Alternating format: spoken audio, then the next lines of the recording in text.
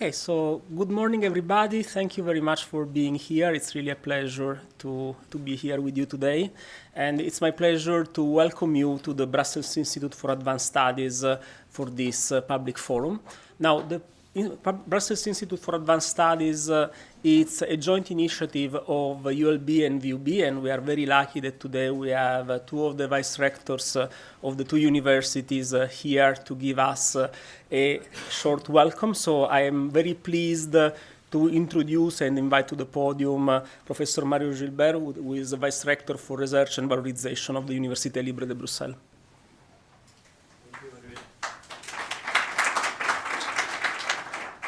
Good morning, everyone.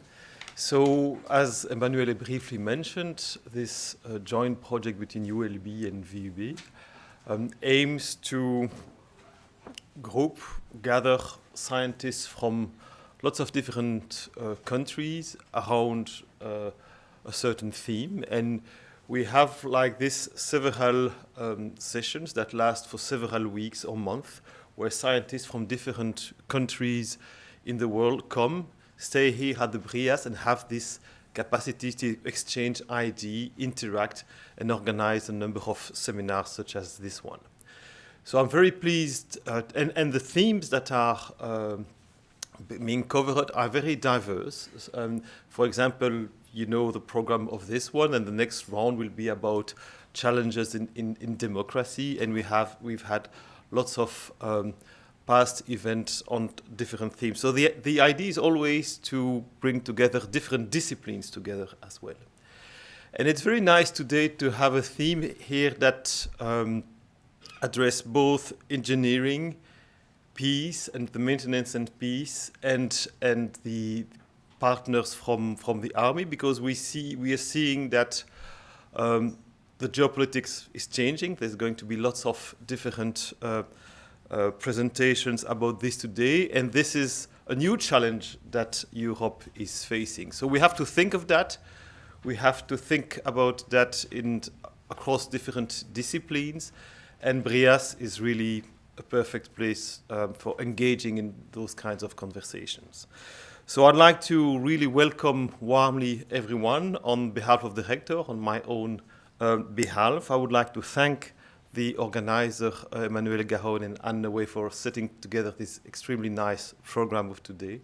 I'm sorry I won't be able to stay, but I wish you all a very fruitful day of exchanges and discussions. Thank you, everyone.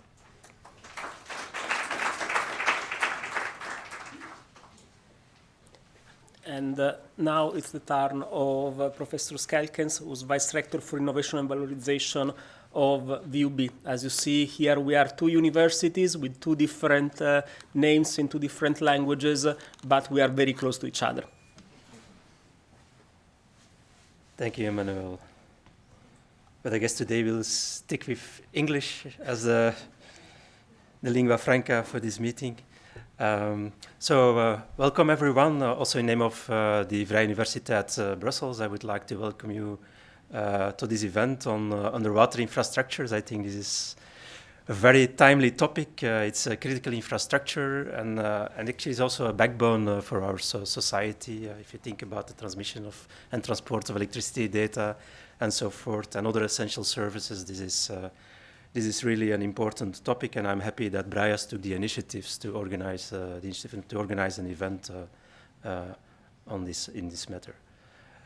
Speaking on behalf of the Vrije Universiteit Brussels, I can certainly state that we can really take up a role also with respect to protecting those critical infrastructures. We have a wide range of expertises at the university, ranging from marine biology, to start with this topic, over political science, law, but towards engineering and computer science. So it's a broad range of disciplines, and I think this is also quite an interdisciplinary topic that we cover as a university. To give a few examples, so we have quite an extensive expertise in the area of sensing technologies, advanced monitoring detection systems. And to give one example in that context is that we have an activity running on the North Sea related to the North Sea wind farms, with respect to monitoring the structural health of the wind turbines in the North Sea. But also we have research going on corrosion, material sciences, sustainability, and so forth. Besides this, the university has also quite an extensive expertise in the area of AI technology. It's actually the oldest AI lab, and it's also called AI lab on the European continent. It was actually founded here at the Vrije Universiteit Brussels, but we are also part of the Flemish AI program, which actually is grouping all the research centers and universities in Flanders around AI. So it is quite a huge program involving a few thousands of researchers. And at the same time, also in that program, we invest a lot of time actually in investing in educational programs. So for example, VIA is a Flemish program on AI that is focusing on providing lifelong learning programs to industry and government services. And finally, in that context as well, so we are quite active in this area. We have also a joint initiative with the Université Libre de Bruxelles, which is FARI, which is a research center focusing on AI for the common good.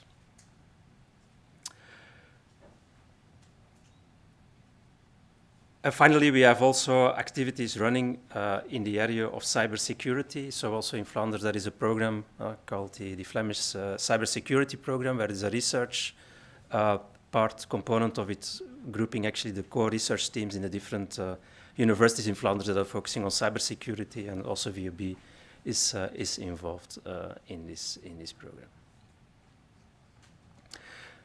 I would also like to mention, and to come to the conclusion of the introduction, that so the university, as VUB, is really recognizing the enormous geostrategic challenges we're facing in this area, and that we are also prepared to take up our responsibility in this matter, bearing, of course, in mind also the values as a university that we are standing for. That's always a balancing exercise we have to do as a governmental institute, as a university. So for us, the protection of critical underwater infrastructures is vital for safety and prosperity of our society. And I want to once express again my sincere thanks to the organizers of the event, and so BrIAS, to take up this initiative. And so I hope that in future we can work together on protecting our underwater infrastructures and having a safer future. Thank you for your attention, and I hope you will have a nice day and an interesting day.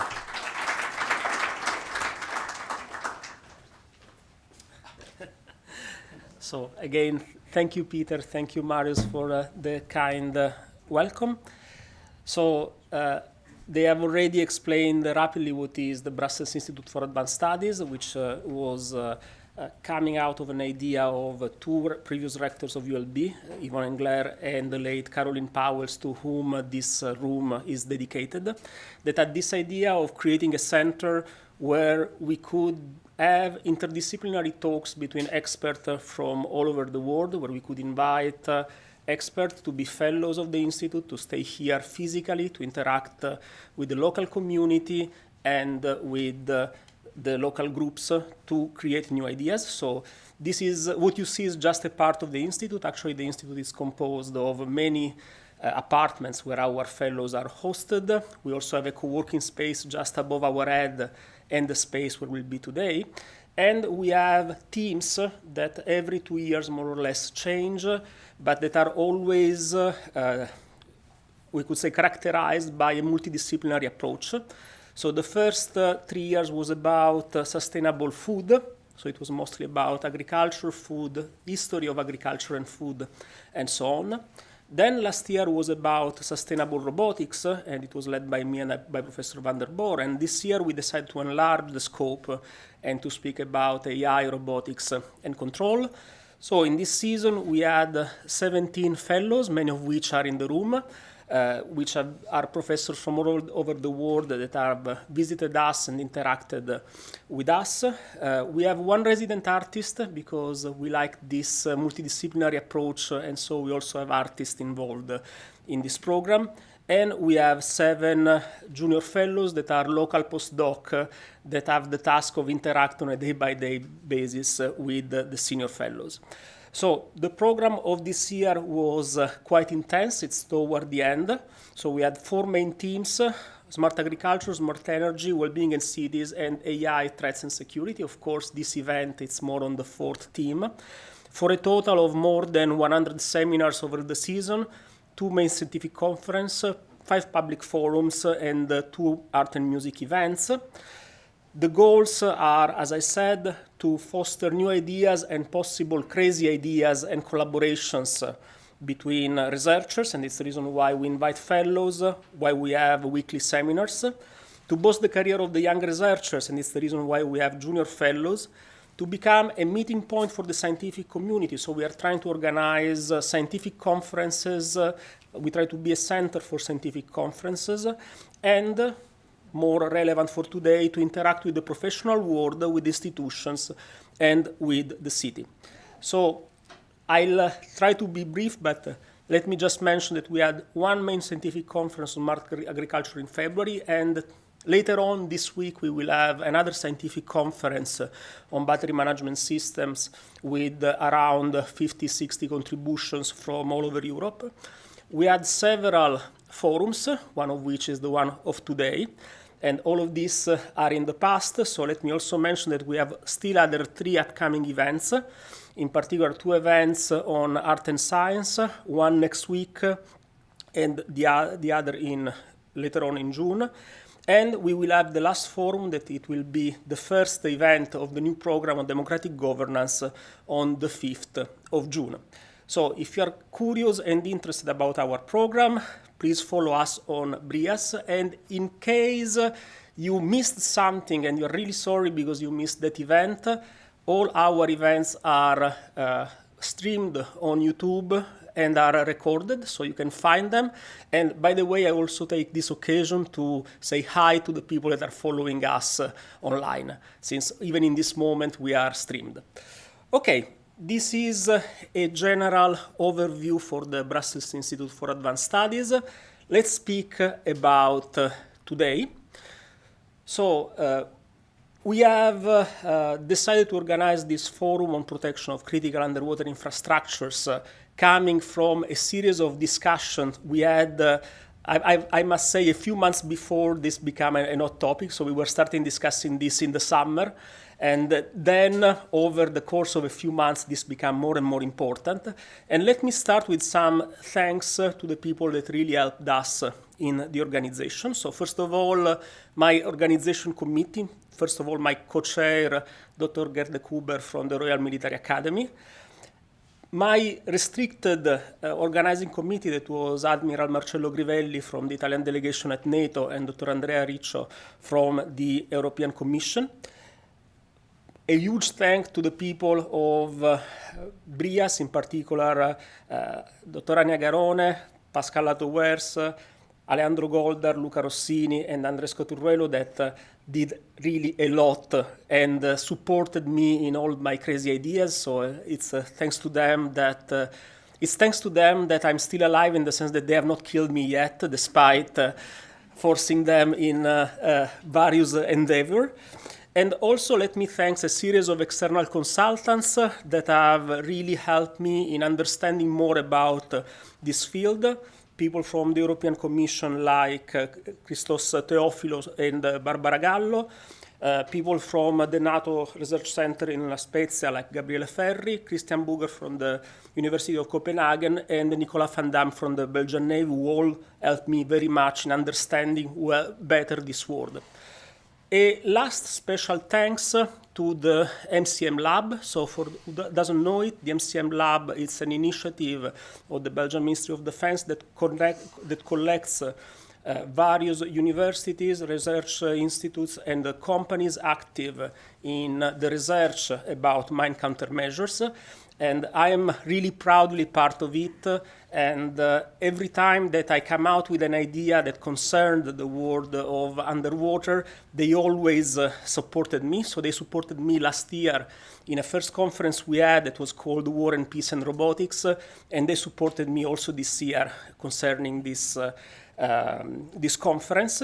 And I also want to take this occasion to say that last year at the beginning of this conference, the first speaker was a person that is not anymore with us, and I really want to remember him because it was very important for me and for our community to grow. That is Colonel Recker.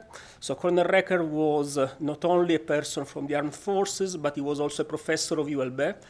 We really miss him a lot, and I want to remember him because also, beside all of this, was a very sharp person and dear friend. So, this said, we can go back to our subject, that is protection of critical underwater infrastructures. I promise you I have only other 2 or 3 slides, so finally you can hear someone more qualified than me to speak about it. But the main question can be why? And my answer is a date, that is the 26th September 2022, when the Nord Stream was sabotaged. I think that before that day, most of people didn't even think about the existence of critical underwater infrastructure, and that day kind of changed the perspective, and most people realized that they exist and they are important, that they are vulnerable, so it's not so hard to disrupt them, and that they might have huge effects in economical term, in societal term, and also in an environmental term. But I think that the real shock was to discover that there are actors ready to sabotage this kind of infrastructures, and so this asks for some sort of reaction. And now, of course, when there is a problem, I'm an engineer, I'm not a political scientist, so when there is a problem, I try to find a solution, and the question is, what is the solution? And well, the answer is that I don't have just one solution, because it's a problem that is hard, it's complex, it must be seen under different perspectives, and involves several levels, including strategic thinking, policy making, technology. As an engineer, I always look there, but that's not always just that solution, and operational practices. So the bad news is that this is a very difficult problem, but here at the Brussels Institute for Advanced Studies, we like difficult problems, and we like problems where, for the solution, people from very different backgrounds have to learn to speak to each other. But anyway, this remains a bad news. However, I wanted to end this part with kind of a positive outlook. There is a good news, and the good news is that the protection of critical underwater infrastructure, it's a worry that we have because substantially we are in peacetime. Now, it's a peacetime with some but, because of course the fact that there is someone ready to attack these infrastructures tells us that things are changing, but we are still lucky enough that we are in peace. So, this is all I wanted to say as an introduction, some small logistic. Here it's the program organization. So you see we have generous coffee breaks so that we can interact and speak with each other. We will have also a lunch between 12:40 and 13:30 offered by the Institute. And let me also mention that at the end we will have an aperitif, and we are blessed by a piano concert and a dinner also that offered by the Institute. So, with this, it's almost all. One little request for the questions. We will not make question live, but you can write your question on this app, on the Slido. This is a way for the person who manages both the session and the panel to have more control about the time and about the story, to not have a continuous jump from one subject to another. So if you have questions, please feel free to write them there. And for the rest, enjoy the day. And it's really with my pleasure that since I also doubled down as chair of the first session, I invite our first speaker, who's Alison Weston from the External Action Service of the European Union, and she is the reference person for what concerns maritime security, and I'm very, very curious to listen to what she has to tell us. Thank you for coming.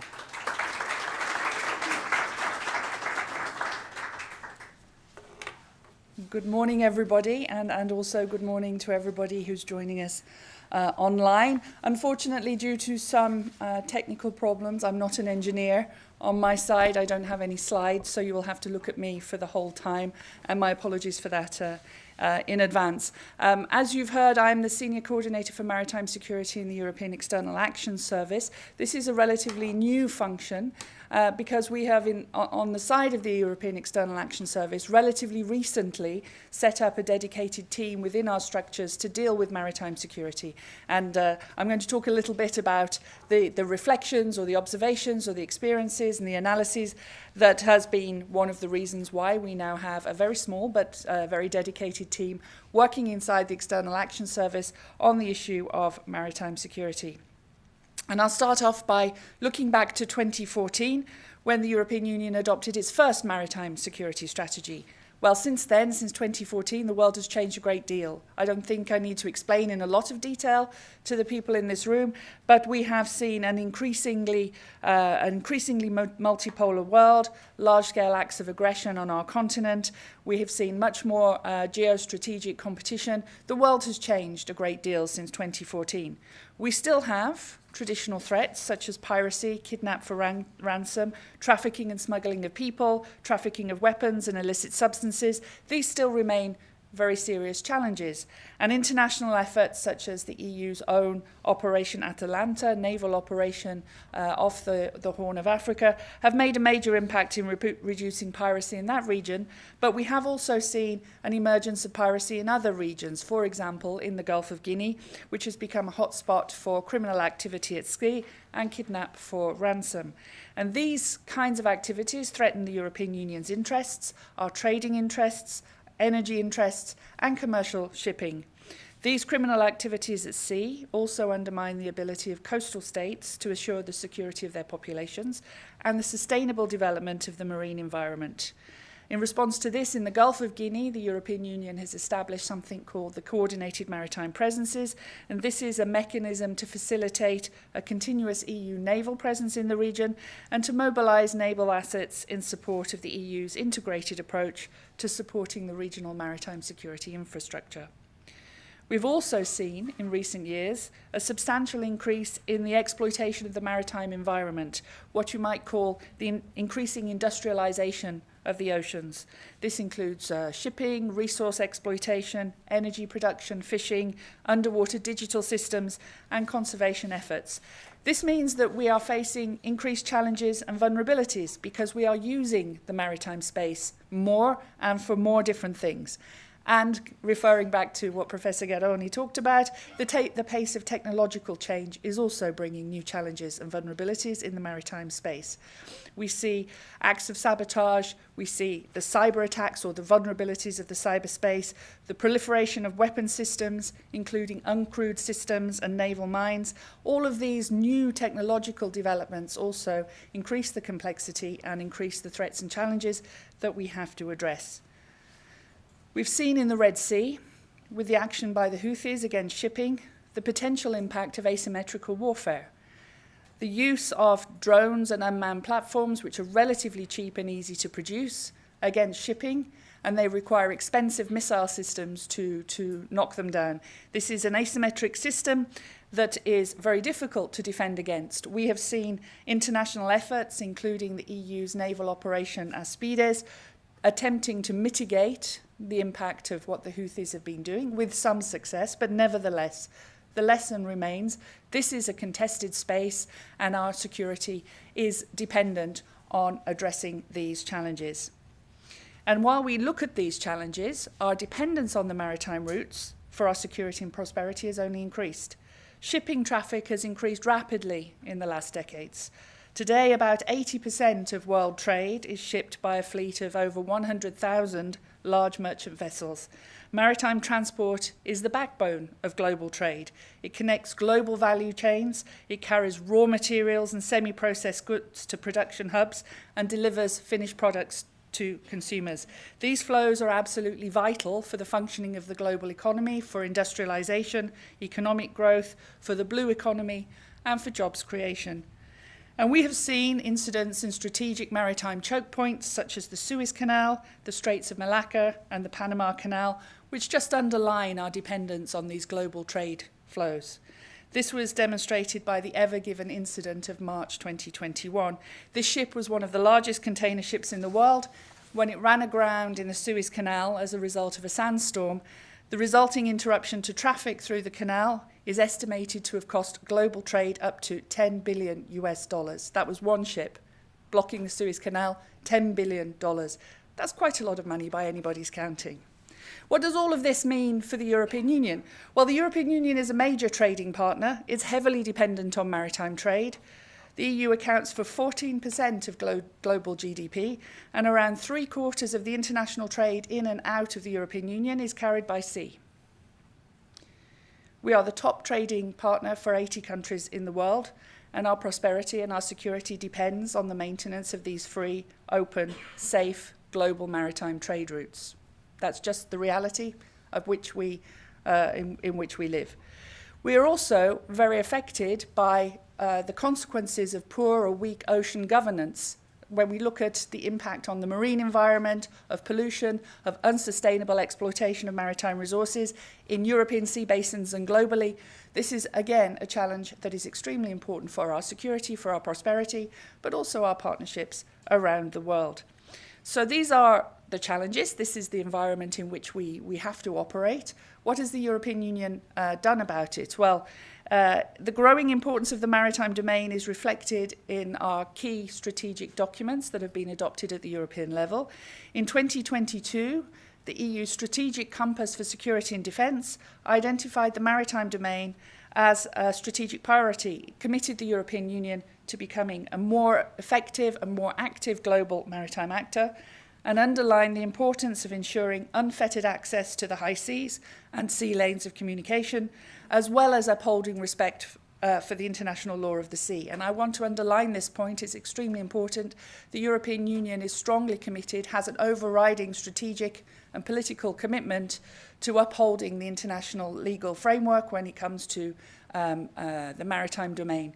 It is in our interests to have a stable, rules-based system where we understand, where we all have a common understanding of how we can operate in the maritime domain. And this is, of course, based on the United Nations Convention for the Law of the Sea and the associated conventions and instruments that make up that legal framework. And in 2023, the European Union updated its maritime security strategy. So we looked at the strategy that we had since 2014. We carried forward many of the themes, but we updated this strategy to reflect the fact that the world in which we live has changed and evolved, and the threats that we need to address have also developed. And the maritime security strategy has 6 key strategic objectives. And I think it's important to stress that the maritime security strategy includes actions that are at the level of responsibility for our member states in the first instance, for the European institutions and for its agencies, and for all of us working collectively. So there is no single actor responsible for the implementation of the maritime security strategy. It is a collective effort that spans national structures in all of their diversity and variety, and also the different actors at the European level. And these strategic objectives are to step up our activities at sea. I already mentioned our naval operations, but to do more activities in the maritime domain, to cooperate with partners, including NATO, but also other international partners, including to uphold the international law of the sea, to lead on maritime domain awareness, and we will talk about that a little bit later, to manage risks and threats, so including exercises, working on maritime infrastructure, dealing with unexploded ordnance and mines at sea, to boost our capabilities, looking at defence technologies, and again, we'll come back to talking a little bit about that in a moment, and to educate and train. That means boosting education and training for our member states, for personnel in our national systems, but also for our partners in other parts of the world. When it comes to the EU's investment in the development of its defence capabilities, this is very much in the headlines in recent months. We've seen the European Defence Industrial Strategy adopted last year and the Defence White Paper presented earlier this year. And there will be many headlines about the European Union's new ambitions in the area of defence and the amount of money that is needed to be invested in capabilities development and research and innovation. The maritime domain is also an important part of this work strand. New initiatives in the areas of drones and unmanned platforms, for example, will be important building blocks in the EU's ambition to be more present and more effective in the global maritime domain. Additional maritime capabilities are being taken forward by the European Defence Agency together with Member States and in the framework of PESCO. And as the Member States and the European Union gear up to spend more on defence and more on research and development, the needs of the maritime domain will have to remain part of this process. These technologies are needed for the Member States and for the Union to have a better picture and understanding of what is happening in the maritime space, particularly in the sea basins surrounding our continent. And this is the basis on which we can then develop the necessary strategies, policy responses, and operational actions to address these challenges. The first step is to know what is happening if you want to be able to take action. Now I come to the topic of the day, the issue of critical maritime infrastructure in particular. This is, as we've heard already this morning, one of these very complex challenges that we have to address in the maritime domain. And this is an area that is absolutely essential for global communication. Up to 95% of transregional digital data today is transported by the global subsea data network. The backbone of the internet, the backbone of digital communication, of our financial system, of our economies. Global communication depends on 1.3 million kilometers of fiber optic cables. That's a lot. That's a lot of vulnerabilities if we want to be protecting them. So we have to think about how we can protect these cables and where the strategic vulnerabilities lie. Most countries have high levels of redundancy in their cable connections. This means that a single failure of a cable or a single incident cutting a cable doesn't necessarily have an immediate catastrophic impact on the economies and societies that are connected by it. But it's not the case in all circumstances. Less developed countries, as well as island states, are often weakly connected, and that means that they are extremely vulnerable to a very limited number of underwater connections. In such cases, a single cable failure can have dramatic consequences and can even lead to the shutdown of the economy, which is what we've seen, for example, by cable failures on the Pacific island of Tonga, where they were effectively cut off. So the loss of cable connectivity can have a severe impact on financial transactions, on the tourist industry, on the ability to communicate. And so the protection of cable infrastructure is also an important part of ensuring digital equity and development. We have to also think about it through the development perspective as well. But even when there is sufficient redundancy, as we've seen in our own sea basins in recent months, where cables have been connected but have been disrupted, but nevertheless communications have continued, there are often very high costs associated with cable repair, and the insufficient availability of repair ships means that such repairs may take months to effect. We talk a lot about cables infrastructure, but there are also other kinds of maritime infrastructure that are also vulnerable. The security of supply of energy also depends very heavily on the maritime domain, and we've heard already the examples that we've seen from the attacks on Nord Stream in 2022 and on the Baltic Connector pipeline in 2023. Global energy markets rely on a growing network of underwater gas and oil pipelines.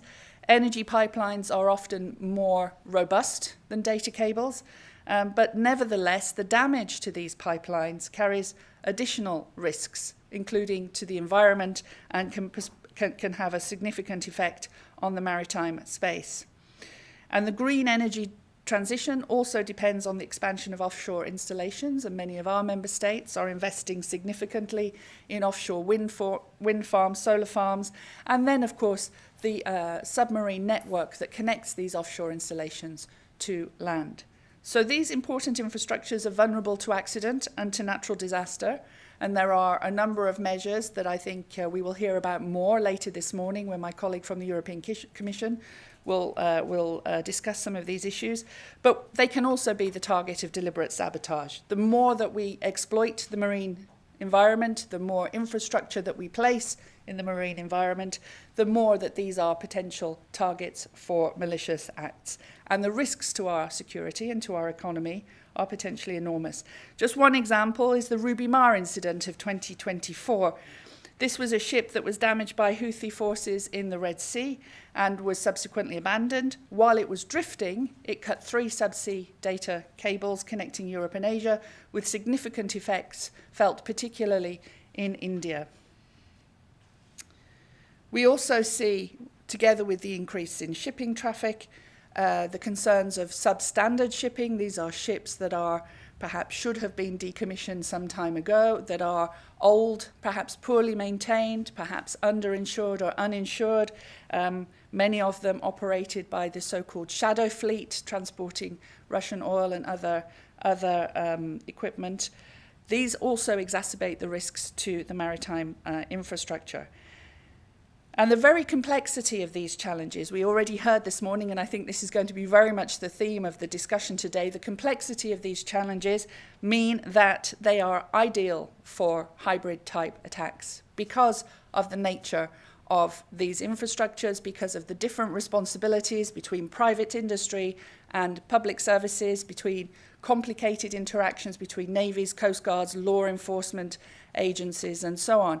This makes them particularly vulnerable for hybrid attacks. These are attacks or incidents which are deliberate in nature, but which are sufficiently plausibly deniable that they can also be portrayed as accidents, or where it's difficult to confirm and attribute malicious intent. And while we in the European Union and our member states, while we continually try to address hybrid threats agenda, while we continue to develop our policy instruments to respond and to identify these kinds of challenges, the hybrid playbook continues to evolve. These are fast-moving challenges. The actors that are conducting these kinds of attacks are not waiting for us to catch up with them. They're moving very quickly. So we have to continue to be vigilant, to be agile, to anticipate and to respond to these threats as they emerge. And it comes back also to what I was saying earlier about having a much better understanding of what is going on in our maritime domain so that we're in a position to respond more effectively. The protection of critical maritime infrastructure is included as one of the key objectives in the 2023 Maritime Security Strategy. But we have seen that it has moved up, very much up the agenda in recent months. So we heard this from Professor Garroni.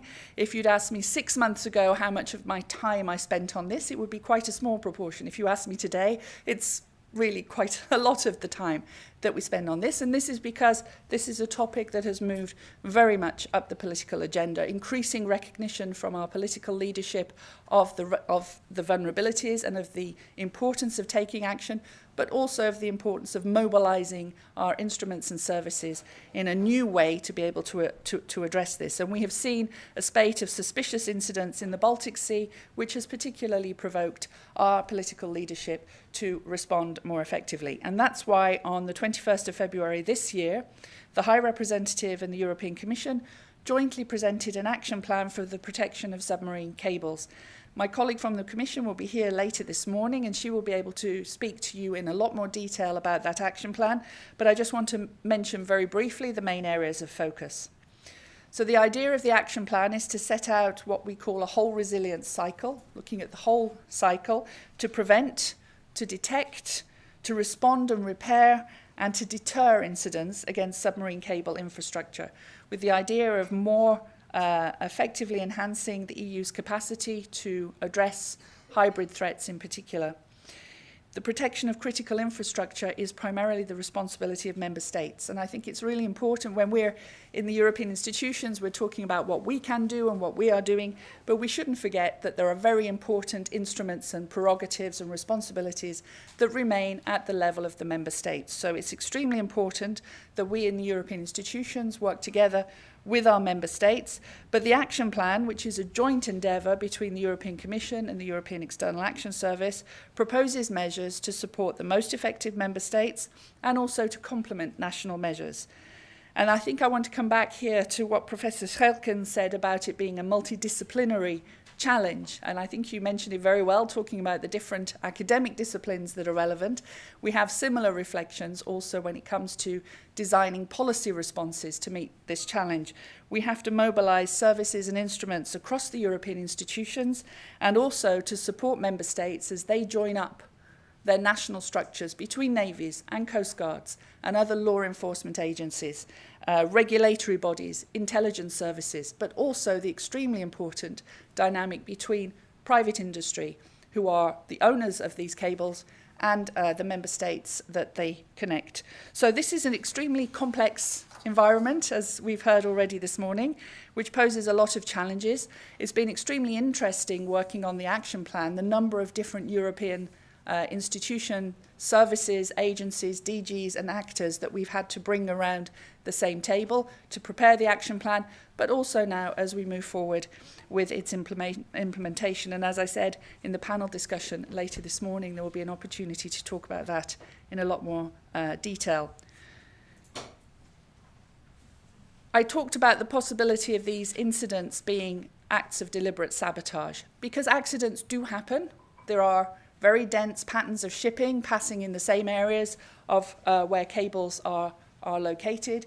We see very significant fishing action in many of these regions, and there will be accidents, there will be natural disasters. Things will happen because that is the nature of the environment.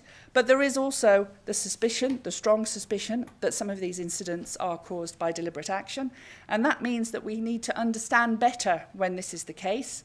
We need to develop our capacity to understand what is happening to our maritime infrastructure and to continue to develop our hybrid toolbox to be able to qualify, prove, coordinate, attribute, and impose sanctions if necessary against those who are deliberately targeting our infrastructure. It's about holding perpetrators to account for their actions and raising the costs of this kind of activity, which is also part of deterring attacks on our maritime infrastructure. And one example is, for example, using the European framework for restrictive measures, sanctions, which now includes the possibility of sectoral sanctions and sanctions for hybrid activities.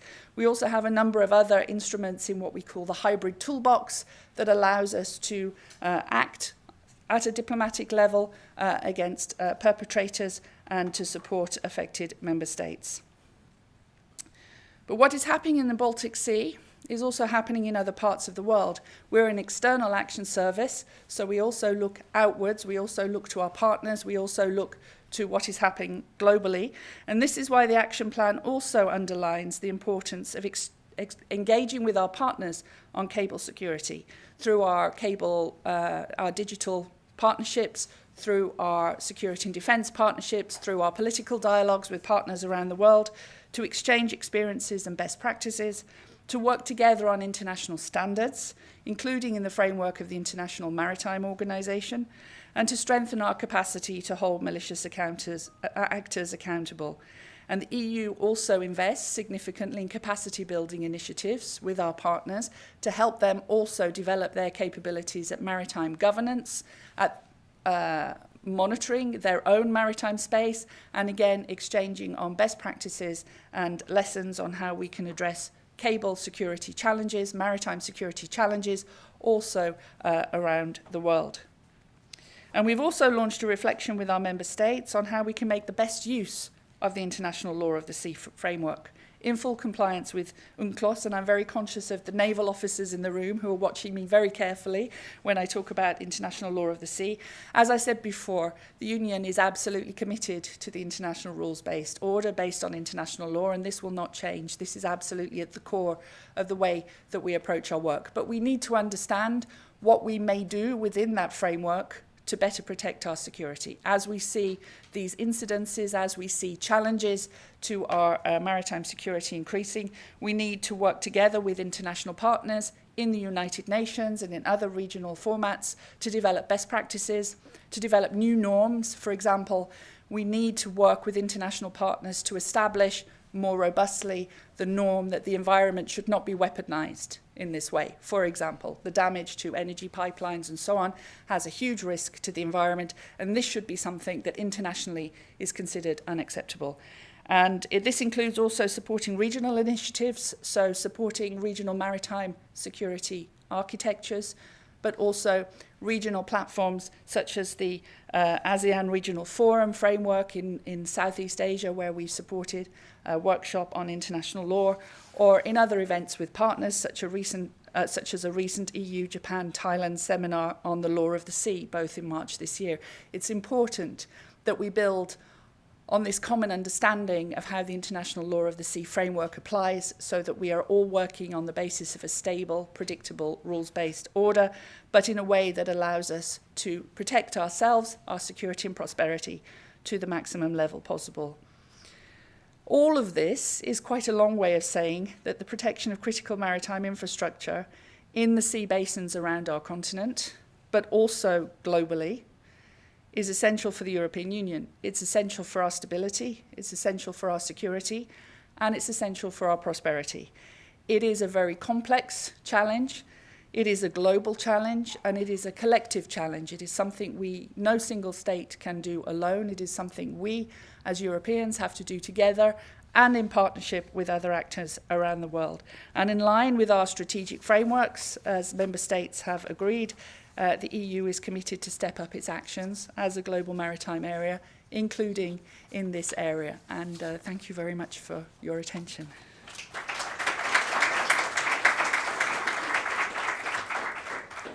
So thank you very much, Alison. So I think at this point I can call the next speaker, who's Tobias Liebetraut from the University of Copenhagen. Is author of some of the most interesting and recent papers on the subject of protection of critical underwater infrastructures, and so I leave the stage to him. Thank you, Emanuele. Let's see if I can get this one to work.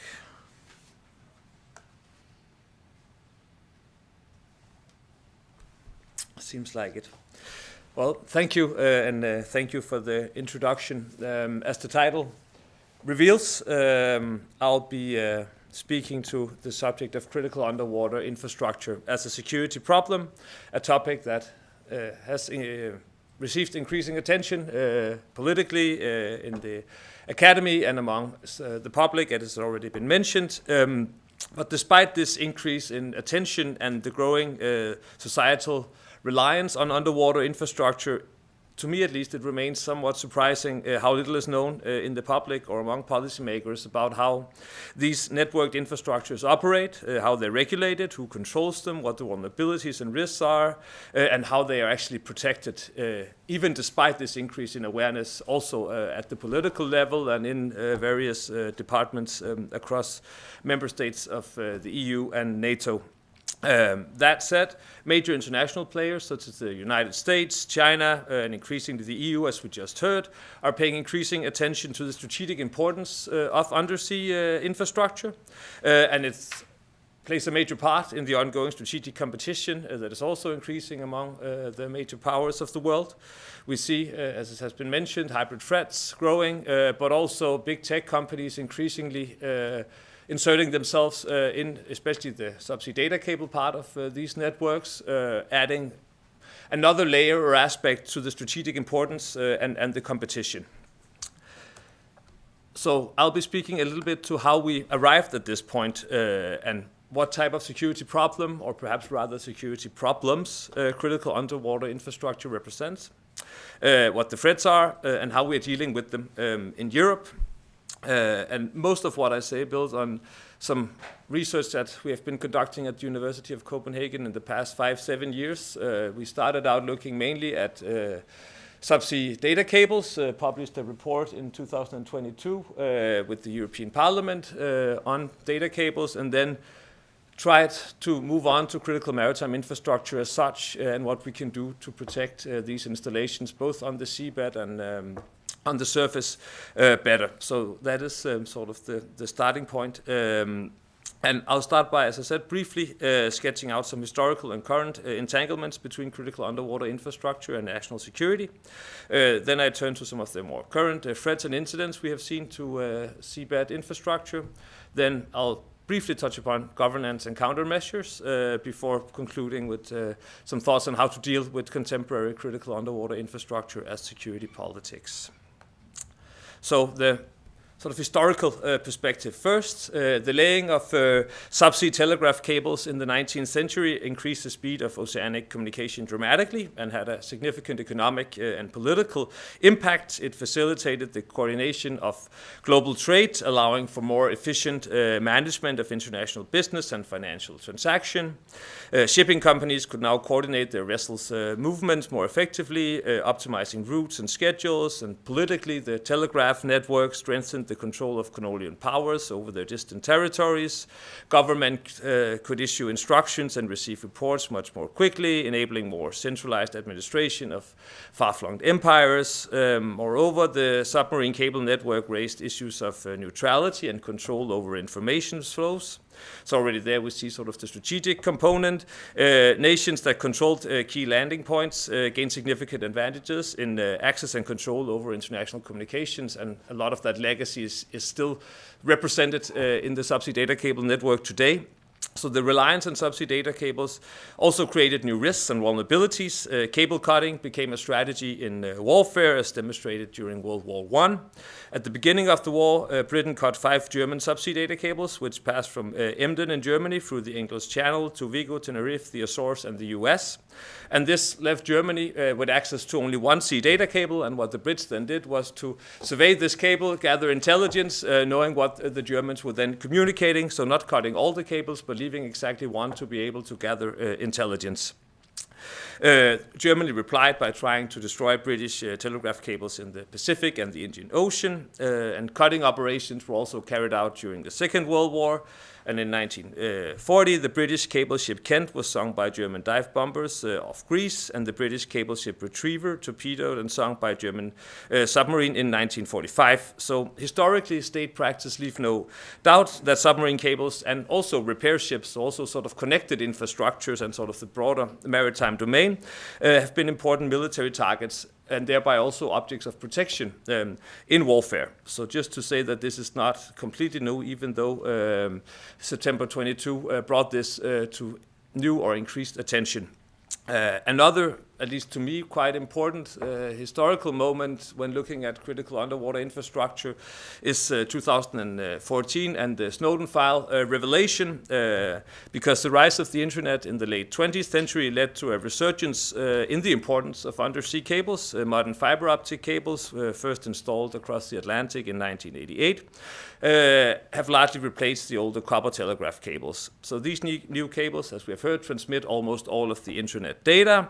And the Snowden files, as I said, released in 2014, demonstrated how subsea data cables can be weaponized. And the weaponization of subsea data cables operates in two directions: by spreading influence outward and by harvesting information back to the center. So on the one hand, the US constructed a great deal of this subsea data cable empire also through private companies, and that allowed them to sort of install themselves and their intelligence apparatus through the NSA all across the world, while at the same time it allowed them to collect a lot of data. And as they famously said back then, it was about collecting it all and thereby trying to then find the needle in the haystack afterwards.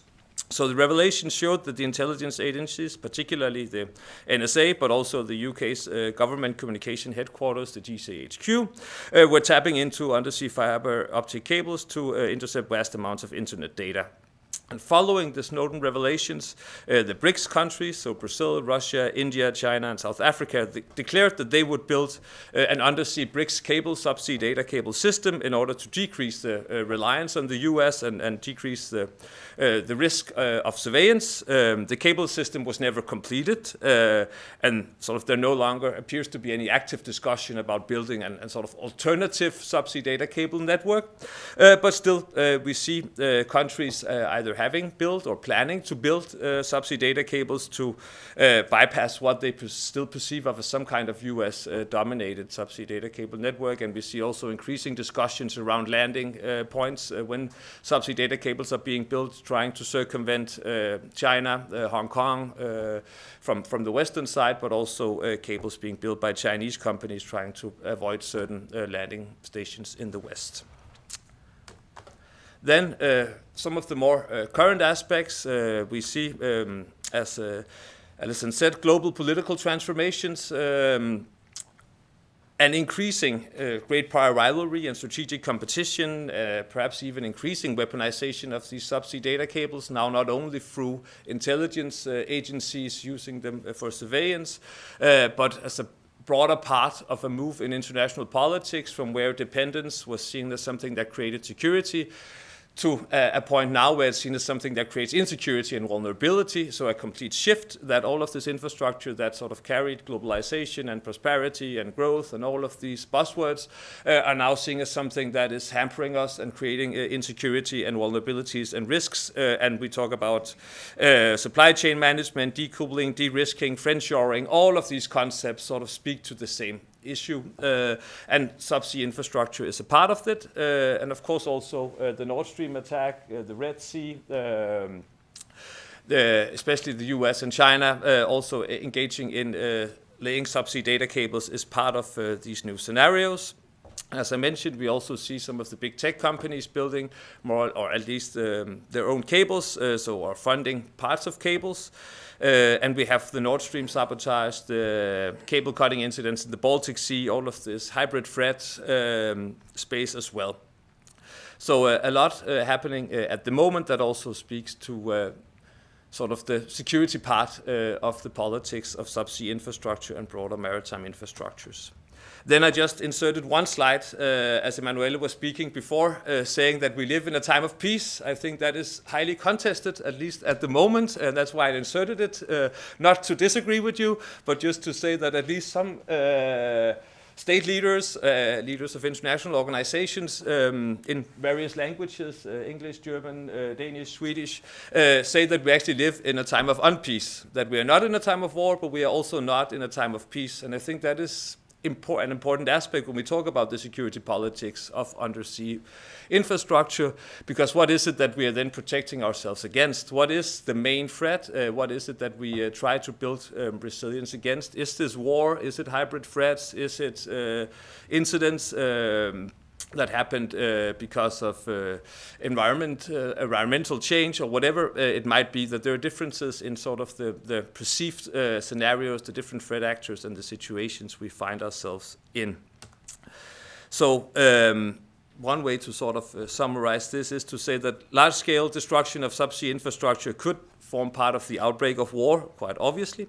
The Nord Stream attacks, though, and the recent incidents in the Baltic Sea and the intensified great power rivalry in global politics, at least to me, point to hybrid threats being the greatest challenge to the security and resilience of European underwater infrastructure at the moment.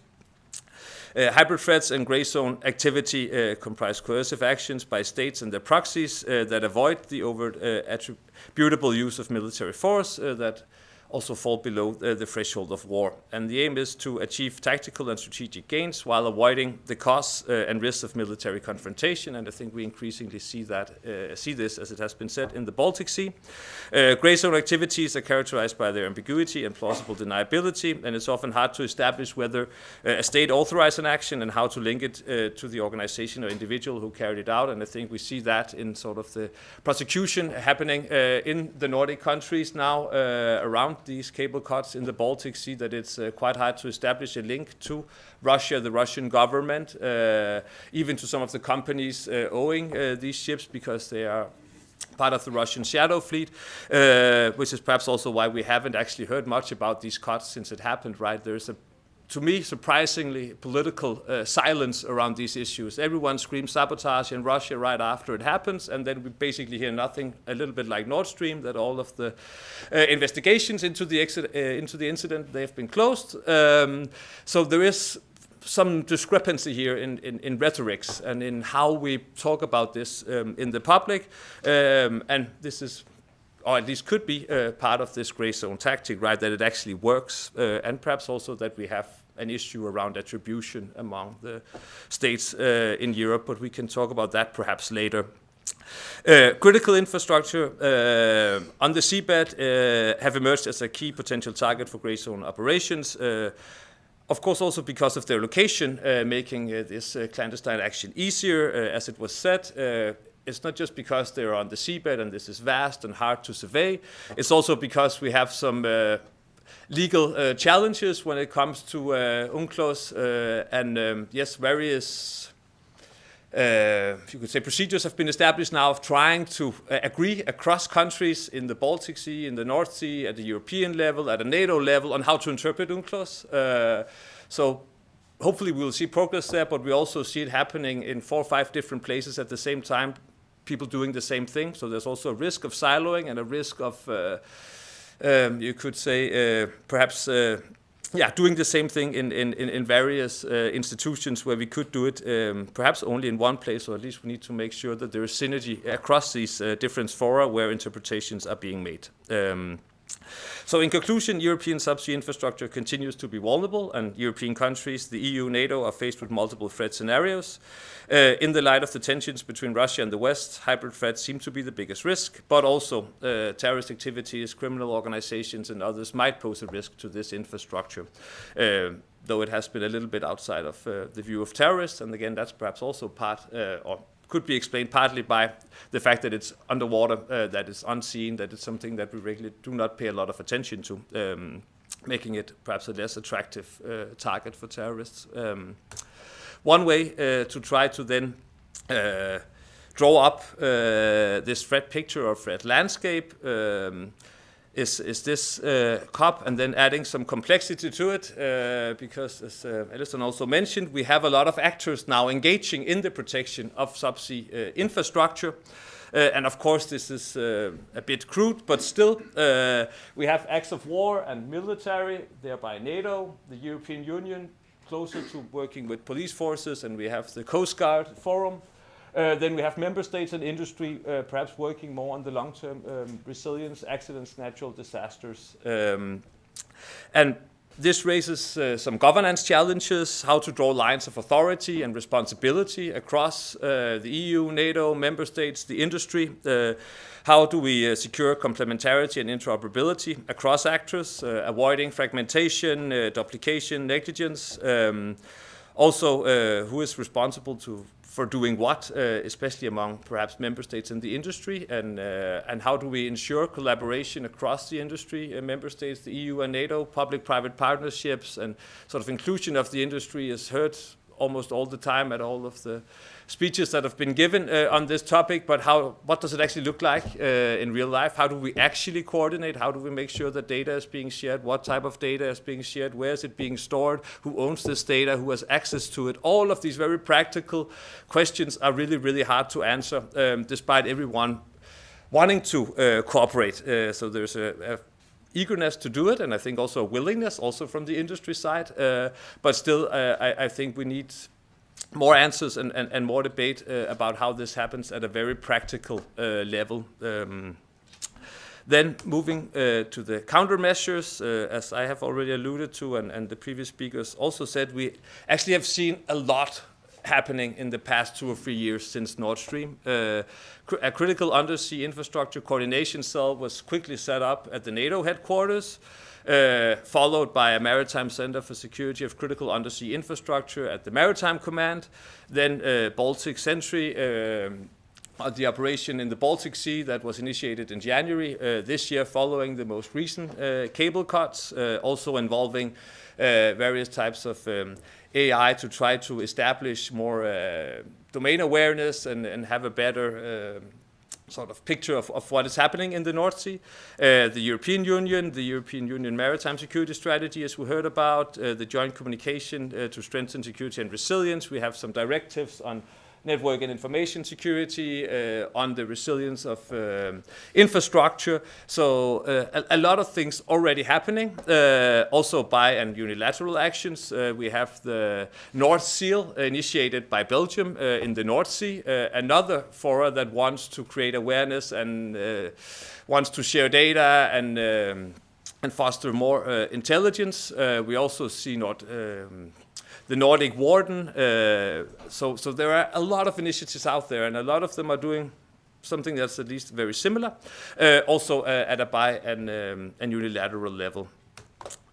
So to conclude, how to deal with this moving forward, I think one thing is to recognize that this is a security problem multiple, and this I think also speaks to some of the previous speakers, that this cannot be solved only at the strategic level or the political level or the technical level, that we need collaboration, but we also need to perhaps accept that there is no one solution, that is what also comes with being a security multiple, is that this is both a cybersecurity issue, it's an issue of sabotage, it's an issue for diplomacy, it's an issue of digital sovereignty. There are many different types of security problems related to subsea infrastructure, and one of them cannot triumph the others. Like, they're all somehow, perhaps they're not equal, but they all need to be allowed, and I think that's important when trying to deal with it. Then, as I said before, I think we also need to actually look a lot at avoiding duplication and siloing and trying to foster synergies, because we see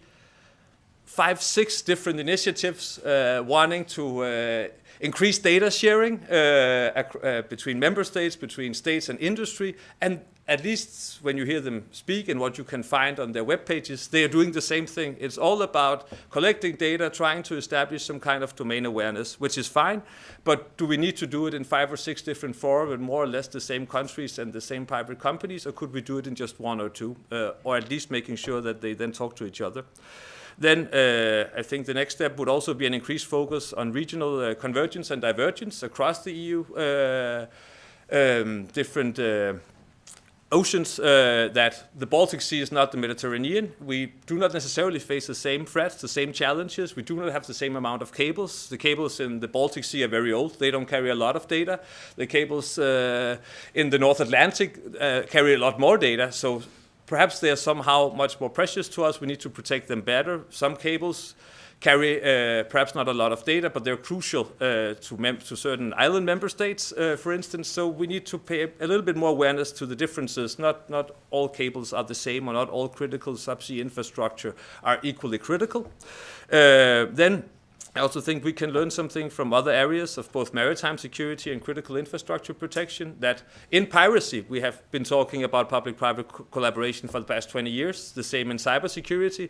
So perhaps we do not need to reinvent the wheel when talking public-private collaboration and data sharing, and something that is, on the one hand, intelligence, and one hand, business sensitive, because we have actually done that in other areas. So perhaps we can learn from these.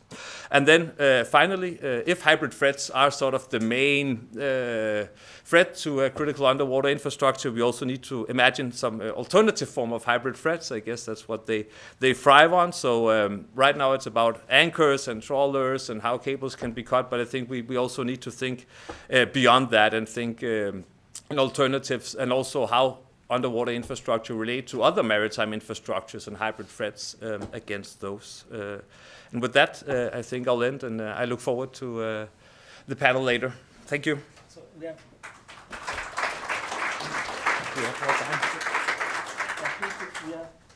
it works, does it? Okay, now it works. So we have actually time for 2 fast questions. And first question actually was coming with the previous speaker, but I think it's very appropriate to ask to you. That is, how to reconcile in a situation like this, for instance, the need to reach out. So, for instance, to have a YouTube streaming like we have now, and the need for confidentiality on the topic. You were mentioning about the importance also to have a discourse on this. So what is your view on this? Well, I think that we need to be as open as possible. I mean, whoever wants to gather information around this topic, and especially some of the threat actors we're looking at the moment, they will gather it anyway. So I don't think we gain a lot from pretending that we need to conceal many things. Of course, intelligence agencies have areas where they need secrecy, and the military as well, but I think sort of in general we need to be as open as possible. I have also a second fast question. That is, you were showing us some attack in the past where the subsea cable were used to collect information, I mean, without that the owner of infrastructure knew it, and you have showed us instead a more recent case where instead it was the owner of the infrastructure that was using it. Are you aware of any of these attacks, again, that are hidden from the owner of the infrastructure, like the ones in World War I? No, not at the moment, no. I don't think so. But I think we have sort of a constant, I mean, We do not attend to it a lot now, and the Snowden revelations have sort of passed, but I mean, with the current situation across the Atlantic and the transatlantic relationship, I think it's something that we also need to discuss. And I guess, as I said, it also forms part of this idea of digital sovereignty. So it's not just about warfare or about hybrid threats in the sabotage sense, but it's also about our dependencies and the degree to which we can or want to become independent, and who we want to rely on also for our digital technological development more broadly. So with this, we end here. There will be a lot more questions in the panel, I think. So I want to thank again the speaker. Thank you. And I wish to invite the next speaker, that is Captain Christophe van Bellegen, Chief of Staff of the Belgian Navy. We are very, very happy to have the Belgian Navy with us today, and we are very curious to hear about what he will tell us. Slides available. The technical problem. No, it's not really a problem. I will take the time, first of all, to thank BrIAS for organizing this interesting forum, of course. It's a challenge for me to come after such esteemed speakers with a lot of knowledge, just as being part of a relatively small navy. So thank you very much for inviting us. So. Belgian Navy, of course, as we are bound to play a significant role in maritime security and the protection of critical underwater infrastructure, it is crucial for us to address from our national perspective the threats, challenges and opportunities associated with safeguarding our assets. I must note that a lot of practical examples cannot be addressed in this forum due to classified status, of course, but first allow me to have a brief overview of the Belgian Navy's capabilities, and I had some pictures of that available. We'll see if this comes up early enough. And a short description of our national critical underwater infrastructure of the Belgian coastline. So first of all, the Belgian Navy overview. Belgian armed forces are 25,000 people in total. Belgian Navy is 1,250 people. So it gives already an indication about the size of the Belgian Navy. But despite all of that, we are ready to take up the challenge for protecting our vital assets, whether it be far away at sea or within our home waters. So in a nutshell, Belgian Navy currently operates a fleet that includes 2 frigates, Karel Doormans class frigates, 5 tripartite mine hunters, and 2 coastal patrol vessels. And with this is associated a Maritime Information Security Center and some CONNEX assets. These assets are essential for various missions, including patrols far away. We participate to Operation Aspides in the Red Sea, for example. We participate in monitoring the northern gaps, but also close to our shore, we are operating our naval assets. Looking to the future now, Belgian Navy is set to undergo significant upgrades. So plans are underway to replace the aging frigates. They will be replaced by 2030 by 3 new type of frigates, anti-submarine warfare frigates. So anti-submarine warfare frigates means already that we will put a lot of attention to basically the underwater infrastructure and what is happening underwater. Besides that, we are currently busy with the replacement of our mine countermeasures with the RMCM project that will introduce, together with the Netherlands, 12 new mine countermeasure vessels from this year onwards. So the first one will be delivered this year, enhancing the Navy's capabilities in that area. And basically, these new ships, basically, that is the middle one of it. These new ships are large drone carriers. So the ships are more or less drone carriers that will have airborne drones, surface drones, underwater drones, all playing together in monitoring the underwater surface. And the third, we have a purchase of a third coastal patrol vessel. You see one of them at the right-hand side. We have a third one for better monitoring our coastal waters in the future. So we had 3 of them from 27 onwards. With these legacy and future assets, the Belgian Navy remains deeply committed to NATO's deterrence and defense posture, of course. by participating in NATO-led missions and supporting alliance operations. And then we want to reinforce the shared values and principles, of course, that underpin the transatlantic security framework, but also the European cooperation. On a national level, the Belgian Navy is embedded in an interdepartmental or interagency Coast Guard structure, which allows for a comprehensive approach to maritime safety and security within Belgium's exclusive economic zone and within the territorial waters.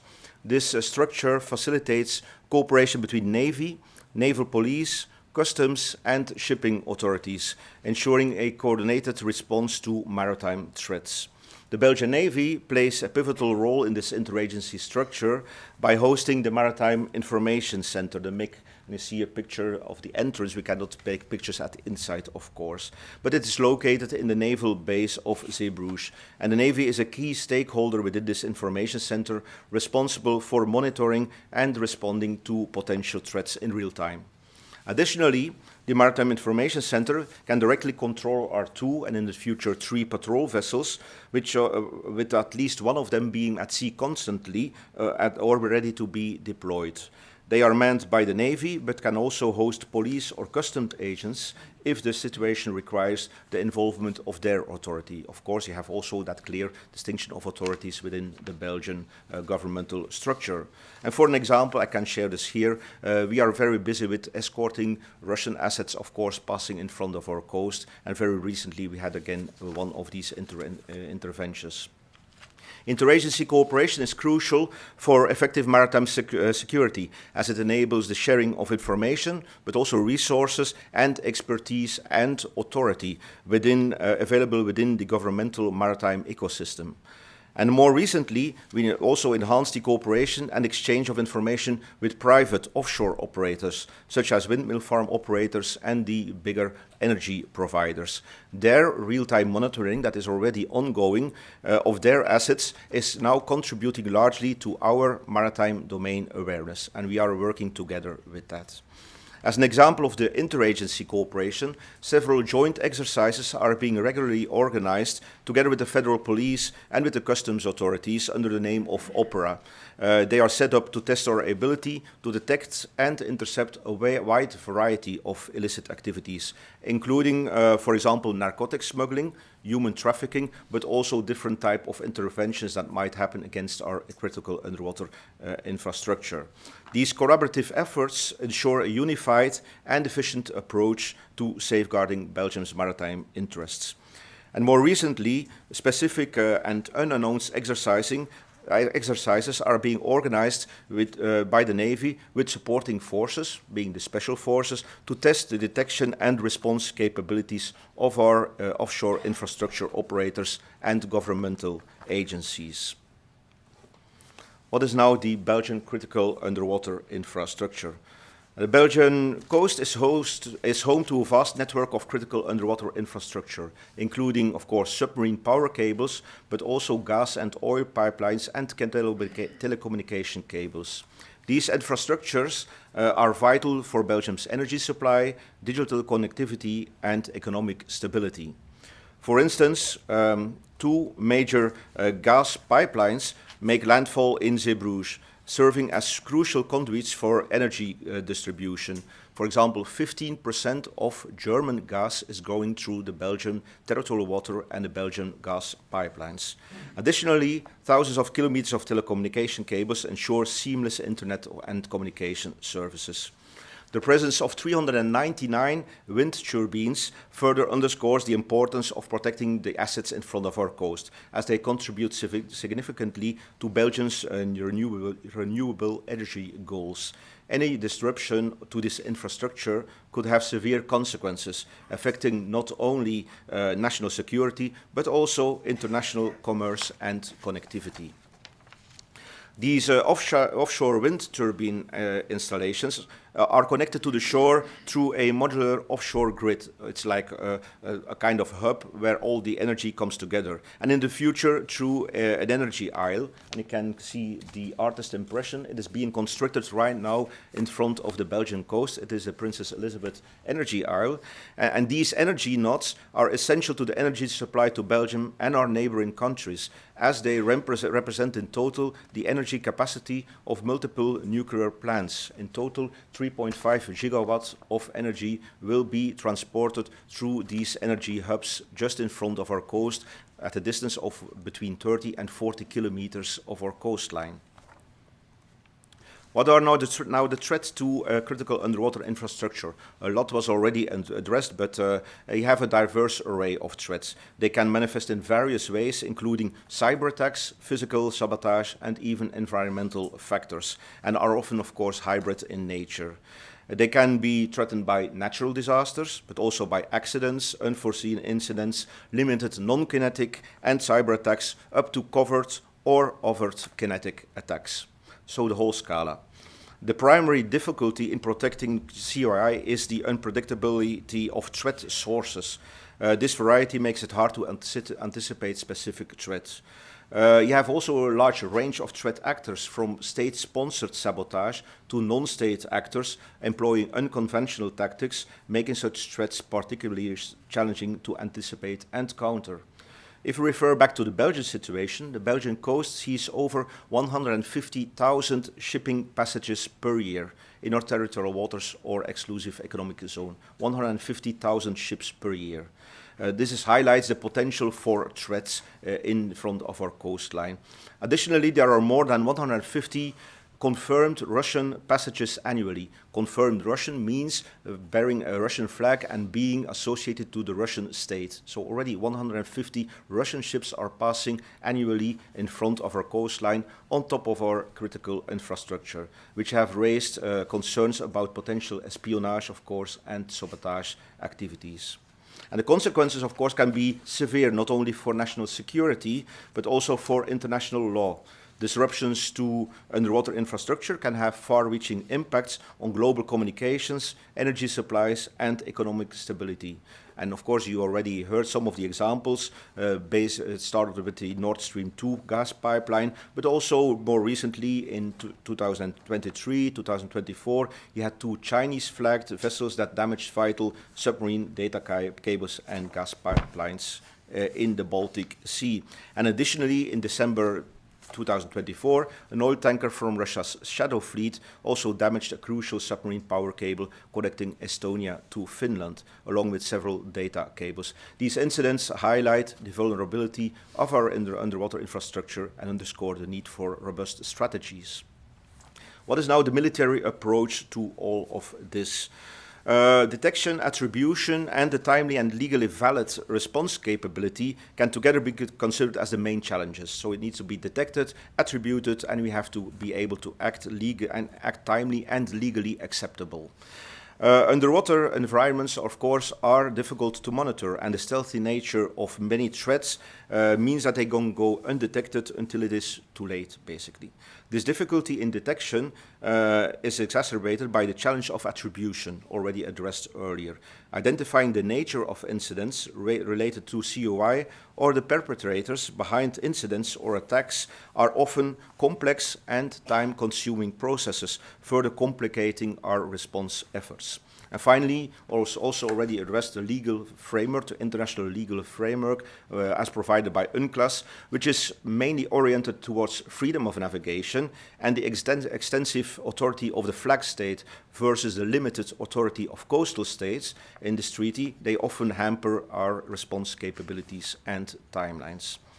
On a strategic level, in addressing the challenges in protecting a CUI, we need a comprehensive strategy, of course, already addressed, to navigate its challenges effectively. We must recognize that safeguarding the underwater infrastructure is not a one-dimensional task about just protecting it. Instead, it requires a multifaceted approach that integrates deterrence, defense, and resilience.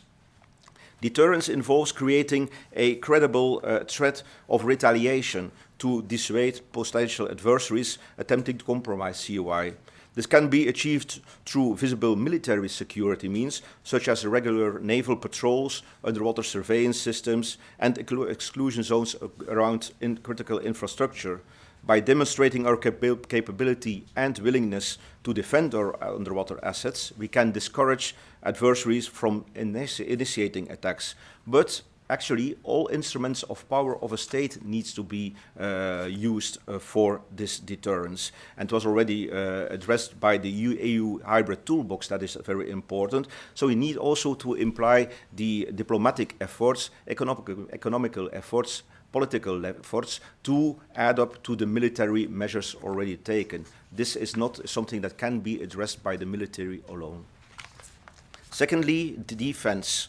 Defense focuses on actively protecting CUI from potential threats. This includes implementing advanced technologies such as underwater drones equipped with sensors and cameras to monitor and inspect infrastructure, as well as automated detection systems to identify and respond to intrusions. Physical barriers and anti-tampering devices can also be installed to protect key assets. A strong defensive posture ensures that even if deterrence fails, we have the means to protect our infrastructure effectively. And lastly, we have resilience that ensures that our systems and processes can withstand and recover from attacks. This involves developing contingency plans, conducting regular training and drills, and establishing protocols for incident response and recovery. Redundant systems and backup power supplies can help maintain operations in the event of an attack. By building resilience, we can minimize the impact of successful attacks and quickly restore to normal operations.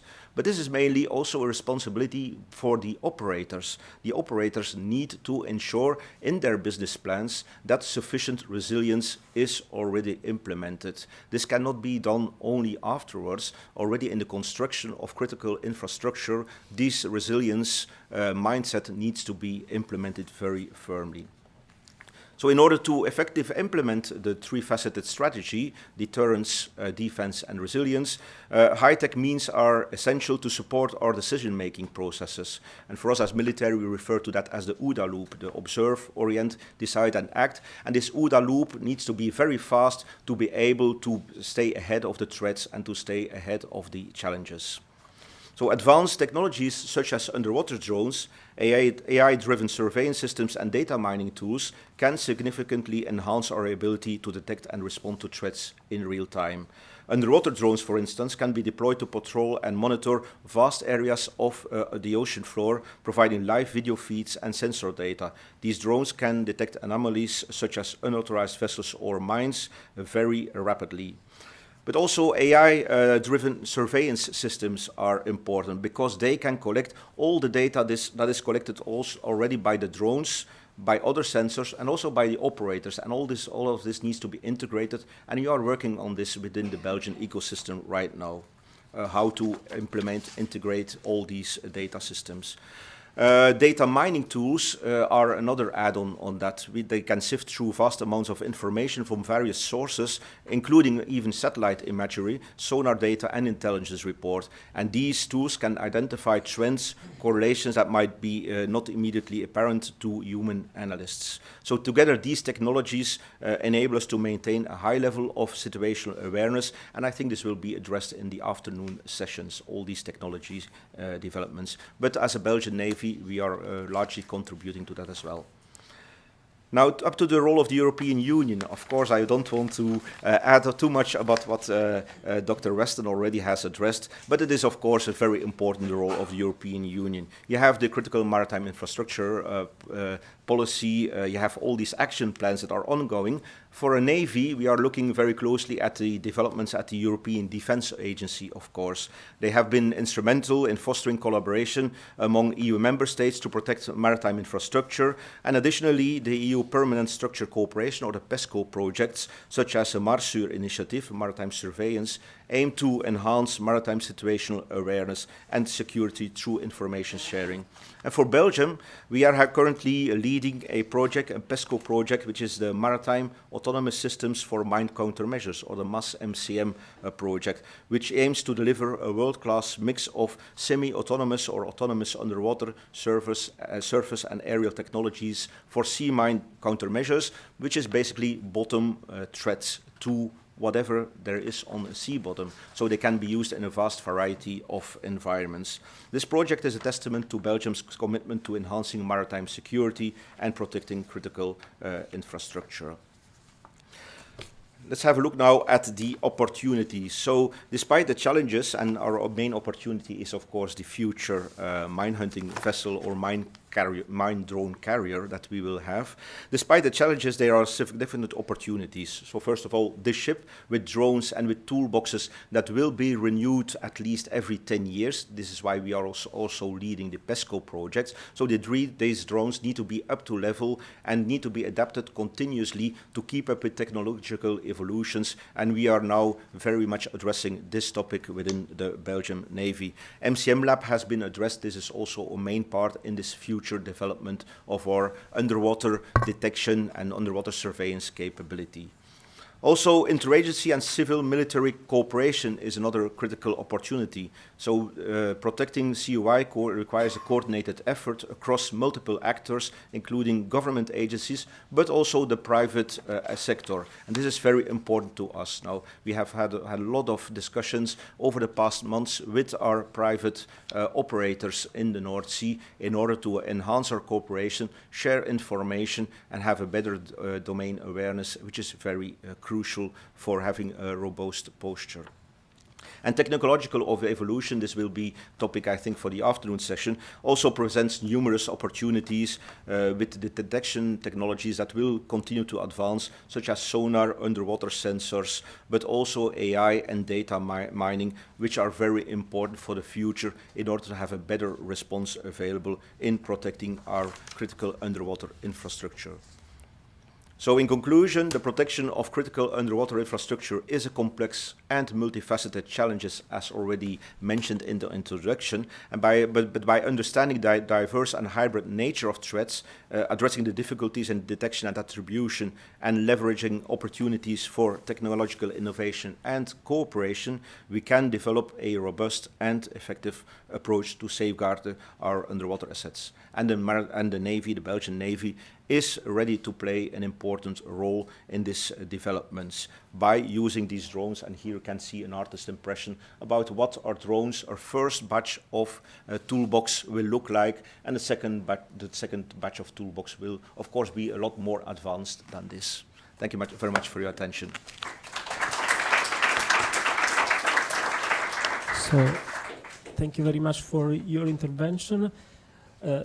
So bottom line, you think that Belgium has really a long tradition and a nice specialty in mine countermeasure response, and so you think that this is really an experience that we should build upon for the response to threat on critical underwater infrastructures? Yes, I think we have. First of all, critical underwater infrastructure is being addressed through several fora. I have my esteemed colleague here from the underwater branch, which was more, let's say, submarine oriented. Of course, there is a link to that.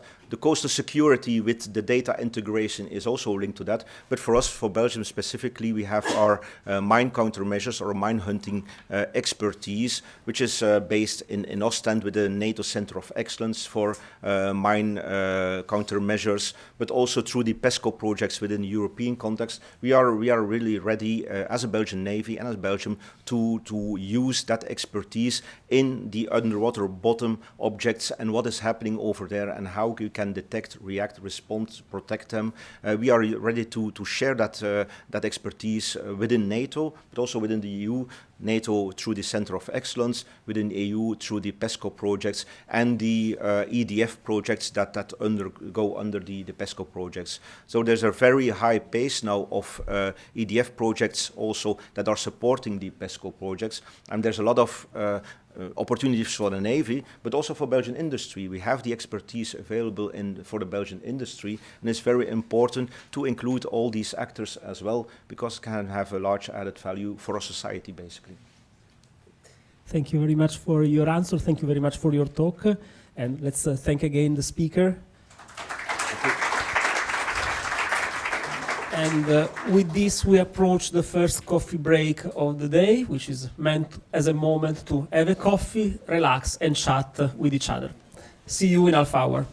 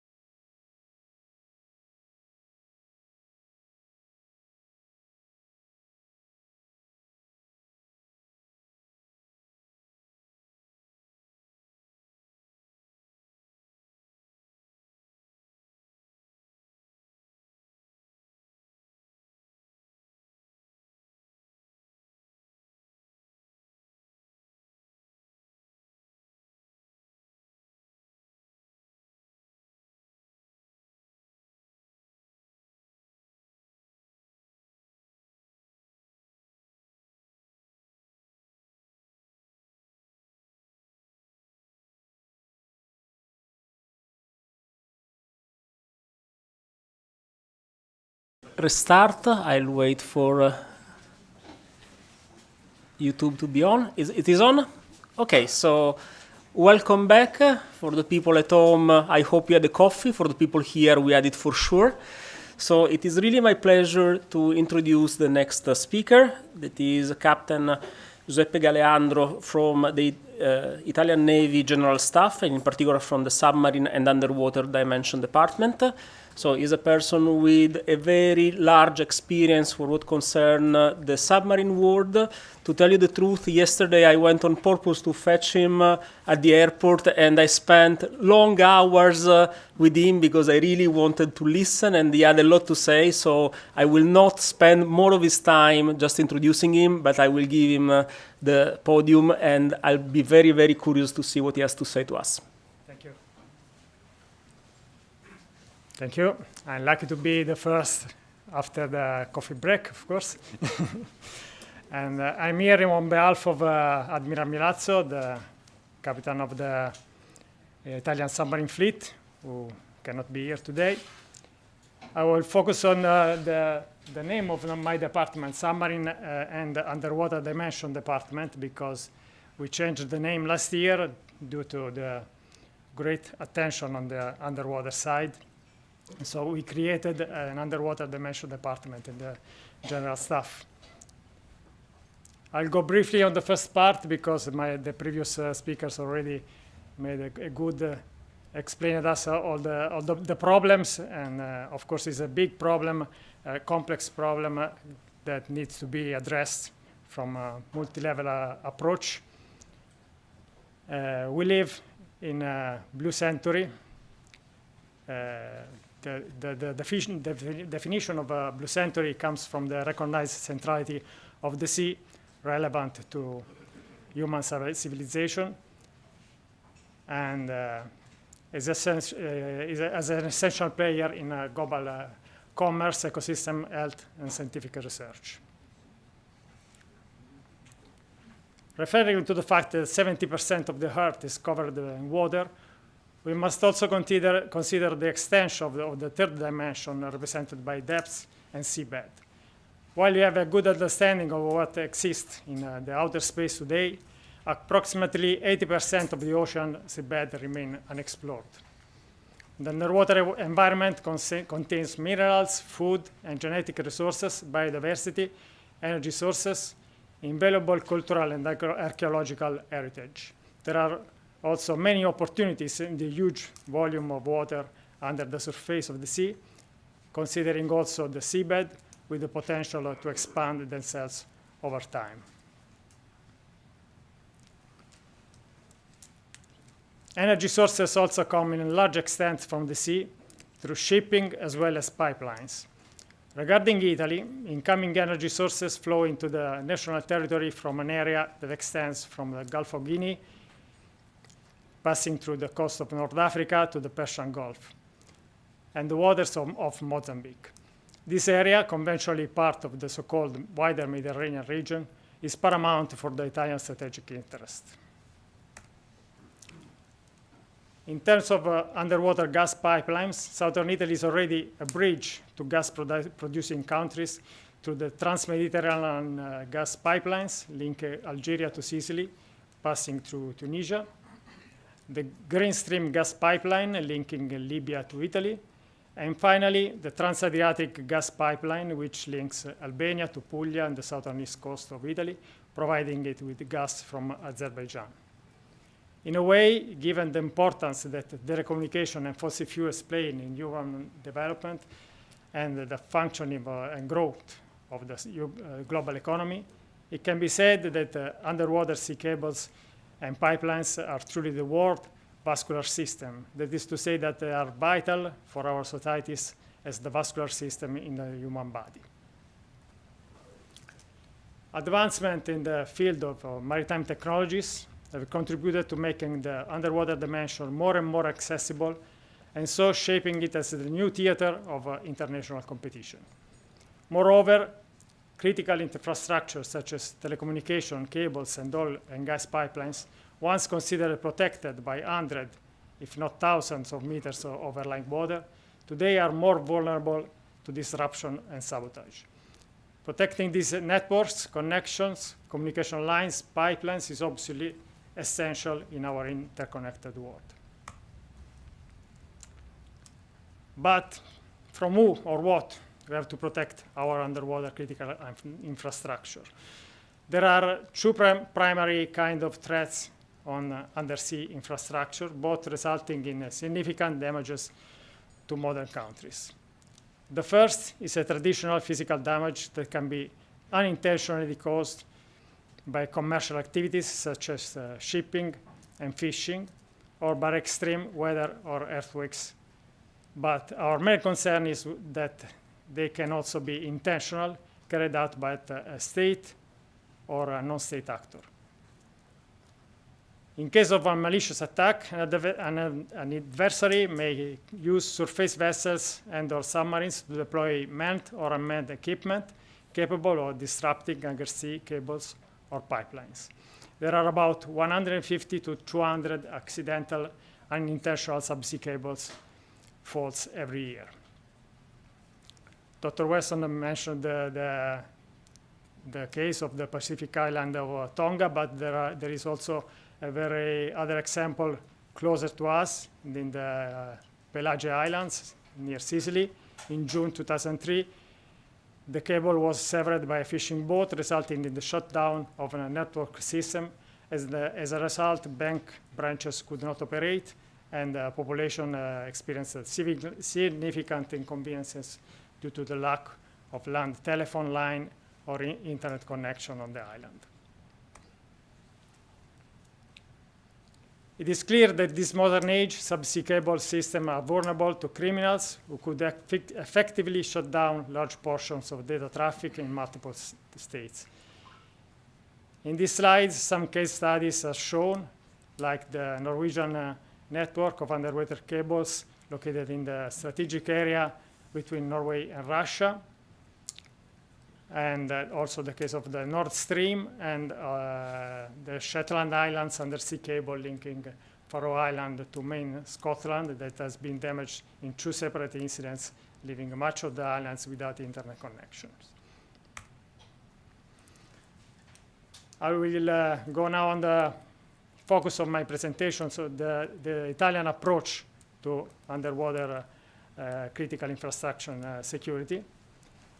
In this context of vulnerability that I've just introduced, led Italy to launch several initiatives at an operational level. The launch of the operational Safe Seabed leveraged over 40 years of experience with robotic systems, underwater systems, and maritime technologies. And at the strategic government level, the establishment of the National Underwater Hub and the proposal of constitution of an underwater center of excellence accredited by NATO. The Italian National Hub for Underwater is located in La Spezia in northern Italy and was inaugurated by the Italian Minister of Defense on 12 December 2023 with the mission of bringing together Italian excellence in the world of universities, research, industry, and create the knowledge and technologies needed to explore, understand, defend, and improve the underwater dimension. Going into detail, the Hub for Underwater is a technological hub aimed at protecting national interests in underwater activities by promoting collaboration between the public and private sectors in underwater technologies. Enhancing research, innovation, and competitiveness by protecting the intellectual property, also revitalizing the Italian historical heritage maritime identity system, crucial for the country. It governs by establishing interministerial guidelines and strategic objectives to encourage research and innovation.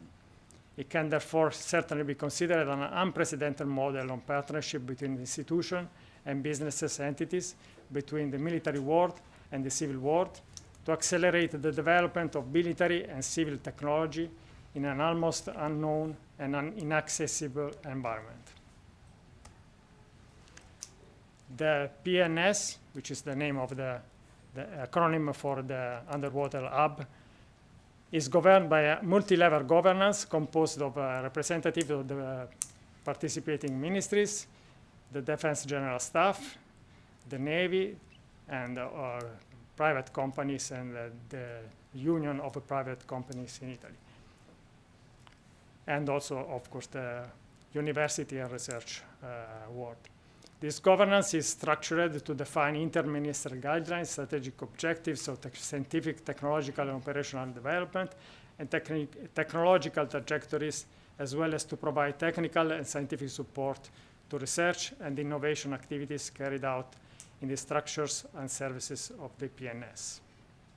Besides, the PNS governance involves a foundation, which is a no-profit general interest private law holding with the legal personality and asset autonomy. The foundation facilitates the widest convergence of a national interest, public and private, operating in the underwater dimension. Having said this premise, is therefore clear that the potential positive effects of activity of the technological hub will concern not only military application, but also broad spectrum dual ones. To set a few examples, environment protection, energy industry, underwater exploration, up to cybersecurity, set in a medium and long-term plan. The ecosystem formed is fruitful to enhance innovation capabilities and technological sovereignty by national underwater chain while optimizing potential funding channels, as well as different initiatives, public and private, national and international, promoted in the field of technical and scientific research. In addition, the PNS can involve positive spillovers in the dual application of other sectors, including those aimed at the cyber domain. The project that the Italian Hub for Underwater is carrying out are mainly focused on two different directions, named technological trajectories. The first is develop a smart information network to get underwater situational awareness and improve surveillance. This network will integrate communication cables equipped with an acoustic sensor able to operate in support of underwater vehicles. And the second project is multi-mission vehicles to effectively operate in underwater dimension from seabed exploration to cable monitoring up to maintaining maintenance activities, boosting effective deterrence capabilities. The Italian Navy also elaborated a proposal to offer the Alliance the establishment of a NATO Underwater Center of Excellence in La Spezia, in the same place as the underwater hub. This initiative represents an important opportunity to strengthen NATO capabilities and expertise in the field of underwater warfare, technological research, and underwater capability development, leveraging on the presence of the NATO Center Maritime Research and Experimentation and the National Hub for Underwater. The NATO Underwater Center of Excellence could act as a bridge between technological research and effective doctrine and capability development in the alliance in the underwater operational environment. In particular, the Italian proposal to constitute the NATO Underwater Center of Excellence is oriented to support alliance work in the area of the underwater operating environment as part of NATO's approach to the maritime multi-domain operations. Through the development and implementation of a new comprehensive approach to underwater warfare. For the success of the establishment process of the Underwater Center of Excellence, is deemed essential to seek and consolidate from the very beginning the broadest possible involvement of allied countries and partners to identify one or more sponsoring nations that will contribute to the endeavor. In this picture, you can see the project of the virtuous cycle in La Spezia. Captain von Balleghem talked about the ODA loop. This is inspired more or less on the same principle, where the NATO Underwater Center of Excellence will develop doctrine and concepts. The Center for Maritime Research and Experimentation will continue the research in the sector. The National Hub can fill the gap between technological research, product development and funding, and the Naval Experimentation Center will provide the test and evaluation facilities to allow operational experimentation and evaluation again by the NATO Underwater Center of Excellence. This concludes my presentation. Thank you for your attention.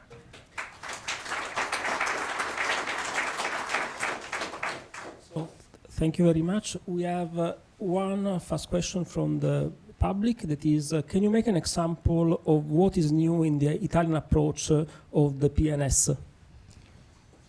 What is new is that we are trying to put together all the actors operating in this crucial area of expertise, because there is the need to give priorities also to research, to university, to companies, and because we need to act fast to contrast this threat. So it's important that from the government point of view, we give the direction and we follow the development of the new technology to gain a good result in a short time.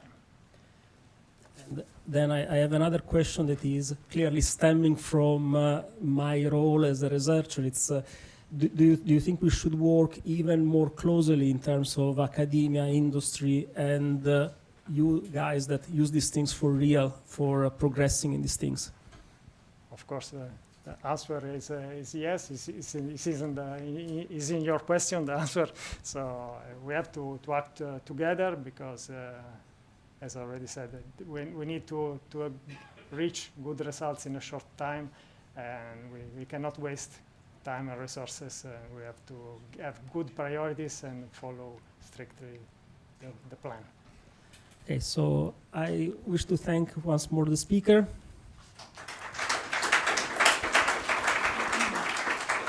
And now, after having heard from the institutions, after having heard from academics, after having heard from people that are active in two different navies, it's my pleasure to introduce the next speaker that is instead a representative of another world, that is the world of the industry.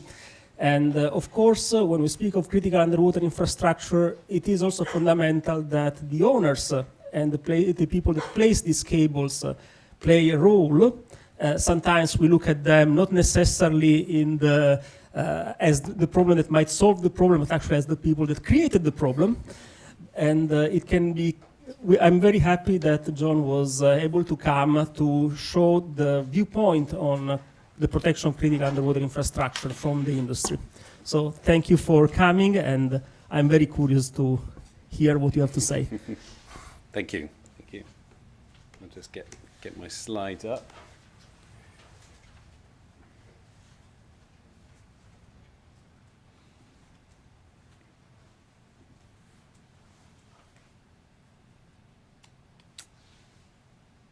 There we go. Okay, so thank you very much, and thank you, Emmanuel, for inviting me to come and speak today. So my name's John Wrottesley, and I'm a director with the European Subsea Cables Association, and I also work with the International Cable Protection Committee as well. So first of all, what is ESCA? So to go back with a little bit of history, the Cable Damage Committee was formed in 1958, and that was focusing on the protection of telegraph cables. That was later named ICPC to be the International Cable Protection Committee, to take a more positive name in terms of protection rather than focusing on damage. ESCA was then established in 1999 as a more regional focus. So it's a separate organisation, but puts a regional focus on cable protection. So the companies in ESCA are telecommunications cables, power cables, offshore renewables, and all of the companies who are owning and operating cables for electricity transmission and telecommunications and data. The principal aims of ESCA are maritime safety and the safeguarding of submarine cables, and that can encompass a whole range of things which we'll talk about in a minute. So who are ESCA? We have about 92 members. They are telecommunications or data cables, power cables, offshore renewables, the supply chain, so vessel operators and the cable repair ecosystem, and then government members, regulators and participants as well. And we really welcome that collective engagement between governments and industry. And also more recently, navies as well, who have expressed interest in participating in the organisations. So all come together to give a common voice for the subsea cable industry. So this is to give a flavour of some of the other organisations which exist to focus on cable protection around the world. So the International Cable Protection Committee is the global organisation.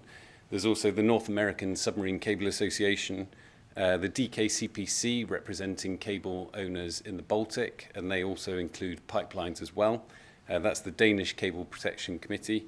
ESCA in European waters, OSCA is the Oceania Submarine Cable Association, and then there's also some emerging initiatives now in Brazil, in Nigeria, and in South Africa as well. So here's a big list, which I won't read, of some of the risks and threats to submarine cables. As you'll see, it's not purely a security focus that we have. We have all sorts of things that we are looking at in terms of cable protection. They can vary from fishing damage, accidental damage, as Dr. Weston talked about earlier. The impact on small island states can be very different to more well-connected mainland regions. And so focusing on those vulnerabilities and differences around the world is very important. So there's some specific risks and threats, things which can hit cables and damage them.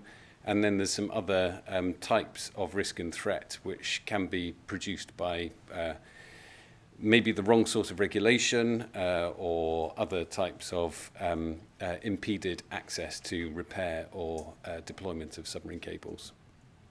So here's some horrible pictures of things which we seek to avoid. So they are damaged cables which have been pulled up off the seabed, representing the types of things that can happen when they're hit by ships' anchors, fishing trawlers, and other things which damage them. And I did actually bring a small prop with me today. So I have a piece of cable which was recovered between Argentina and Cameroon in 2022. And so this is a piece of deep water, lightweight submarine cable. So as you can see, they're very small, and this is actually quite a bit bigger than a modern cable, which has a diameter of 17 millimeters. So if you see my lapel pin, that's the diameter of a cable beyond 1,500 meters water depth. So they're very, very small pieces of infrastructure when we're talking about telecoms cables.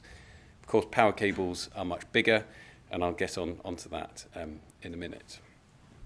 So what are the primary concerns around attack, sabotage and hybrid war? So in terms of responsibilities for industry, that gets a little bit complicated. We're very used to dealing with multiple outages and incidents which can damage many cables at the same time. But of course, we see that in the context of wider cable protection.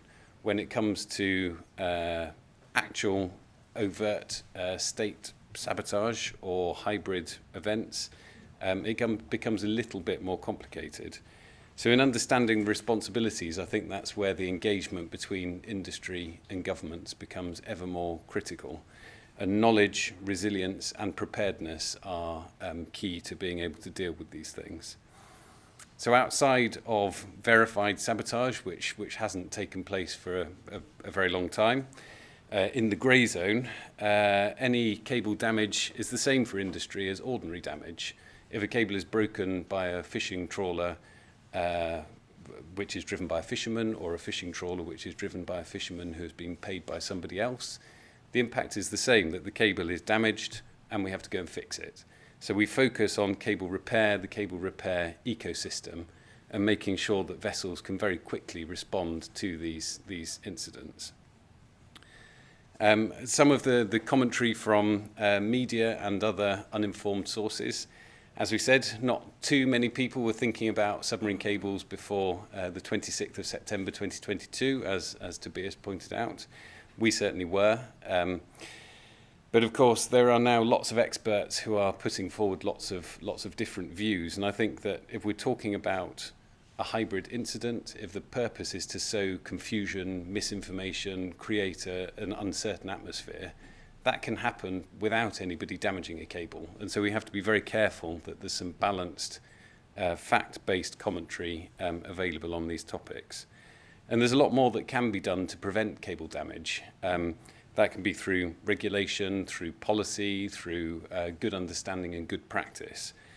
So we need to make sure that there's not any barriers or problems caused for cable resilience through well-intentioned but maybe the wrong sort of intervention. And of course, the final point is critical undersea infrastructure is not all the same. You don't protect a pipeline or a cable for a wind farm in the same way as a telecoms cable. So all of those nuances need to be very well understood. So is CUI protection a new or emerging topic, or is it an old one? So we often see that it's talked about as a new threat or an emerging threat or a new topic. But actually, here's some minutes from the Cable Damage Committee in 1960, which talked about the initiatives of companies to ask for their cables to be charted. They needed permission from the national authorities because they were being damaged by fishing, by anchors, and by other things. And so apart from the NATO cables, which they talk about themselves, they said, you know, we want to be able to chart commercial cables in order to prevent accidental damage. So as we've talked about, cable charting is beneficial for the safety of sea users so that fishermen don't become snagged on cables and jeopardize their crews and vessels. So it's a maritime safety issue. But also protecting cables themselves from damage. To prevent accidental damage, it's far better to mark and chart submarine cables. And of course, the topic of security of cables goes back to the mid-1980s. So when we say that, of course, there's heightened reliance, well, we were very reliant on telegraph cables in that period. Heightened geopolitical tensions. I mean, there's been some pretty heightened geopolitical tensions since the mid-1850s as well. So we're not necessarily seeing a very new topic, and there's lessons that we can learn from the past to make sure that we're well prepared into the future as well. And the technology has changed, so we can monitor better. There's I think discussions on technology later today, but the principles remain very much the same in terms of those protections. So in terms of cable protection before cables are installed, there's a lot of route planning that goes into planning the routes of a submarine cable. Burial plans will be put together to make sure that cables are buried where possible, and that we can make sure that we've planned to avoid areas of heightened shipping or intense fishing. So there's a lot of data which goes into that as well. I won't read through the list in detail, mindful of time, but then after cables have been installed, again, there's a whole variety of things which are done to protect cables following that. So very much we see it as a joint effort, but industry is already doing a lot to make sure that these cables are well protected and defended from different types of, as we would say, external aggression. We don't mean aggression by that, we just mean something which has bumped the cable and broken it. So external aggression could be a trawler or an anchor drag or something else. So there's all sorts of things which we see as going into cable protection there.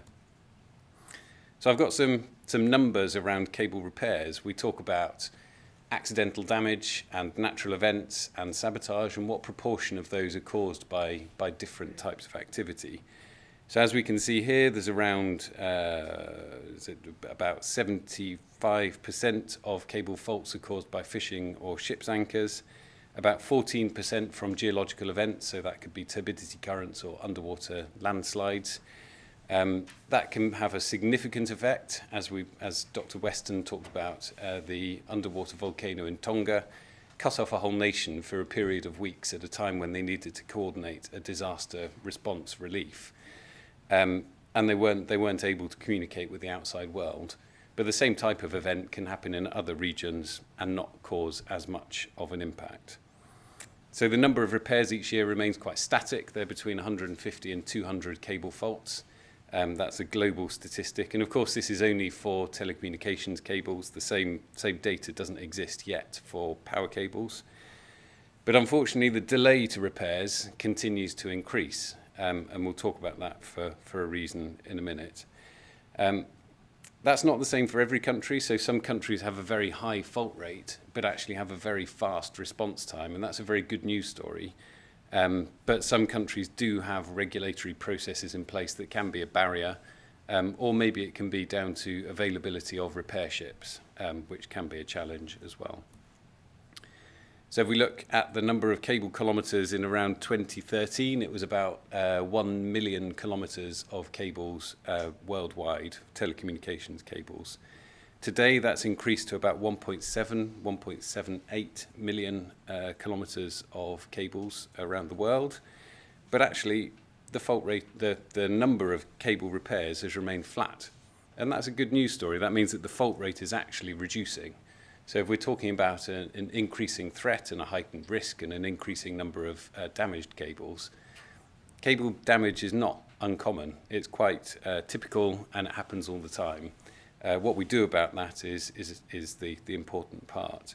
The bad news is that the time to commence repairs is increasing, and that can be down to a number of factors. That's not anybody trying to get in the way or prevent cable repairs from happening, but it can be down to the introduction of environmental designations or increased marine development. Can mean it's more difficult to repair cables in certain areas, or there can be other regulatory or policy challenges which are there that can reduce the ability to do that. So the ICPC promotes some best practices for cable protection and resilience, and that's downloadable from the ICPC website, which is noted at the bottom there. So some of the key challenges, I'll go through these quite quickly. So cable protection, maritime safety, of course, fishing and ship's anchors remain the predominant cause of cable damage, and that's something we work and focus on to reduce. There is gaps in coherent and focused policy on repair and deployment. There's an ageing workforce, so we see a lot of impending retirement of key people within the industry, which is very small in terms of the number of people. So attracting and retaining that talent is really important, and ESCA has a next generation working group to encourage the next generation of professionals in that respect. Then, of course, the increasing use of space, that's for development, for protections. We have the BBNJ Treaty, which is a huge positive, but also creates some challenges for cables outside national jurisdiction. And then the media narrative and uninformed commentary. There's positives and negatives to that. So I think some of the negatives is the misinformation which is spread, but some of the positives is now that everybody wants to talk to the subsea cable industry, which perhaps they didn't want to do so much before. So I think there is a real advantage to having that commentary there to increase and share what we see as the key priorities as industry bodies. What are the industry doing? So we continue to promote good practices. We engage with governments, academia, and encourage participation in existing structures. There's a recent report has been published focusing on sustainable development, and that's a collaboration between the ICPC and UNEP WCMC, which has published a report on submarine cables and marine biodiversity, because protection of the marine environment is very important. We also have observer status in the Oslo-Paris Convention in OSPAR. The ITU and the ICPC have set up a joint advisory body on submarine cable protection and resilience. ESCA is a member of the advisory body, and the ICPC is part of the secretariat for that. So again, it provides an opportunity for governments to discuss and collaborate on these topics. And I've talked about the Next Gen group already. So there was a symposium held last year, which was a convening of industry, government, academia, and that was very positive. There was an opening address from the then Taoiseach, now Taoiseach of Ireland, Micheál Martin. It was held at the location of the first transatlantic cable landing in Valencia Island in the southwest of Ireland, which connected Heart's Content in Newfoundland in Canada between 1856 and 1866. So it was a remarkable historic location for that.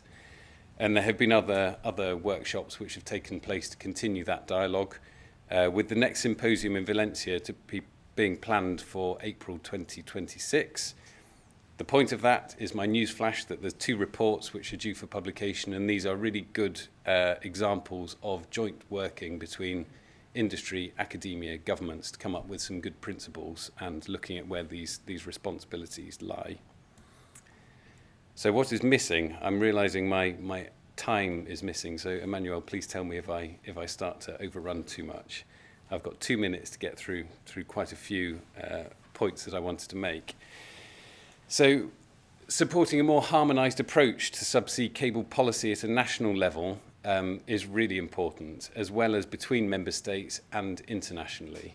What we see is disconnected policy which can focus on shipping or the marine environment, but doesn't have a focus on subsea cables.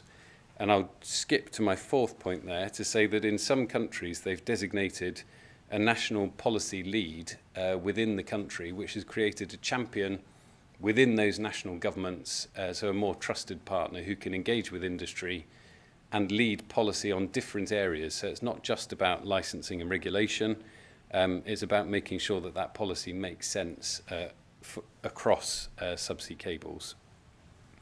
So looking at the differences between peacetime and conflict is very important in terms of cable repair. So in terms of peacetime cable repair structures, I think that's very well understood. The industry has vessels which are available 24/7 within maintenance zones located in strategic locations around the world. In a conflict situation, that becomes more complicated. If we look at the Ruby Mar incident in the Red Sea, it's not necessarily a war situation, but of course that conflict means it's very difficult to get cable repair ships in to repair those cables, which cause quite a significant disruption between Asia and Europe. Enhancing intergovernmental coordination is very important again, and I think there's some structures emerging for that, as well as participation within the ICPC and ESCA. And then the points we've talked about spatial competition, but it's important to have a strategy for new cables which are being deployed. So in developing offshore wind, clean energy, renewable energy offshore, it's important not to create barriers that you then can't land new subsea cables to interconnect and transmit power, or for data transmission as well. Upholding the principles of UNCLOS, we see and have seen for a long time jurisdictional creep that maybe impedes or prevents cable repair or deployment outside of national jurisdiction. And so there's a lot that we can do there to make sure that there's good structures in place to ensure that cables can be deployed and repaired without impediment in accordance with the principles of UNCLOS.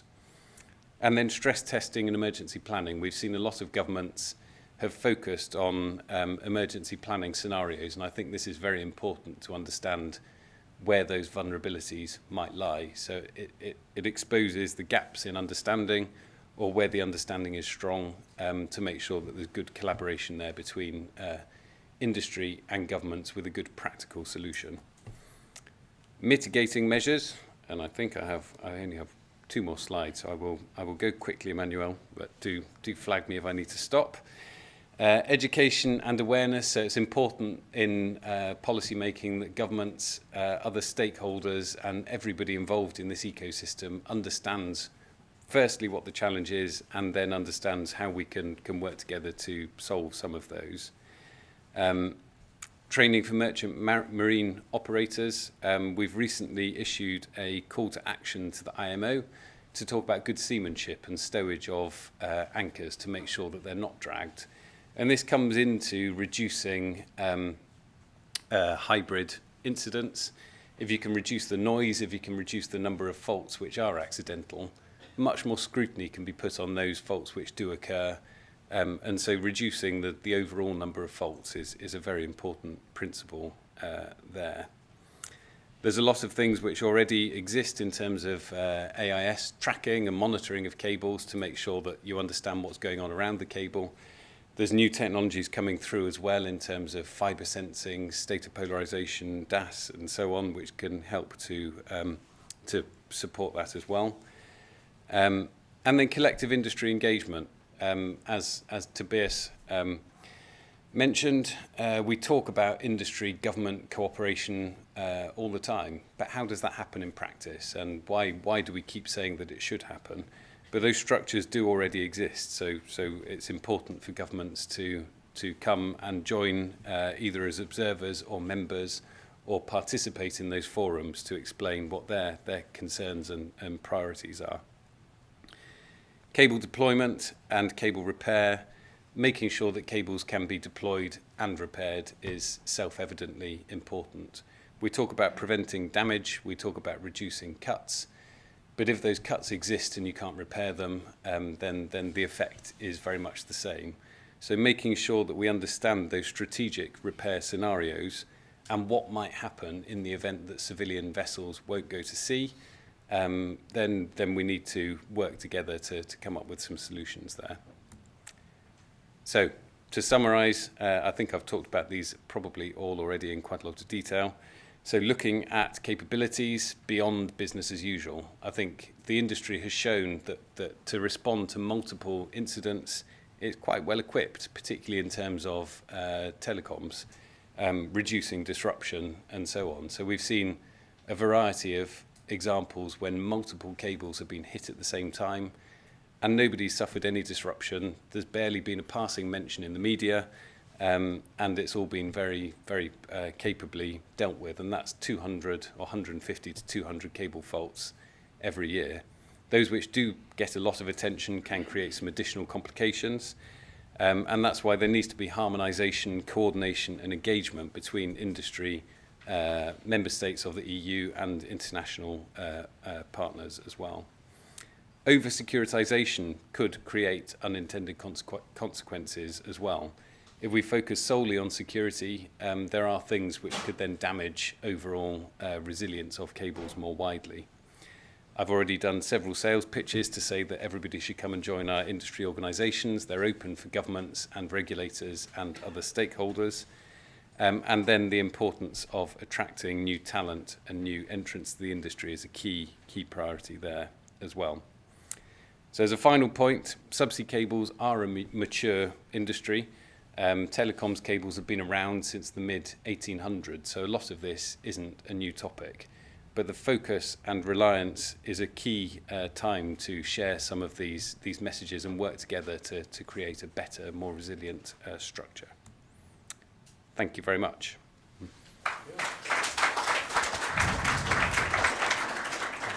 So thank you very much for your presentation.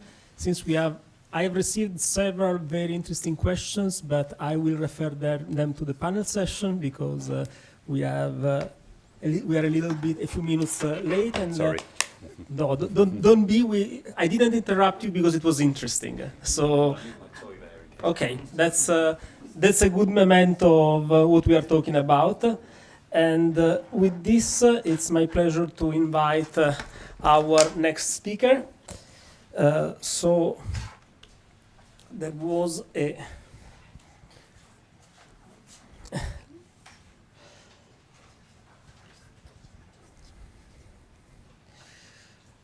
there was a last-minute change of program, but I leave you the stage if it works, which is.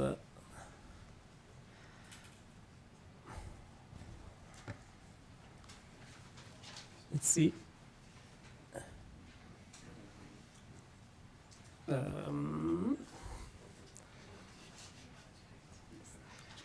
Yes. Okay, so I leave you the stage. Thanks a lot. Thank you. My name is Fabrice Contour. I work in the European Commission in DG Connect, and I work for Christian Kiekertep that was on the program, but has been called upon with the cabinet of the commissioner, so she had asked me to step in. I've been working over the last month on the cable action plan that we have put forward in the European Commission. So I think my presentation is going to be brief, but quite complementary. I will try to make the links with what I heard from your presentation from the industry. I haven't heard the presentation of Alison, but I'm sure we've done it in several instances, so we are we've worked very closely. So indeed, in February this year, we've presented a new action plan on cable security. This was the consequences of quite some political attention in what happened in the Baltic Sea at that moment, with the need to maybe look at the cable from a different angle. What we used to do it at European Commission level, or let's say more broadly at the policy level, with integrating different dimensions. And actually this was a very interesting exercise which showed how intertwined and how multi-cross-sectoral this issue is. And it's part of the challenge of dealing with cables, and I will come back to that. But we've put forward an action plan that is covering the whole EU, even though it was triggered by the situation in the Baltics, which is covering undersea cables for both energy and data cable, okay, telecommunication cable. And it's presented in a whole resilience approach. We used to say prevent, detect, respond and repair and deter. So let me maybe say a few words about the three first pillars. As I understand, Alison already spoke at length of the fourth pillar, even though maybe I will mention it a little bit. So the first thing first that we've tried to do is to look at what we can do to prevent these incidents to happen, or maybe more precisely, to prevent impactful incidents, meaning incidents that will have an impact on how we are connected and how we are getting energy. Because as it was said, incidents on cables are not that rare. I mean, they are happening. They are happening on a constant numbering, and we don't really see a huge increase. What is different this time is that it happened in a very short time frame, and it happened in a successive way of incidents, which had triggered some alerts on whether it was intentional or non-intentional. I don't think we have the answer yet, but it's probably part of the whole strategy that to have a sort of a possibility to deny. So we should not be naive about that, but at the same time we should be very careful on how we approach the issue. So the best way to approach this issue is to be resilient, is to increase the capacity to prevent these incidents to happen. So the first thing first is that actually we already have a legislative framework in place, which has been adopted a year ago, both for the critical infrastructure, both for the cyber dimension, or let's say the service in terms of IT. So it's the NIS directive, and there is the critical entity regulation that is also there for the critical infrastructure. These frameworks need to be applied. They first need to be transposed by the member states. So that's our first element. Not many member states have really fully transposed them. So we called on member states to transpose them. We have even launched infringement procedure for that. These frameworks allow to have a sort of a security requirements element. And I don't think we are over-securizing through regulation. I think it's very important that we have a baseline of security. The second element is the three next bullets are the work of an expert group that actually we launched last year already, because there was some elements around the cable, but for data cable. In this expert group, which is an expert group composed of member states experts, we are trying to map the cable infrastructure, of course, paying attention to the sensitivity of the information. So we will not map on a GPS, or I would rather say Galileo point precision, but more some sort of area in order not to create, let's say, a single point of failure or a single point of security if this map should go in the wrong hands.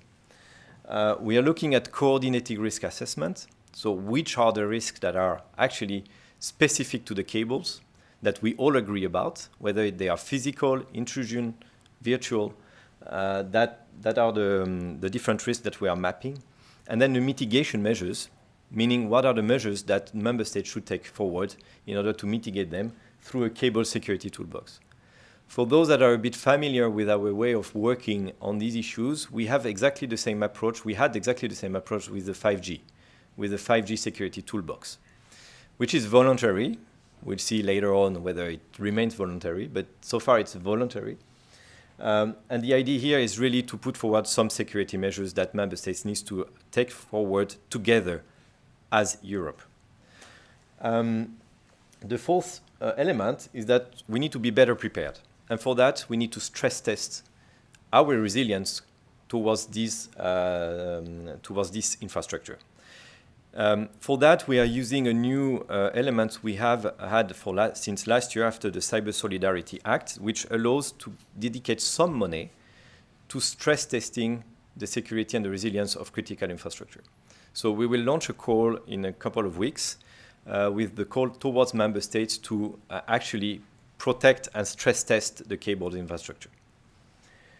The last part is about investing into new cables. But as it was said before, the best way to prevent impactful incidents is to be redundant, is to increase redundancies. It's actually easier said for the telecom cables, and actually the network of the telecom cables is quite good in terms of resilience. That's why we didn't have so much of an impact when there are so many cables cut. The issue relies on the energy cables, especially the electricity cables, because it's more difficult to organize the redundancy in that case. However, the system has shown that it was redundant and it was resilient. That doesn't mean that we should rest on our laurels, and actually we're going to invest 540 million euros for the digital cable, for the telecom cables, and more than 1 billion for the energy cables in the next 2-3 years, in order to focus on cable project of European interest, meaning projects that will increase our redundancy, increase our resilience, in points that are identified as being a potential failure or a potential weak point instead for redundancies. We're going to look also how we can use better the new technologies, and we aim to create an industrial forum, a bit in a call with what the industry told us, to have this forum to better interact with the different authorities at European level and the European Commission and the EAS. It still has not taken shape because we've focused first on presenting this action plan to the member states to agree and get their ownership. We are there now, so we will move forward with the industry forum in a couple, quite rapidly. The second pillar is about detection. This is, I guess, one of the core of the action plan we are trying to put forward. Because what we have seen is that there are several layers of surveillance mechanism, data, information. I mean, we have the integrated maritime surveillance system, which was done to have the traffic. We have the CISA network, which is more towards going towards the civilian. We have the MARSO project with EDA, which is a maritime picture for defense purpose. We have the NATO picture also. We have different also instruments, the space, undersea drones, sensors. But what we are lacking is actually a point of focal where all these data are coming, are aggregated, and are used to anticipate and detect threats before. These data are layered, and actually those that would have a bad intention against our critical infrastructure can use these layers in order to go and be undetected. So we need to fix that. And we believe that the way to fix it is to fix it at regional level, at sea basin level, because member states have more trust to share information, which are often sensitive, with their neighbors. They usually do it, but they do it on a bilateral basis. But it's quite informal. Sometimes they don't even know the point of contact of who they need to call if there's an incident on the other side. This is what happened in the recent cases. They were looking for points of contact because the authorities at the national points were not very clear. So we want to be better at that. We want to organize regional cable hubs per sea basin, which would integrate the different layers of data, aggregate them, analyze them, use AI, if necessary, AI tool to look at strange behaviors of a boat, to have an early detection, to send the right navy, the right safeguard at the right moment, to also prevent a sure incident. Because that's what happened also. There was one incident, we didn't catch the boat, and then it continued and had 2 other incidents. This should not happen. After the first incident, we should have stopped it. So that's something that we need to be better at in order to be sure that actually the right authorities are aware and the one closest can go and intercept the boat. So that is something that we're trying to organize. We're going to support that with finance, with money from EU perspective. We are working on a dedicated call for regional cable hubs in order to have an integrated surveillance mechanism. And this will start probably with the Nordic Baltic, which is the more mature sea basin where this should happen. We are also already in contact with the right member states to do that. There's quite some appetite. There's been a MOU recently signed in this region with these countries, which is calling exactly to do that. So that's what we're going to do and going to focus in the coming months. With this hub, we will also integrate the sieve mill dimension. I started to refer to that But cables are the intersection between security and defense. I see many military around the table and around the conference. I think it's very important. This is a layer that sometimes is not really looked at, but we want to integrate the defense dimension into this regional cable hub. We know hand sensitivities, but we think that working at regional level will ease at first to do it. And we want to work with the new technology. Why not deploying an undersea cables network? Why not deploying a drone surveillance program undersea? We have seen a recent announcement by a European startup, well, can I call it still a startup, Helsing, which is going to launch actually an undersea cable program run by industry. Interesting in terms of governance. What can the military do with that? What can we do that in order? What can we use that for protecting the critical infrastructure?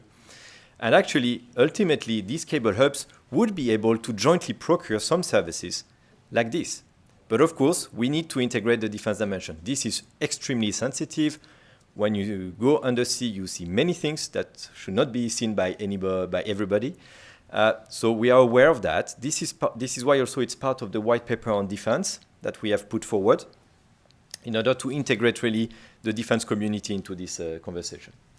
We want also to have a stronger partnership with the cable operator. Of course, by law, they have an obligation to report certain incidents according to the level of impact of the incident. What we have seen in certain member states, what is working well is that if the operators are actually reporting voluntarily what they see, even though it's under the threshold of the regulatory obligation to report. Because with this, we have more data. We can see we can anticipate better threats. So this hub will try to create a framework to share this sort of sensitive data or the impulse from the industry to share this data with the relevant authorities.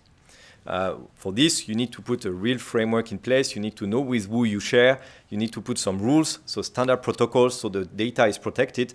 But there is a mine of data there that we can actually use in order to increase our security. The third pillar is about enhancing our response and recovery capacity. We have a response framework at European level, both for the critical entity and for the cyber. What happened is that in the recent cases is that it was not really activated, showing that maybe this is too much of an horizontal framework and not a specific enough for cable. So we are in a reflection with the member states on whether there is a need for a dedicated cable crisis response framework. This is difficult, especially at 27. That's why we also go at regional level. But this is something that we want to work progressively. This will take more time. This will take more trust. This will take more experience. We are also working on enhancing the cooperation with NATO. I guess here Alison already mentioned that. We kick off a meeting with NATO HQ. The NATO dimension is extremely important. Of course, within the limit of each other framework and each other competencies. But with what NATO did with the Baltic Sentry, it shows that it's a real element of deterrence that we need to take into account and we need to integrate better. The last part is about repair. So my previous speaker spoke a lot about the repair capacity. I share a bit the analysis. I would say that just taking one example, the example of the S-Link cable that was cut beginning of January, it's still not repaired. It's an electricity cable, still not repaired after 7 months, 6 months, soon 7 months. And the prospect to be repaired is during the summer. And it's because of a lack of capacity to repair. So it's really tangible. Yes, probably according to the number of cables cut per year, the industry is able to cope, but it happens that sometimes it does not. And this creates, actually, especially for this electricity between Finland and Estonia, it creates quite an issue because it obliged to divert the electricity. I will not say much more, but what we know from the Estonian authorities is that it has an impact. It has an impact also on the cost of electricity for Estonia, which is not marginal. So this is something we need to be better at. So that's why we are working on two strands. The first one more at short term. The first is to see how we cannot increase very fast the capacity to repair. at minimum cost. And for this, we are relying on a project that is run by Finland, a Finland agency called NESA, which has developed a concept of a modular equipment for repair. So basically, it's a you know, all the equipment to repair. They have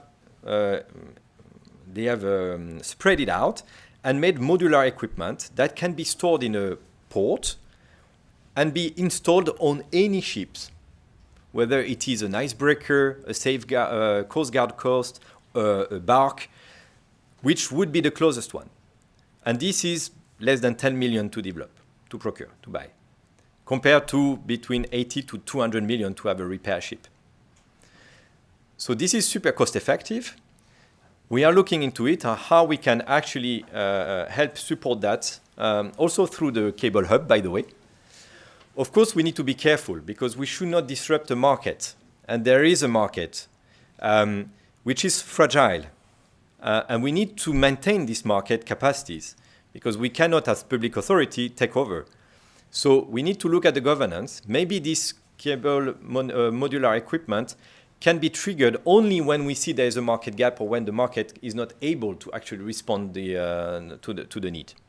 And that's what we are looking and discussing with Finland right now. They are already starting to jointly procure it with 3 countries, and it's quite a promising idea. But we are not giving up as well on increasing our repair capacity fleet, because maybe indeed right now, according to the number of cable incidents we have per year, it's okay. But we have learned now that we need to place ourselves in the worst case scenario. What if there is a multi-attack, multi-sea basin, coordinated at the same time? I can tell you we do not have the repair capacity. And then it becomes an impactful incident, which is close to military, but okay, I will not say much more. But this is something we need to prepare of. And that's why we are trying to bring this conversation with member states. It's a difficult conversation because it touches upon national security, it touches upon industrial interest. Member states have different views on how we should approach that. We are aware and conscious of the sensitivity of that, but we should ask ourselves how we can be better organized in the worst case scenario. The last part is about ensuring the security of supply of spare parts, because you cannot have a repair capacity if you do not have the spare part.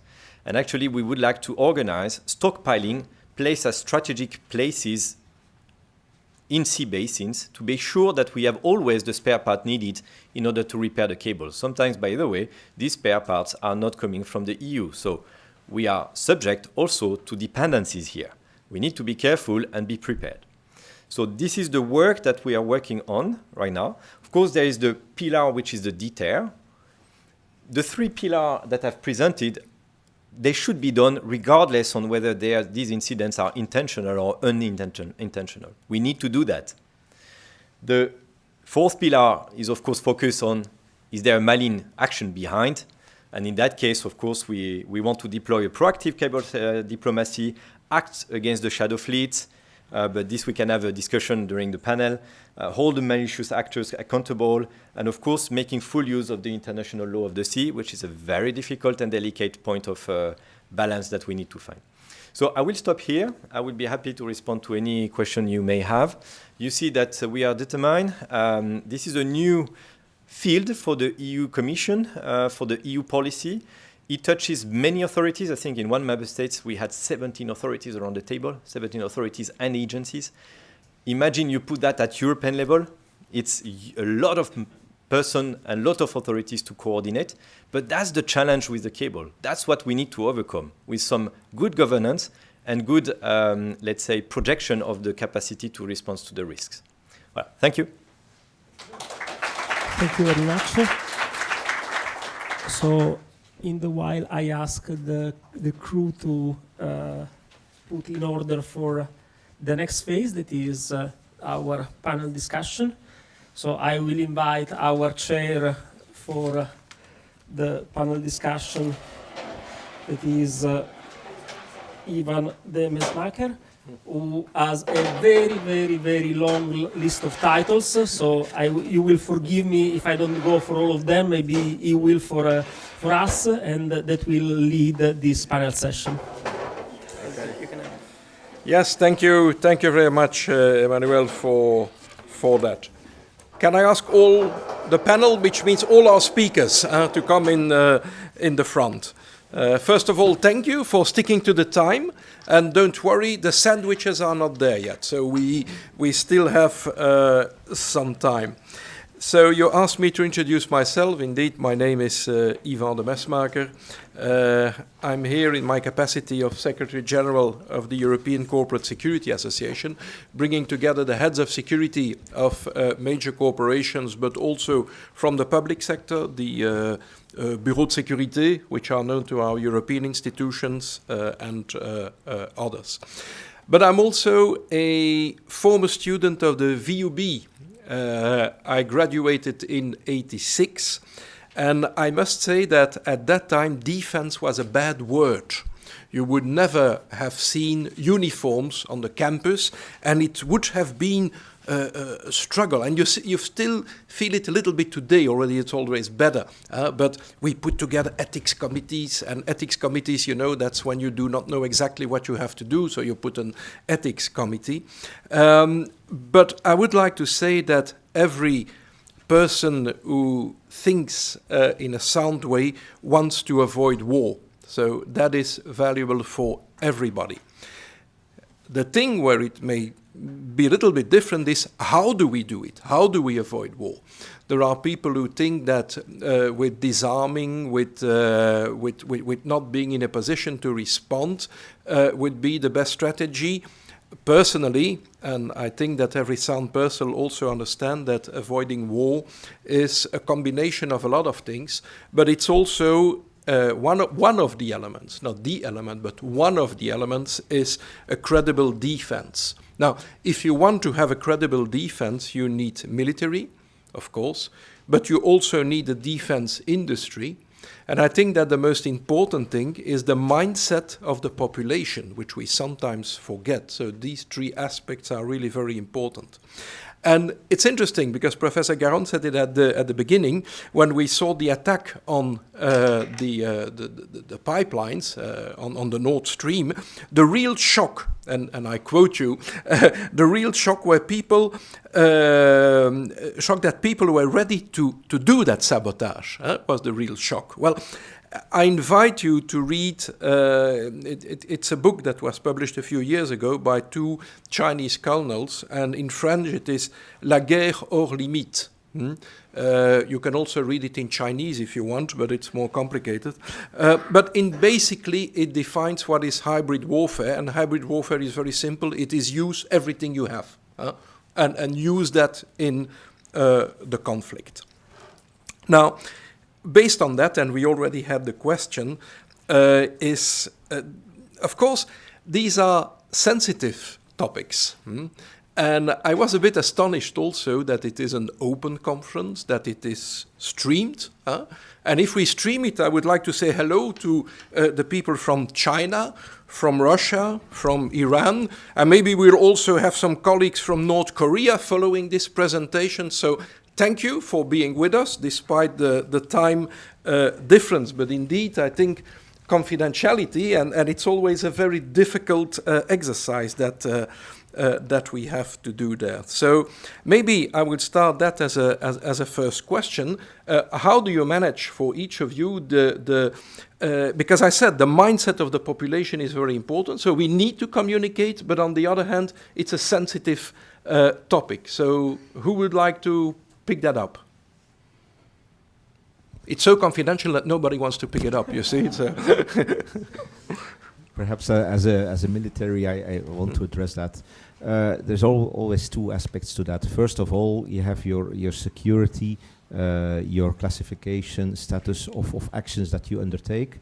So we wanted to protect that, and we wanted to protect it as good as possible, especially when it goes to technical details, tactical details, etc. On the other hand, since we are in an unpeace environment, as it was mentioned, we have also some strategic communication to issue.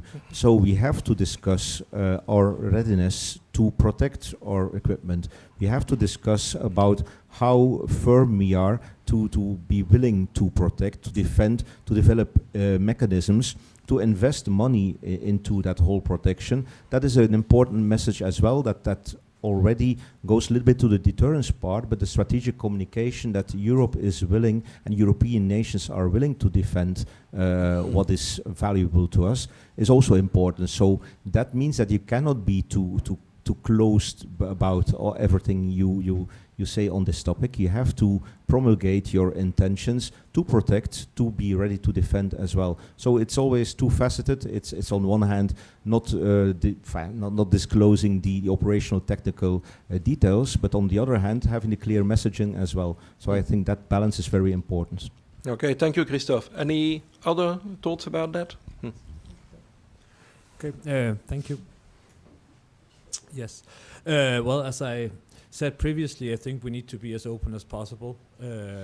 Of course, secrecy is needed in some cases and in some environments, but I think in general, transparency should be our main strategy. And I think that's also, at the end of the day, part of what we're actually fighting for. That is transparency, that is public debate, that is something that's different than what our adversaries are doing. And I think exactly these democratic values are at the core of that. And there is a tendency to overclassify, to over-securitize, and especially in the environment we're in now. Yes, the political situation has changed. There are new geopolitical threats. But that doesn't mean that we should sort of stop having public, open conversations around these issues. And we need also contestation. I mean, that's at the core of democracy. That's also to disagree. And that is to perhaps not align in how we are going to protect things and whether we should protect things and who should pay for it. All of these questions, all of the difficulties, we need them out there openly to discuss. And then, of course, we can leave some of the technical details around what types of data and how much is being shared and goes through the cables. That we can leave behind some of the perhaps closed doors, but as much transparency as possible. Okay, thank you. I just want to underline the importance of strategic communication about what it is that we're doing. I mean, first of all, there are actions that we at the European level or that member states take, regulatory or investment decisions, which will have costs, and citizens need to understand where those costs come from and why those costs are being incurred. There will be costs, there will be work that needs to be done because of accidents, natural disasters, all the things that we've heard about this morning. But there is also the importance that citizens understand that if there are malicious actors out there that are attacking our infrastructure, this has costs for us that we need to address, and we also need to make it clear to our citizens that we are prepared to respond. And that means protecting our citizens and investing in that. It comes back to the question of attribution. It comes back to the questions of deniability around these kinds of actions. So it's extremely important that we are very open in our communications, because our citizens need to understand what is happening, who we consider to be responsible, whether this is accidental or if this is malicious, and what we are doing in order to respond. And this is what will underpin the legitimacy of the regulatory or policy decisions, the financial decisions that we take, and eventually also the more severe actions that we may take, for example, in the area of sanctions, which are extremely important instruments in our toolbox. But again, we need to be clear about why we are doing this and what is their purpose. And it's only with the strategic communication around these activities that they also serve their purpose as deterrence, because this is also part of the package of the work that we have to take forward. Yeah, thank you very much. Maybe one last point on this first topic. Yeah, thank you. So I think our point would be that historically, as we talked about, people didn't think about submarine cables very much at all. And part of the cable protection strategy was probably that it wasn't a very common topic of interest. But certainly since Nord Stream, it's become a very active topic in the media. So making sure that we have these discussions quite openly is important, so that good information is put out there, rather than misinformation and the wrong type of information, which can be so easily spread and lead to panic or confusion. And making sure it's balanced and well understood, I think, is important. And for industry, a lot of these discussions, or most of these discussions, aren't security or defence focused, but might sit between the space of security and defence and business as usual infrastructure. So again, making sure that we share this information openly is really important. Yeah, thank you. So indeed, mindset of the population. Second point I would like to address is in security, and it reflects what we heard, the plan from the European institutions, but deter, detect, respond. And we are rather good, rather mature in deter, detect, but then the respond element is, of course, still one that I think is not that easy. First of all, oceans are huge, so when we hear of maritime operations and we hear we have so many ships at sea, yeah, that's very nice, but it is like you have 3 police officers on the territory of Belgium. That is comparable, I think, and it may be even an understatement. So that is in the open sea. And what we see also is even closer, because 2 weeks ago we had a conference on the protection of the energy island that was represented, that was presented, and indeed the response element, and especially the kinetic response, because as long as it is saying to people with a boat that they shouldn't come too close to the infrastructure, that's okay. But if you need a kinetic response, where do we stand? And then I'm looking a bit at the military people among us. Yes, the response, of course, is a crucial part of deterrence, and of course has to be addressed also from the legal point of view. But I want to focus also on another kind of response. The response touched also in the previous presentation, the response to repair the damaged infrastructure. And this is also a very challenging endeavor, because infrastructure can be located very deep on the bottom, and to operate there is of course very difficult. And this thing about the proposal of Finland for a modular system to embark on a vessel of opportunity to repair a damaged cable, that rang a bell to me as a submariner, because we have a similar need for rescue of distressed submarines. We, as Italy, are in the phase of testing a modular system to rescue distressed submarines. And so maybe there is an opportunity for a synergy also in this sector. Maybe just a few words, and I will answer on that, but I think if we remain on the protection of undersea cables, not speaking about other type of, we are in the domain of hybrid threats. Mm-hmm. And the fact, in terms of response, the fact of saying to a boat that is doing something a bit strange that, hey, we saw you, we monitor you, why are you going in rounds? If you do anything, we will know that it's you who has done it. So this is part of the response. Mm. Because the idea is to remove the plausible deniability. Hence the detection. And detection is part of response, actually, in this very specific case. Because we are in the realm of hybrid threats, where anybody who will want to do something malign is trying not to be caught saying it's him who has done it.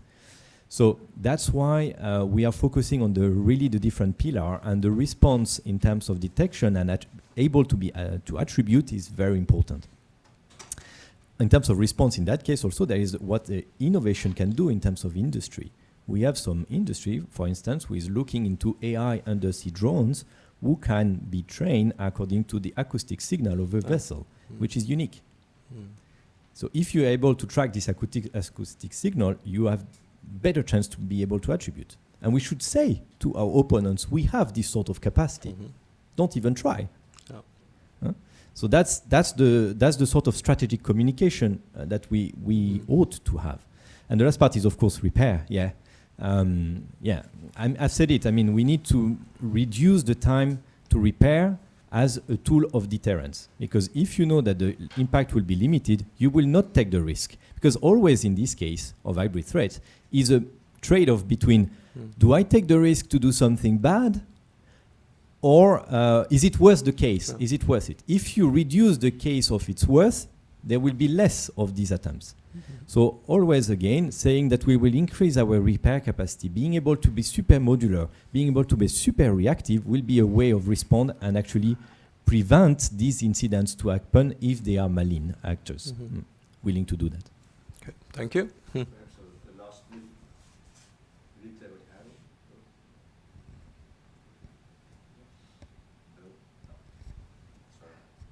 Perhaps a last military add-on. I totally agree with the deterrence and resilience part, that should be part of the response. I totally agree with that.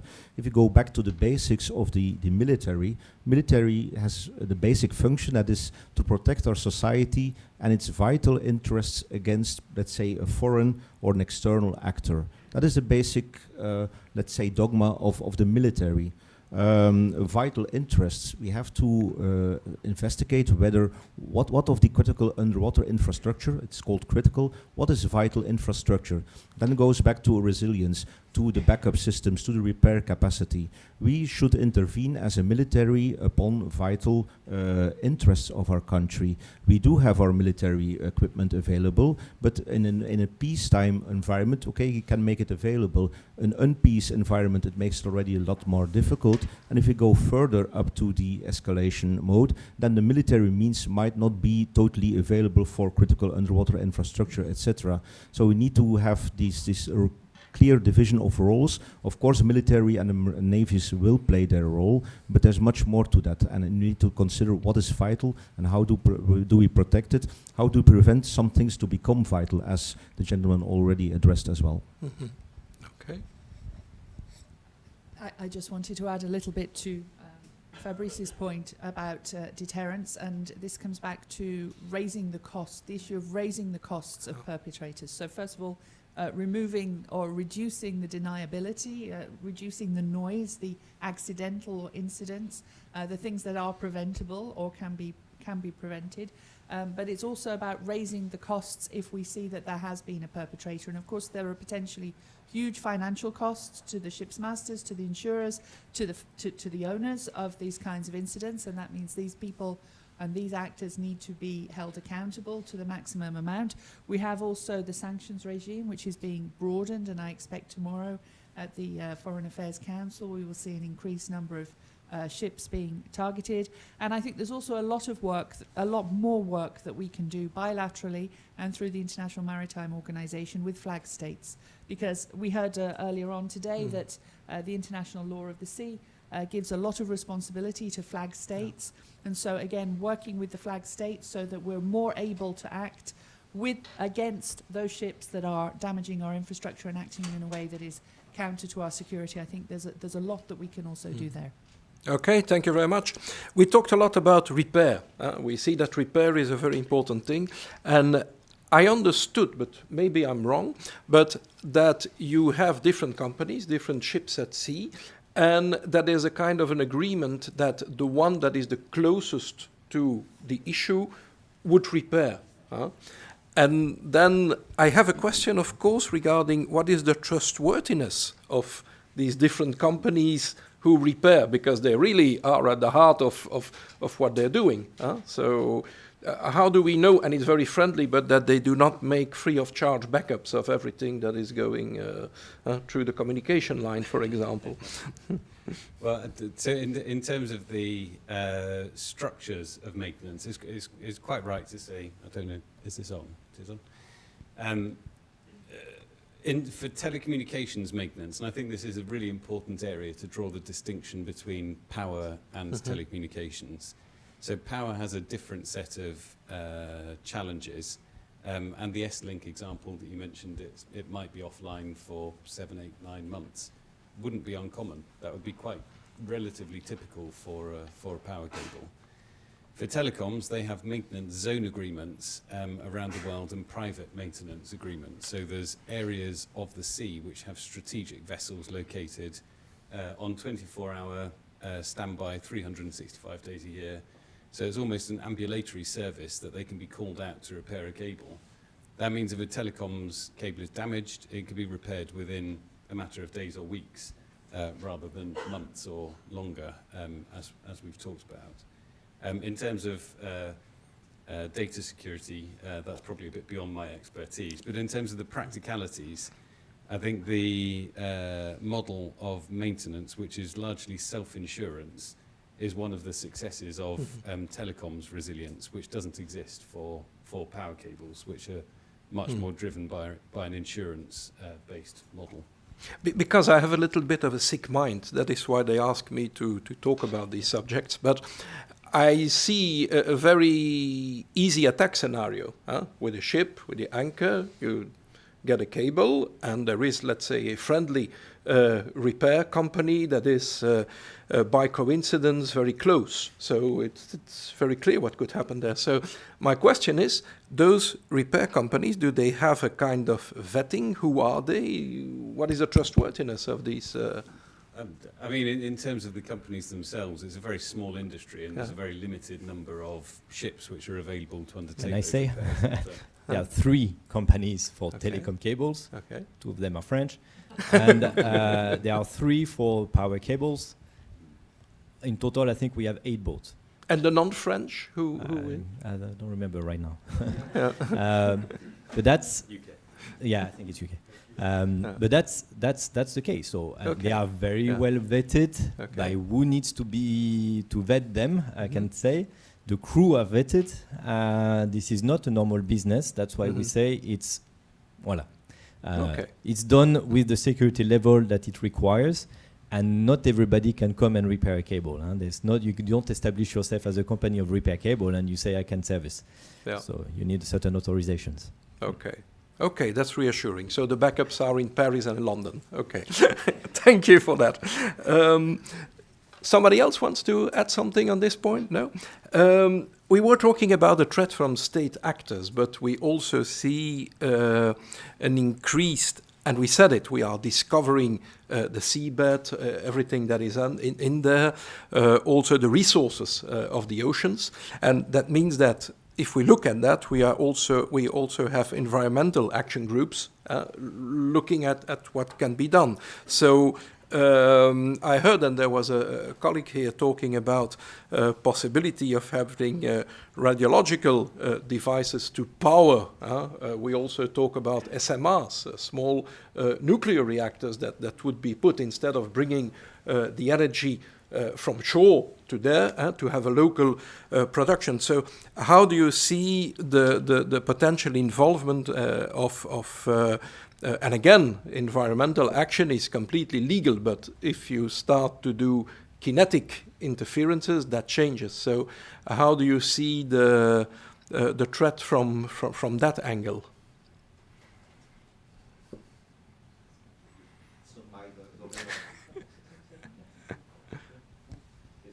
Really my domain of expertise.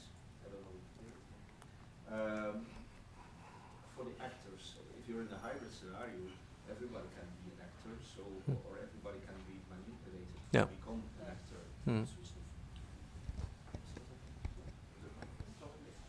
Okay, that's better. So everybody can become an actor. So that's already a first difficulty.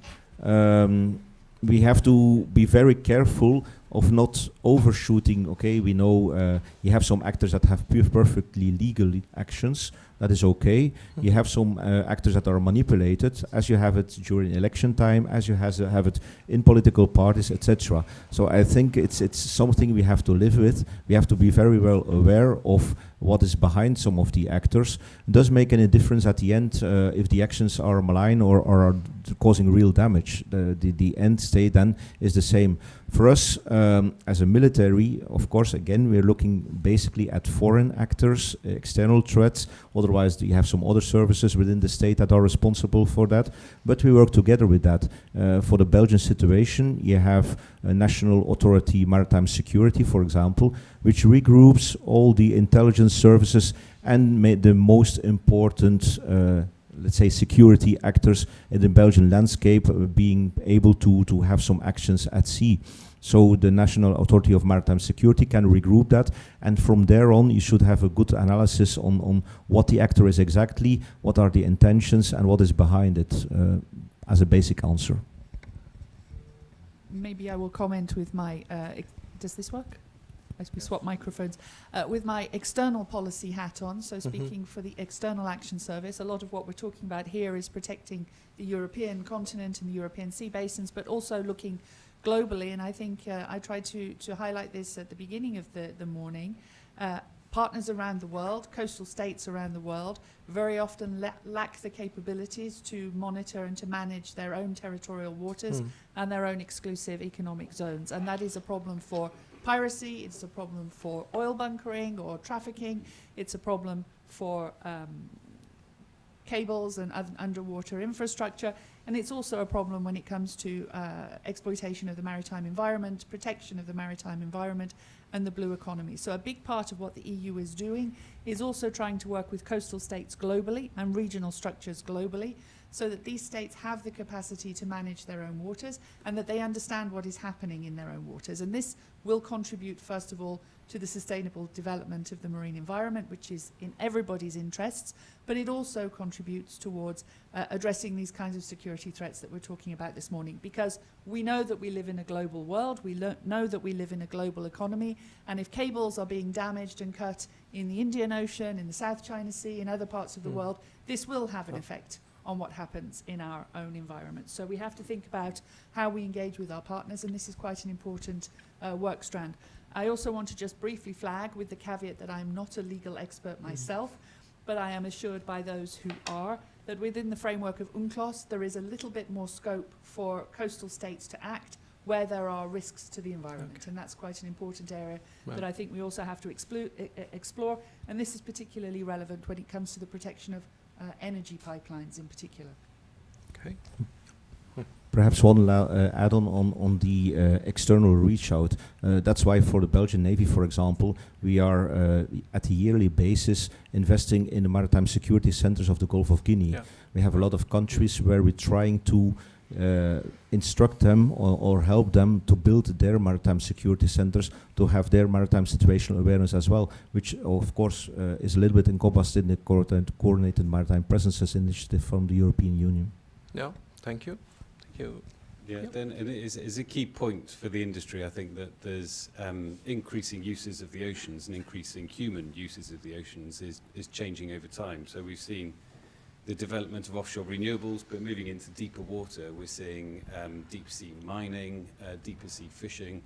All of these, if they're not coordinated well, can impact cables or risk damage to cables. So it's beyond, again, the security and defence, it's about coordination between marine and maritime stakeholders, as well as between governments as well. Okay, thank you. A very interesting question that came in here also. It's anonymous, so I guess it's from North Korea. There's a lot of focus on preparedness in the current scenario of unpeace with hybrid warfare. How prepared are we in case of an actual act of war? I think you already replied to that a bit by saying not that well, but anybody wants to, in case of an actual, which would be a coordinated attack on several points, like we said. Well, I think everybody knows that you have basically NATO in case of coordinated attacks, and we have NATO plans that are ready, and they are being updated regularly. So they should be ready for that part. So let's say the act of war, that is basically our core business, and we should be ready for that.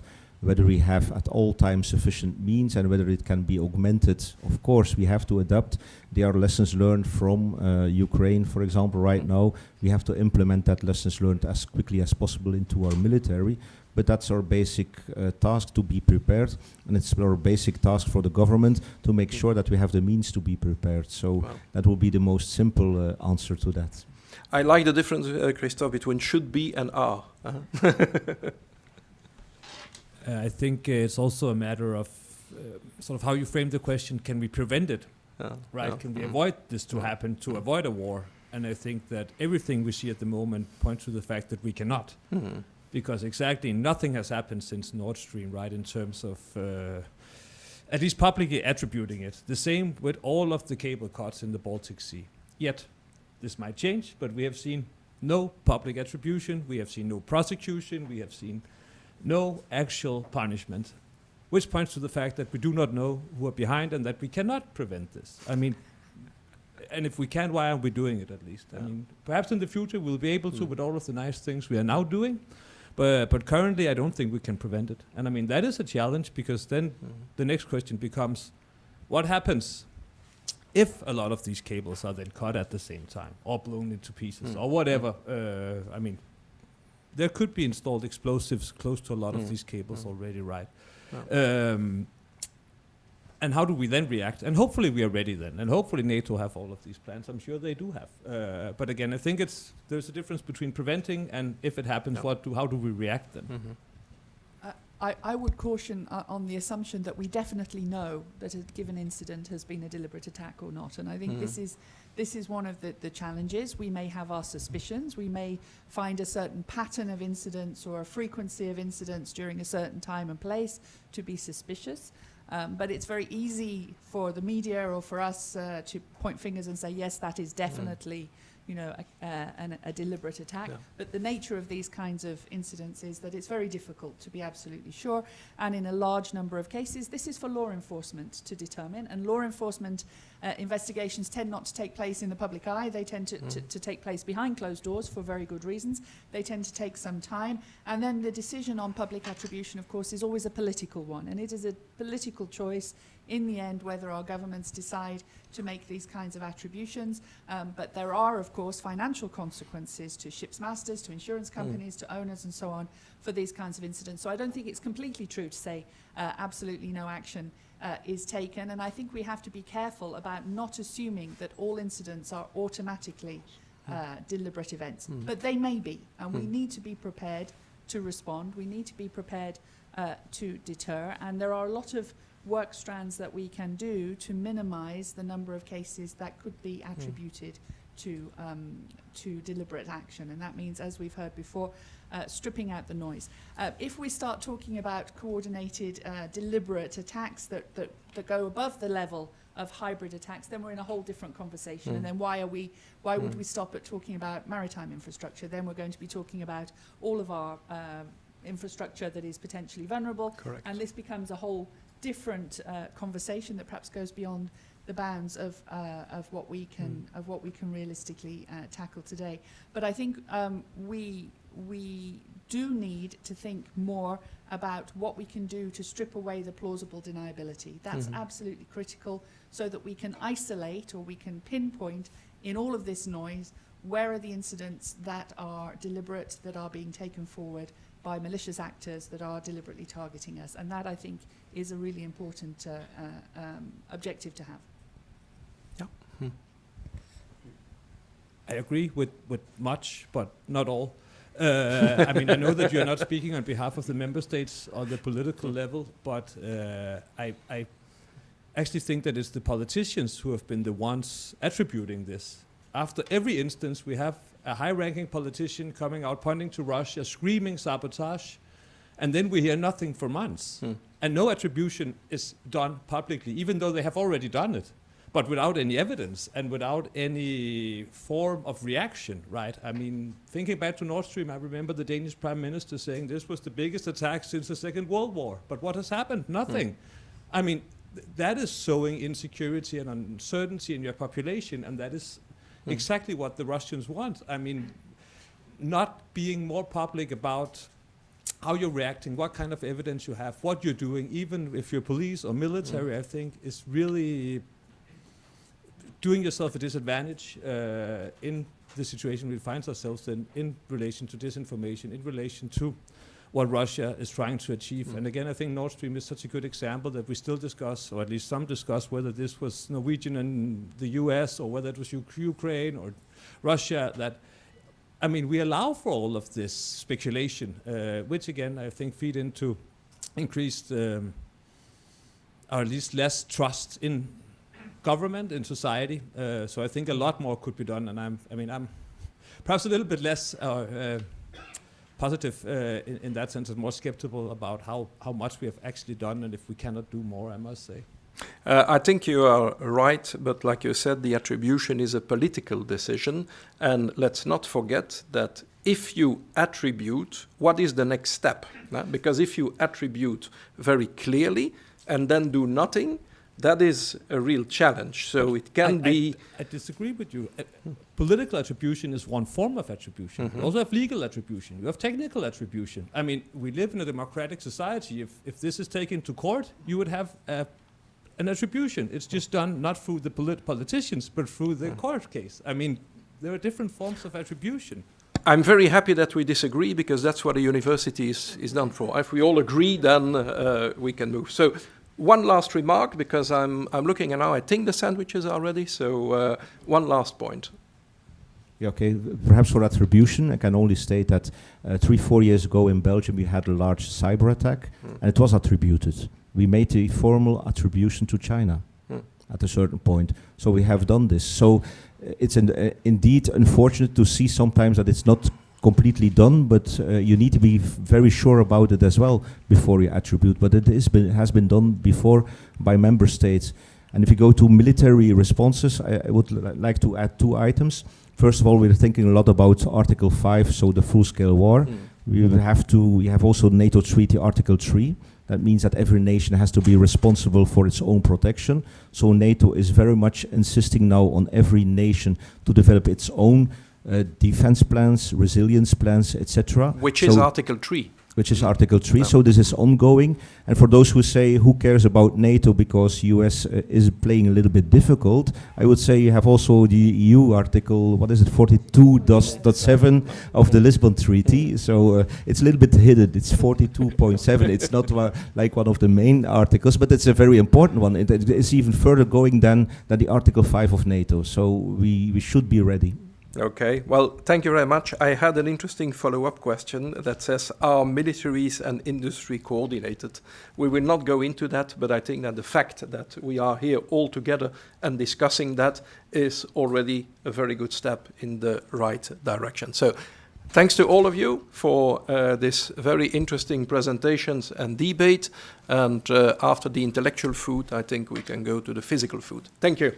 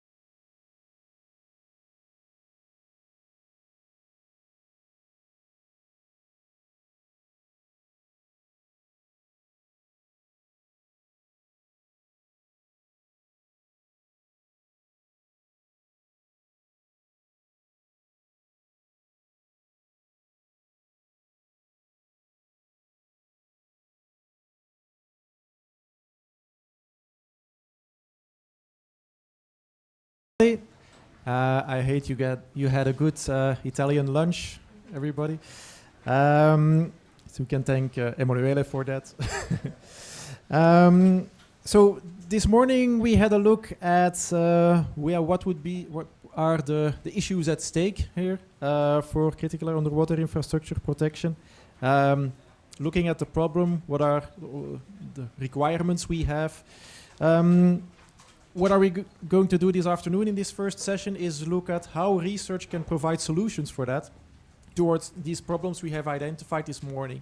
And so we're going to look hear from some speakers who are driving research or who are doing research towards these aspects. So and the first speaker on the floor this afternoon will be Admiral Baudouin Kopieters, who is the Director General of the Royal Higher Institute of Defense of Belgium, and who will be talking to us about how the Royal Higher Institute of Defense is looking into the management of the research globally, not only related to critical underwater infrastructure protection, but also specifically, of course, in this domain. So, Admiral, I give you the floor. Thank you very much. Okay, like it was just said, I am the director of the Royal High Institute for Defense, which is responsible for the think tank of defense at the one side, but also and more for this afternoon, the coordination of the research for defense and within research on national and international plan. It is a pleasure to open this afternoon session dedicated to research and innovation in the domain of critical underwater infrastructure. It's not only a technical gathering, but also a moment of strategic reflection among science, defense, academia, industry, and development policy cooperation over that subject. Well, the afternoon is most of the time a difficult moment, so I am sure that we will have your attention after the very, very interesting presentations that we had this morning, and also going for the research and all the other sessions will be presented this afternoon.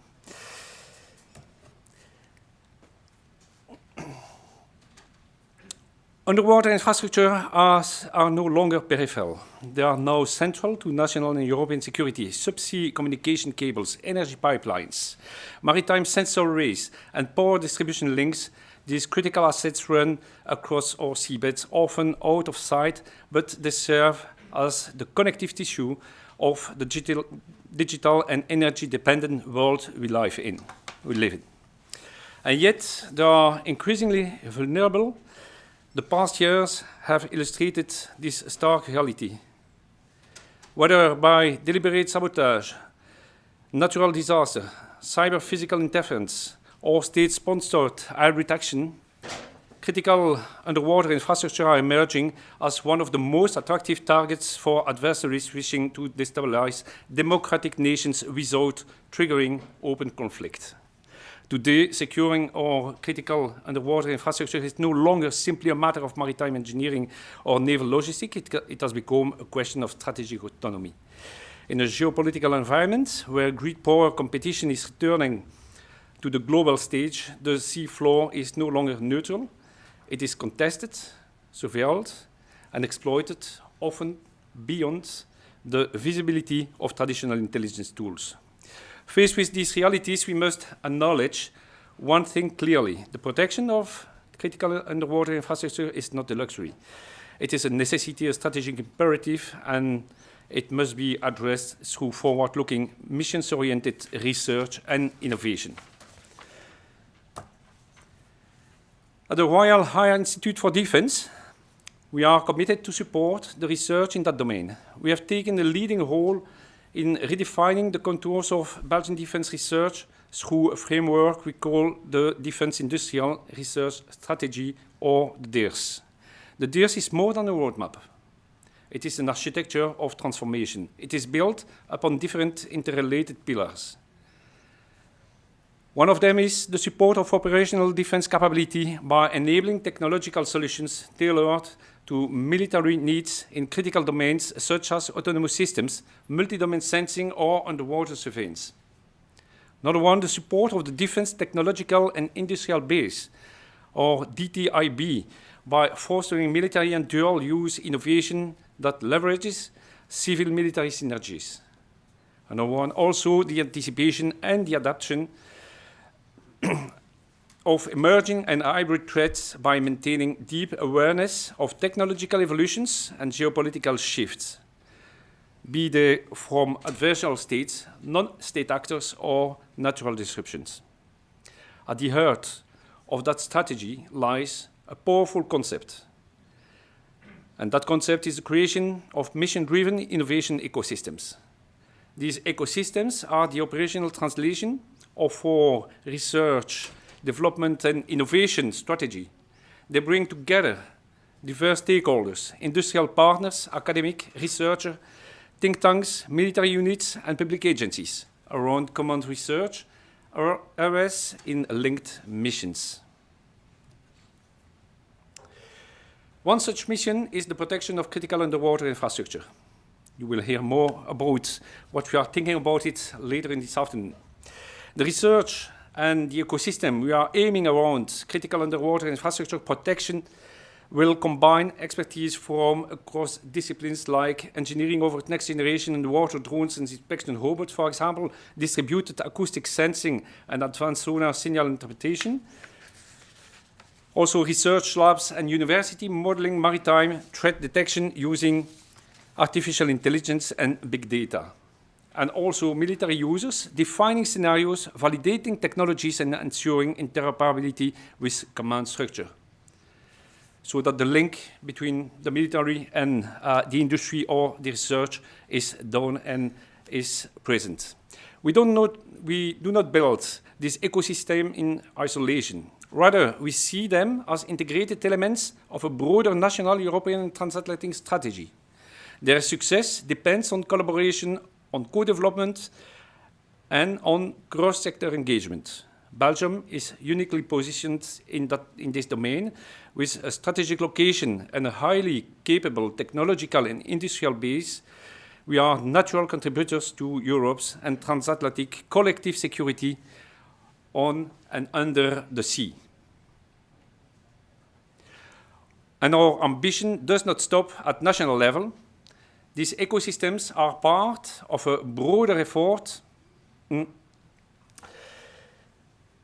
embed Belgian innovation within a larger framework. We are aligning our effort with the objective of European Defence Funds, NATO's Innovation Initiative, and regional projects under PESCO, for example.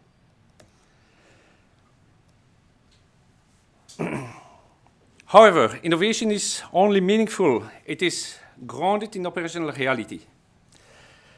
That is why DIRS promotes permanent alignment with military needs. Our armed forces are not passive recipients, they are co-constructors of the innovation process.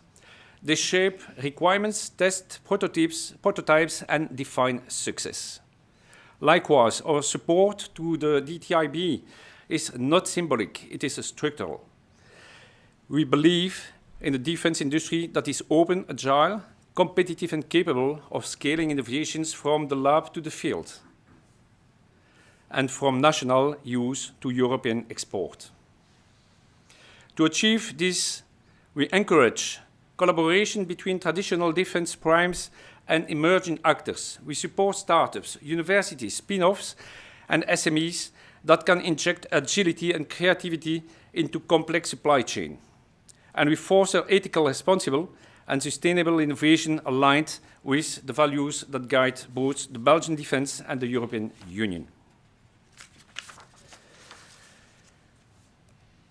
Let me also highlight that this vision is not abstract. It is already at work, like demonstrator programs for passive long-distance acoustic detection, low-power underwater monitoring grids, or AI-assisted threat classification, which are developed in different type of places and development that we have at this moment already and will be connected to the ecosystem in the future. At the European level, our research and industries are involved in cooperative defense research funds by the European Defence Fund in testbeds that aim to stimulate multi-domain threats in real-world settings. We are fostering exchanges between operators and scientists, creating realistic exercises, environments, and enabling innovation to emerge where it matters most. We believe this is how security is built, by weaving together insight, experience, and innovations. And as a conclusion, the protection of critical underwater infrastructure is not just about cables and pipelines. It's about our strategy, sovereignty, and economic resilience, and our democratic integrity. It's about anticipating, not reacting, to the next frontier of conflict. The sea floor must not become a blind spot. It must be a monitored, resilient, and defended space. Through the doors, through mission-driven ecosystems, and through Belgium's leadership in defense innovation, we are taking steps toward that vision. In these times of geopolitical instability, the stakes are too high for us to delay. The time to foster the research and to innovate for maritime security is now. Thank you.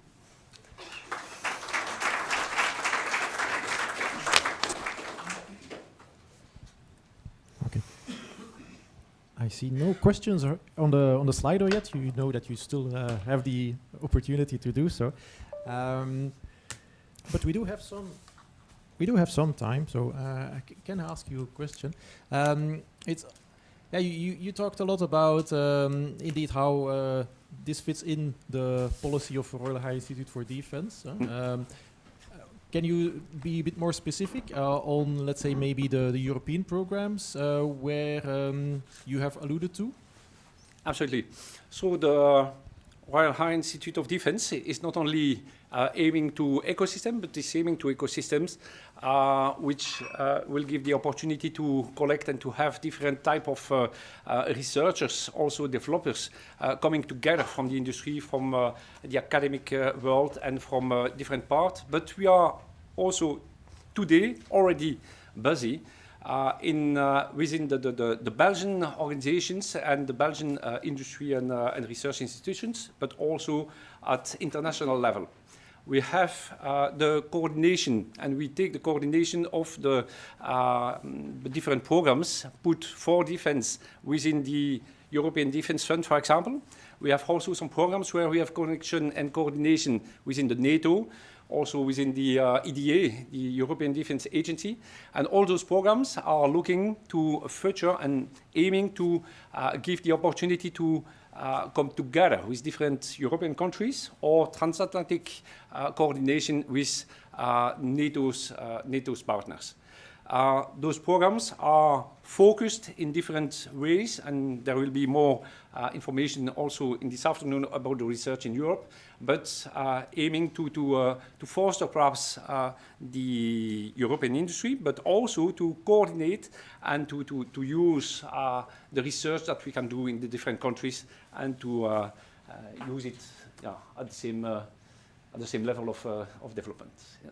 Okay, thank you for the answer. Yeah. Thank you.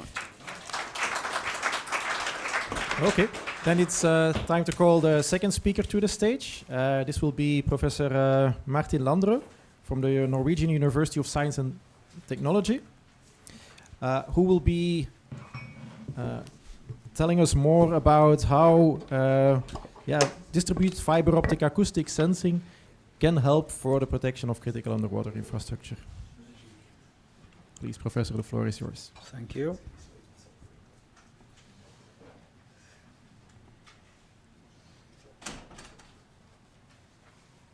Okay. Then we are going to talk about detection.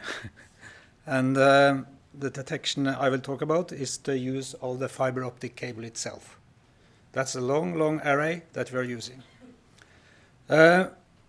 To underline that we are standing on the shoulders of giants, this is a picture of Charles Townes to the left, and me to the right. I had the pleasure to meet with him in 2011, and he was a Nobel laureate that invented the laser and the maser back in the 60s. So without him, I would not have been giving this talk today. So what we are doing is the yellow box that you see at the back there. That's where the laser is hidden. So that's the main source. So we send laser into the fiber. And this laser beam is used both for telecommunication, but also for sensing. Because some of the light that we put into the fiber is scattered back due to small impurities in the fiber.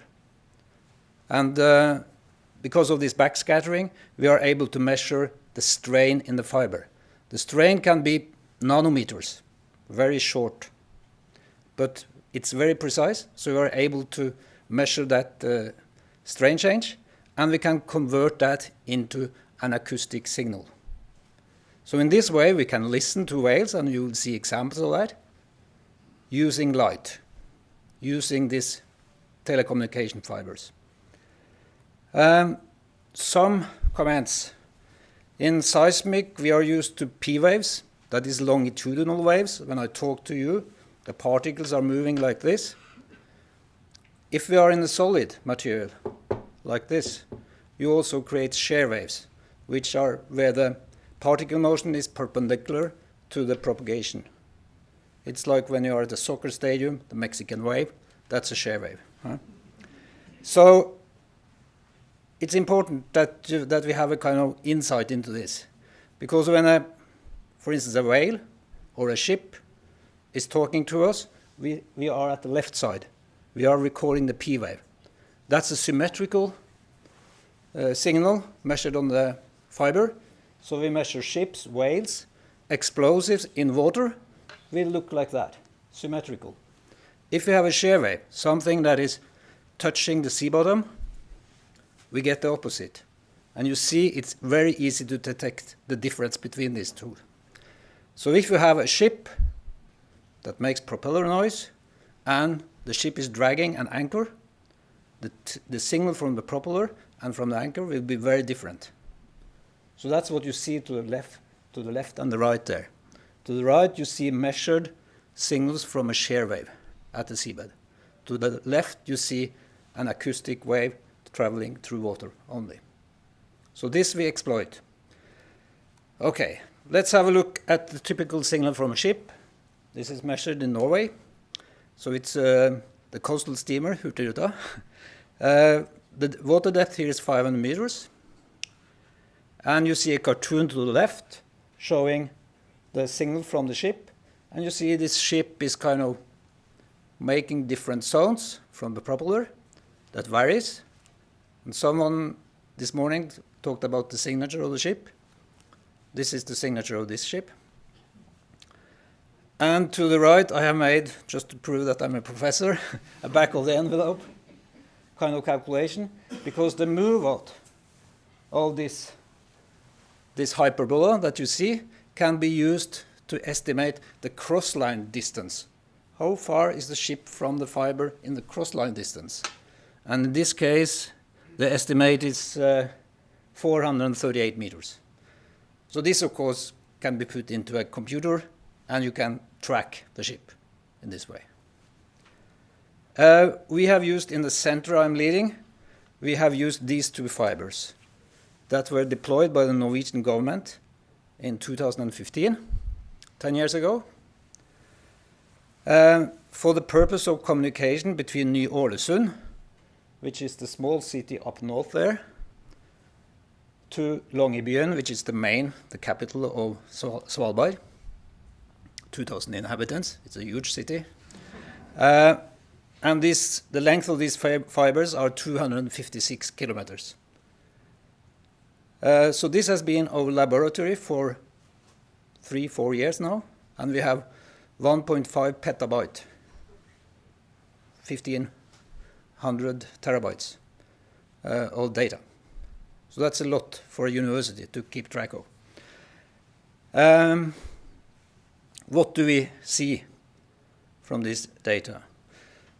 What we see every day, probably 15 of them, are earthquakes. Earthquakes, we are close to the Mid-Atlantic Ridge on the left-hand side, out here.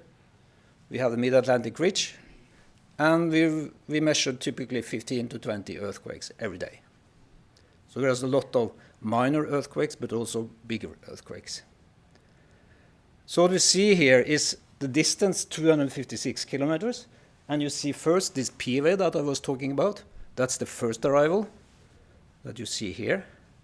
And then the strong arrival that is more red in colors, that's the shear wave coming a bit later. So by measuring this at every 10 meters, so that's the fantastic thing about this fiber, you can measure the signal at every 10 meters. So it's a fantastic sensing apparatus, I would say. With hydrophones, you are stick to separate hydrophones, and typically we cannot afford to put them at every 10 meters for 256 kilometers. That's impossible. But here you get a signal that you can follow for every 10 meters, 256 kilometers in this case. Here we have used two integrators, one at the Ny-Ålesund side and another at the Longyearbyen side. Here you see typically how we can track ships. So the red line on the upper left figure is showing the GPS or AIS coordinates of this cargo ship. And the white dots is our estimate, pretending that we don't know the position of the ship. So we see the ship approximately 1 kilometer before it crosses the fiber cable. The fiber cable is the black solid line. So here we are 86 kilometers away from where we are measuring, where we have our laser. We can also see the Doppler effect down here. When a moving ship has a certain speed, you can actually, by measuring the shift in frequency, it's small, it's 0.1 hertz here, but you can actually measure, despite the noise that you have in the background here, you clearly see that the ship has a certain speed, approximately 9 knots in this case. On the right-hand side, we focus on whales. That was the main purpose of this experiment. And here you see a blue whale and probably a fin whale up there, measured 36 kilometers away from the interrogator. So if you are lucky now, no, I have to go back. How do I do that? Oh. We go back there. Oh. There.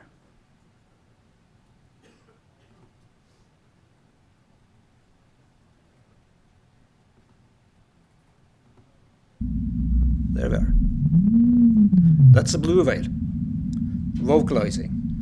So we use a fiber optic cable that is 1 meter below seabed to reproduce the sound of the blue whale. And this was the first time it was done. We have done that for many, many years using hydrophones. Hydrophones are 1,000 times more accurate, sensitive. So this is a cheap way of measuring. The strength in this cable is the length that we can measure it everywhere. So we developed this further. Let me see. Oh, that's a repeat. Sorry. So this is real-time showing when fin whales are close to the fiber. You see some red. There you see it. Dots spreading out. So that's the soundtrack of the fin whale. So you see once more there. It's quite exciting looking at these movies. I can look at it for hours. And in this case, you see up to 3 fin whales. There you see it closer to that shore. The distance here is 60 kilometers. So we are I have 4 minutes left? No, that's... Is it... because I think I started a bit late. So I have only 10 minutes for the talk? Because I started... Okay. I'm a bit confused. So this is a slide showing that we have been tracking 8 fin whales for 5 hours. So the color code is the timing, and you see that we can make the tracks of them. So for instance, whale number B goes in the westerly direction, while whale number D goes in the opposite direction and turn around. C and H, they are quite lazy whales. They are staying at the same time, same place, but vocalizing now and then. So this is, of course, very interesting. So how much time do I have left? You have 8 minutes. 8 minutes, okay, that's better. Okay. We can also record Atlantic storms, distant storms that are 15,000 kilometers away. And what we see here is 1 year of continuous monitoring up in Svalbard. We are using the very low frequencies, below 0.1 hertz. So what we see are storms, and they always, in frequency domain, they always increase like that. And by measuring the slope of these storms, we can measure the distance. And to the right, you see some of the storms that we have identified during 1 year. A lot of them in the southern Atlantic. And we can also compute the interference pattern between different storms, as it's shown to the left. One slide on underwater communication. We did a test outside our university last year, where we tested using an acoustic source and measuring it communicating with fiber optic sensing. So this is interesting, for instance, for submarines. If you want to communicate and you know where the fiber is, you can locate. And this is the signals we used. These are more high frequent. So if the fiber is buried, this is not so easy. But we proved that we can go up to 2 kilohertz and communicate. Satellite and DOS. Here you see DOS data to the left and satellite data. In this case, we are imaging oil spills, which is quite interesting for Norway. And we want to combine these two methods. So we are using surveillance from the satellite and from the sea bottom at the same time. We can record tides. These are tidal signals that we can measure and compare to measured real tidal signals. And in the data we have now, we can see this 25 point on the lower right here, frequency of 25.8 hours, 12.4, which is the dominant tidal, and then you have more over harmonics here. Another issue is what we call resonances, Seabed resonances. This is with normal background noise, and when you add an earthquake to that, you see that you get over harmonics again, which we can use to estimate the subsurface Seabed velocities. Some words about Svalbard. There was one incident, 7th of January 2022, before the Nord Stream, where this cable buried at 1,330 meters were cut or destroyed. And on this plot you show the route of the trawler Melkart 5 prior to the cutting. So on the upper right here you see the repair ship. Another cut was in Lofoten, that was mentioned earlier. You mentioned it, I think. So that's a clear cut. How can we use this technology to monitor, for instance, pipelines? Well, the current technology has a limit of, say, 100 to 120 kilometers. So, for instance, if you place an interrogator at the Ekofisk field here, we can interrogate 100 kilometers in each direction. So we need several interrogators to protect our critical infrastructure in the North Sea. We have done some tests. This is a fiber crossing a gas pipeline, the Europipe 2 is it called. It goes to Europe from Norway. And close to the fiber where it crosses, we see a lot of events, like you see here. Oh, that's too fast. And we are not sure whether it's caused by the gas current inside the pipeline, or, for instance, changes due to the to low tides. So we haven't concluded. One other example here is that we see exactly what we started to talk about, this polarity shift in plot E there, where we think it's a shear wave going in the steel of the pipeline.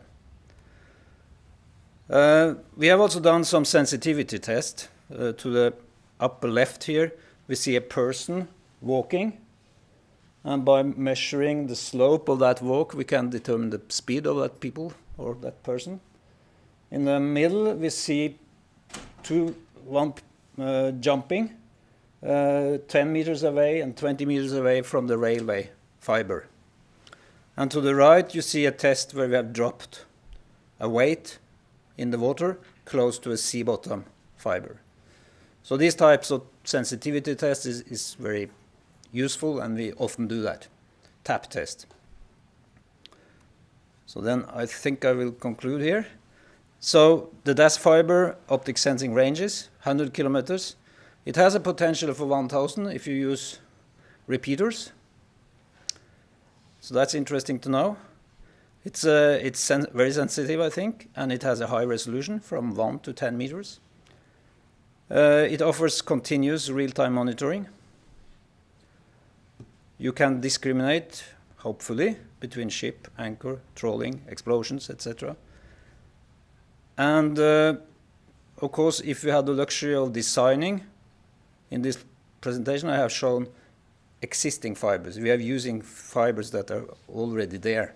But if you have the luxury of designing you can do clever things like I'm hinting to here. If you have a pipeline and you have a ship sailing towards the pipeline, crossing, then of course I would put the fiber parallel to the ship, but also a bit parallel to the pipeline, so that you can detect this ship prior to crossing the pipeline.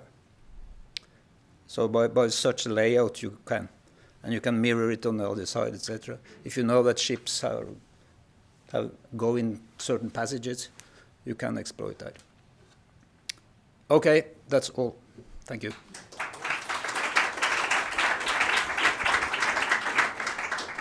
Thank you, and sorry for the confusion on the time. There were some questions on the accuracy and the detection range, but you answered them in the conclusions, in fact, so that's okay. Very good. Yep. So, okay, in that case, I can announce you without further ado the organizer of today, who I don't need to introduce too much, I suppose. It's Emanuele Garrone from ULB, who will give us a small introduction on what robotics can do for critical underwater infrastructure protection. Okay, so first of all, in my good intention for the new years, there was the intention to not speak at a conference that I organized, and as you can see, I did not succeed in doing so. Anyway, the reason why I'm giving this talk is because at a certain point we were speaking with Gert and we were thinking about can we find some expert in robotics for critical underwater infrastructure? And the short answer was no, it's a kind of a recent subject. There are people working on specific sector of it, but for a general overview was quite hard. So what I decided to do was to start bothering a lot Gert and then bothering a lot other people that have indulged me, like Gabriele Ferri from the NATO CMRE and Renaud, who will speak later, and come out with a story that, from my viewpoint, makes sense of what robotics can do, cannot do, which are interesting things to do and probably not to do. So, as a disclaimer, I must say that this is an analysis from the robotic viewpoint on the protection of critical underwater infrastructure, in which I will point out challenges, opportunities, and limits for robotics.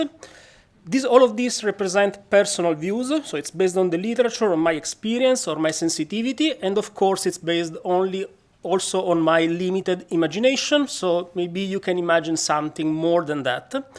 And last disclaimer, this is not a survey, so for sure it's not complete. If you know about something I forgot about, please, it's nothing personal. It's very likely not unbiased because I do some work in this field, and so of course I have a vision for it, but hopefully this will be at least something useful. Now, we are speaking of maritime infrastructures. I would make a huge distinction between spatially concentrated maritime infrastructures and spatially distributed. Here in this talk, I will mostly speak about the second class, because we have to start from somewhere, but also because, in my opinion, it's where there are the largest challenge. And if I do an analysis of the challenges, I would say a first problem is that these are long lines. And long lines is exactly the contrary of a circle, and so for whoever has read von Clausewitz, it's the worst thing that you can try to defend.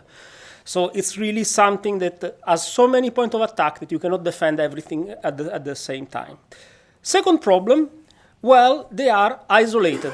So the sea is not such a crowded place. Even a crowded piece of sea like the one we have in front of our coast have a certain amount of ships, but it's not uncommon to find large areas where there is no ship at all. And this means two things. The first is that unlike what happens on the ground, where you have a lot of community control, if I go out here and I try to cut a cable, very likely there will be someone from the balcony who will see me and will call the police. This is not something that is going to happen at sea.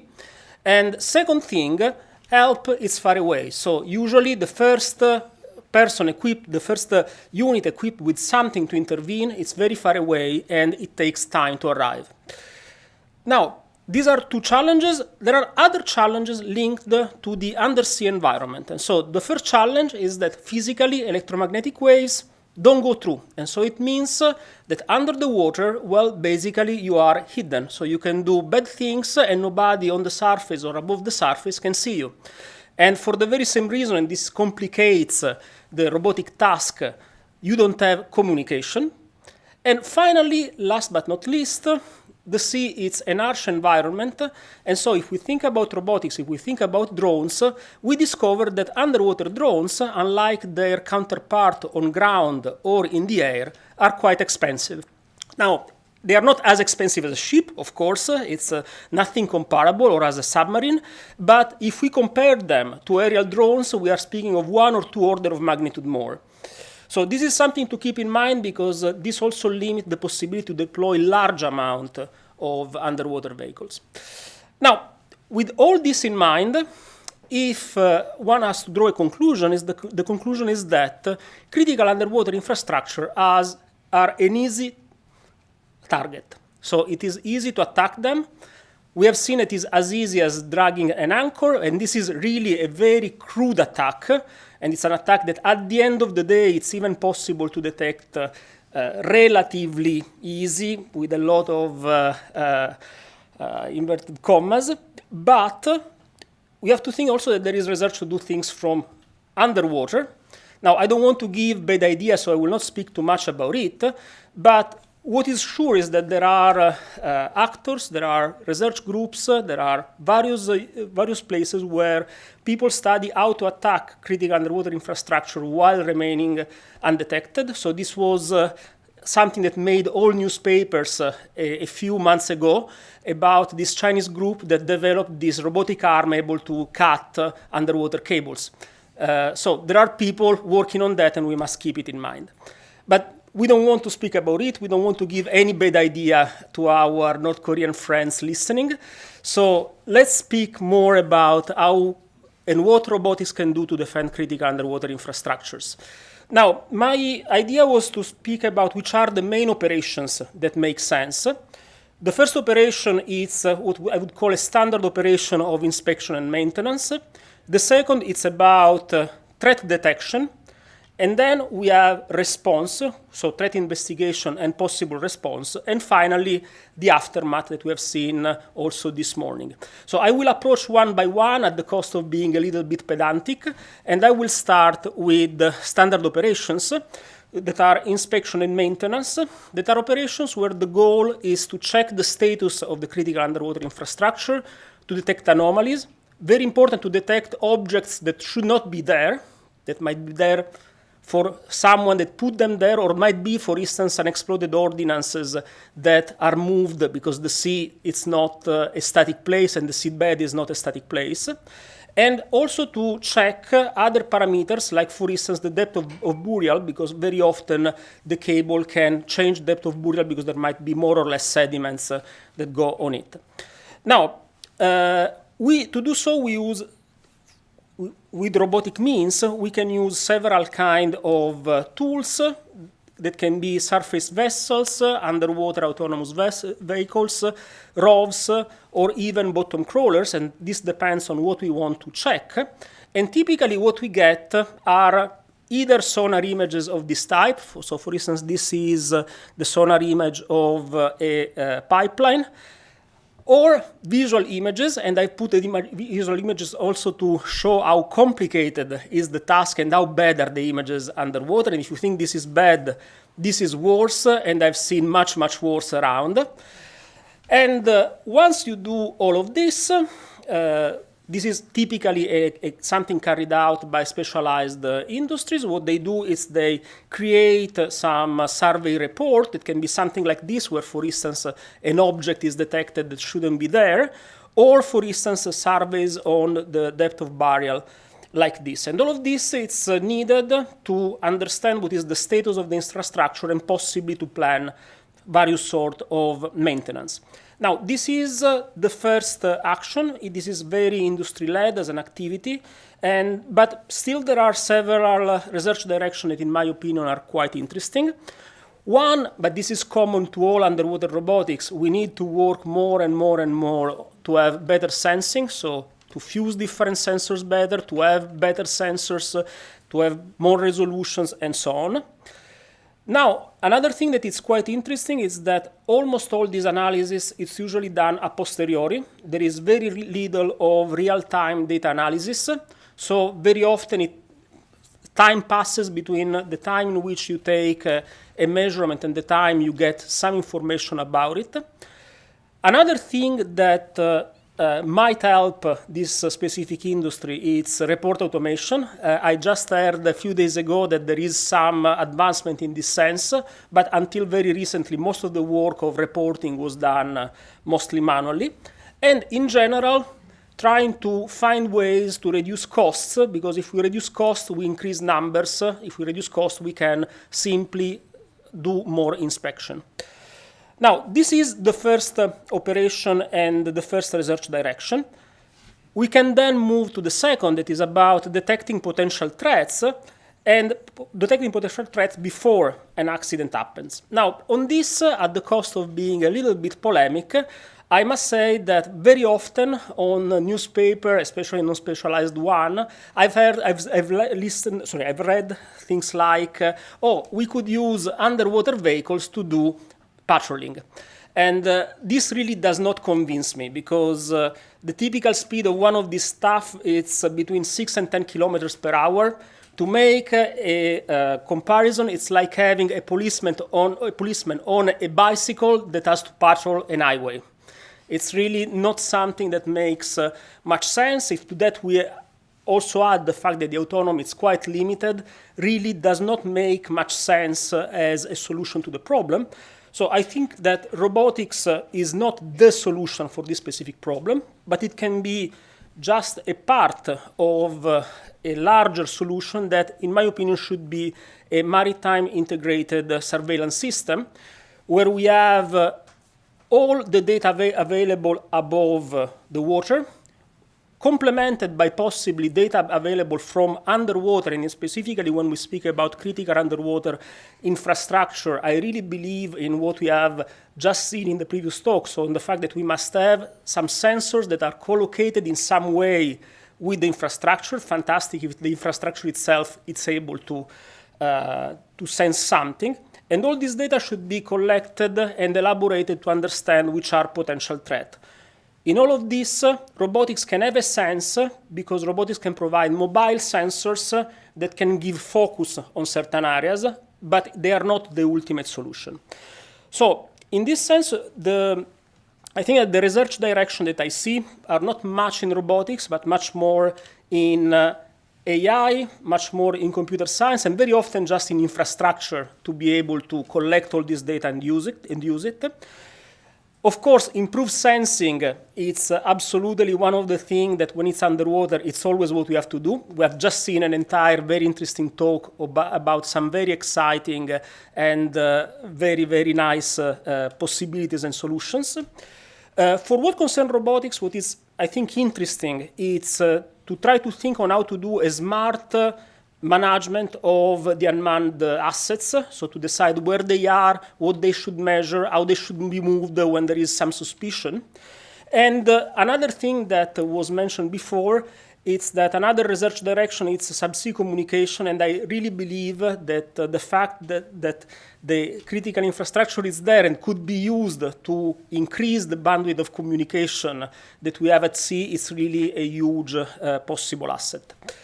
So with this, I will not say more about threat detection, but I will then pass about response.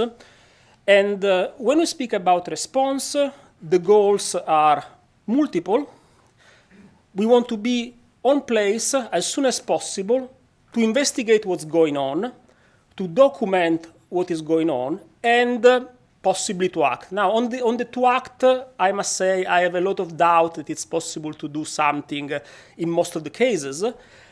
About investigating and documenting, I think it's crucial because we were speaking this morning about deniability, about attribution. If we can have very fast sensors on place and measure and get photos and get whatever, I think this would be a huge deterrent for people who want to attack this kind of infrastructures. Now, what is the keyword here, in my opinion, is as soon as possible. And this is important also to keep in mind. It's important to keep in mind a few things, that it's all a matter of time. And when it's all a matter of time, when we want to investigate what happens above water, it's relatively simple. Because even if our assets are far away, aerially we can go around quite fast. An helicopter can go to 250 kilometers per hour. A drone, I put 100 kilometers per hour, but the world record is about 500 kilometers per hour. So we can be very, very fast. On the surface, we are a little bit slower, but still there is a certain rapidity. Of course, the main problem is that underwaters are slow. So the time that we launch underwater and it arrives to a place far away, we will not see much. And of course, then one of the challenges of research here is to move the unmanned underwater vehicle fast. And to do so, I think that there are mainly two solutions. The first solution is via marsupiality solutions, and the other is through multi-domain solutions. Now, marsupiality solutions, what it means to have a vehicle that brings the underwater on place and launches it. Now, this is not a new problem. It's a problem that actually has been widely investigated in the mine countermeasure, for instance, where you have, for standoff, you want to send your underwater vehicles far away from the ship, and so you use some means to bring it there. The Americans, for instance, use helicopters. I think this is an overkill, to tell the truth. In Belgium, we are a little bit more cheap, but probably more realist. We use unmanned surface vehicles. So this is a product of our friends from Excel Robotics. And I think this is one of the ways to approach the problem of getting close to a place to investigate.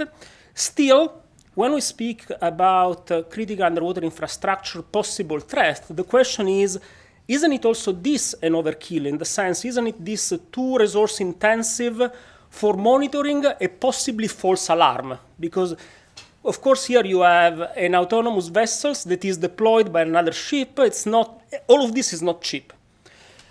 So I think that one of the research directions here is to think about possible lighter marsupiality solutions. And so this is one way to approach the problem. And then The other way, as I told you, it's about multi-domain vehicles. And here I am very proud because this is the first time I am showing these results.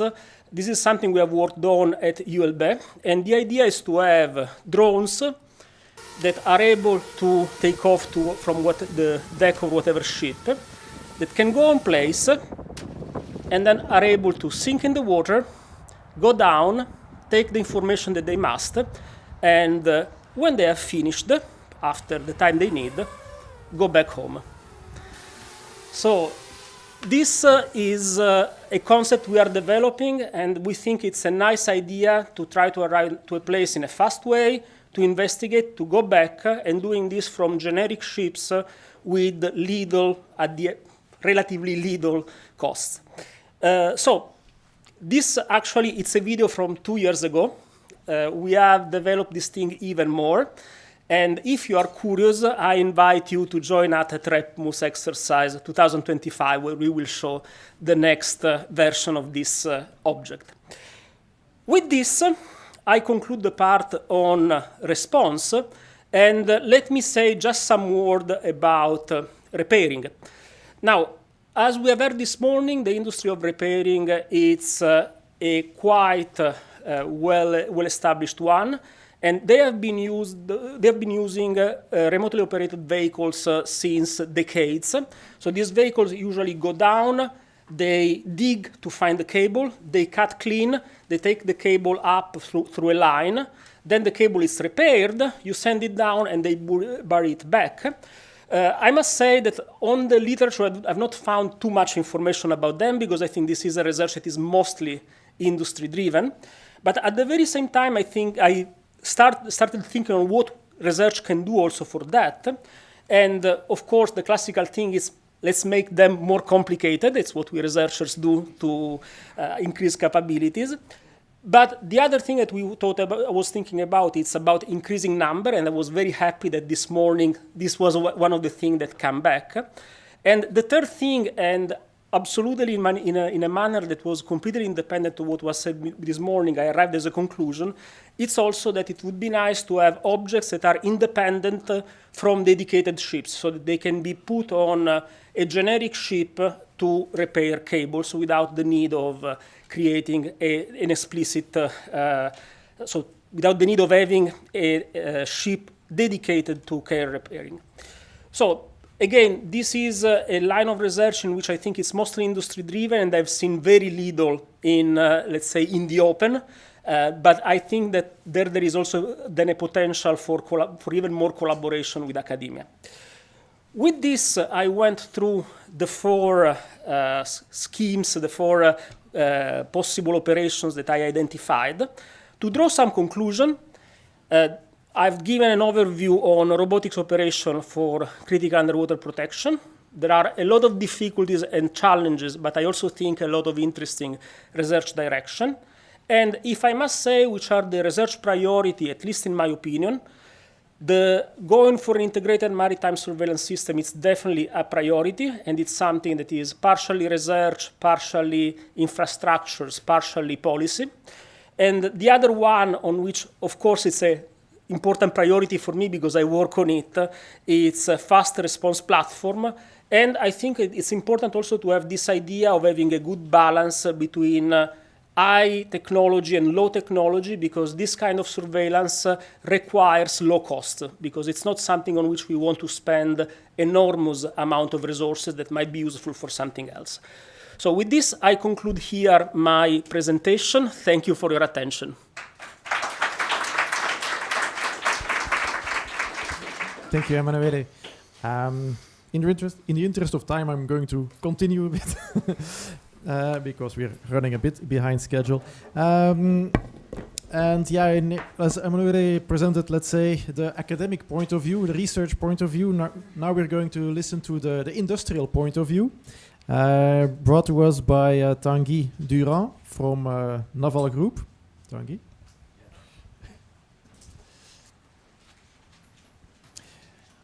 And he will talk to us more about the industrial side of the research aspect which is going on the subject. All right. Sorry.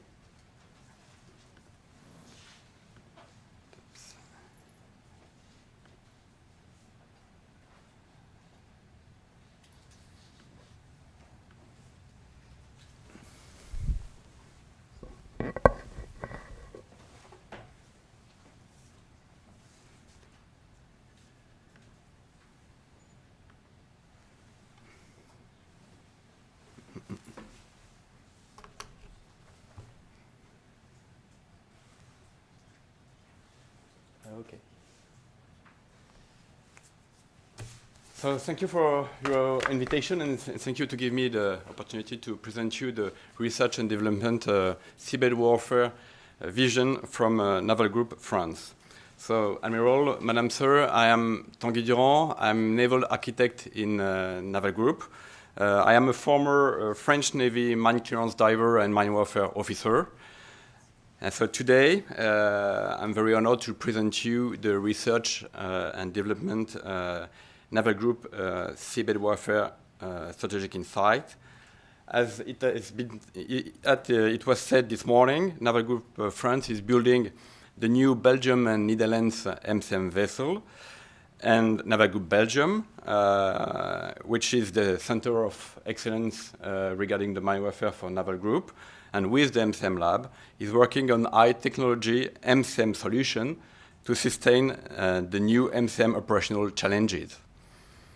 As seabed warfare and mine warfare have many commonalities, we can say that Naval Group is contributing to pave the way of the seabed warfare in Europe.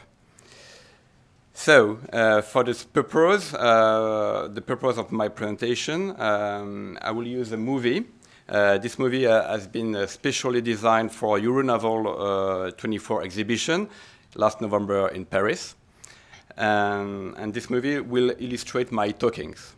So you will see I will do some stop and start in the movie just to have time to explain the Naval Group vision. So this movie depicts some underwater threats against the critical underwater infrastructure and reviews the three usual operational seabed warfare pillars. We can say that it's quite the same that the fourth, which has been yet presented. So for me, these three pillars are know the seabed, monitor the seabed, and take action on the seabed. Seabed warfare is commonly linked to deep water and operational activities on the seabed using AUV and ROV for great depths. The depicted Naval Group approach is quite different as it is global. And in fact, I think my presentation will be quite aligned with the presentation of Emmanuel, but we can discuss about that after during the panel session.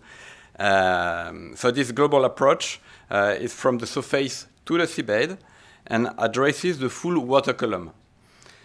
It is based on a system of systems deployed at sea, ranging from unmanned vehicles, which are commanded and controlled from motherships or from command centers ashore, to fixed underwater networking, such as distributed acoustic system, as we have seen before. So all these systems are capable to detect and classify an anomaly on the seabed or an intruder in the water column. And for sure, the efficiency of the system depends on cyber resilience, surface and subsurface nodes of communication. So let's go for the movie. So it's quite a difficult exercise because I have to, as I said, to start and stop, but I will do my best. So let's begin with the threat. So it's a very short overview of the threat. For sure, there is many threats regarding the targeting the critical underwater infrastructures. But all these threats are using the dilution power of the underwater environment, and they are discrete, and they could target the critical underwater infrastructures from the surface to the deep waters.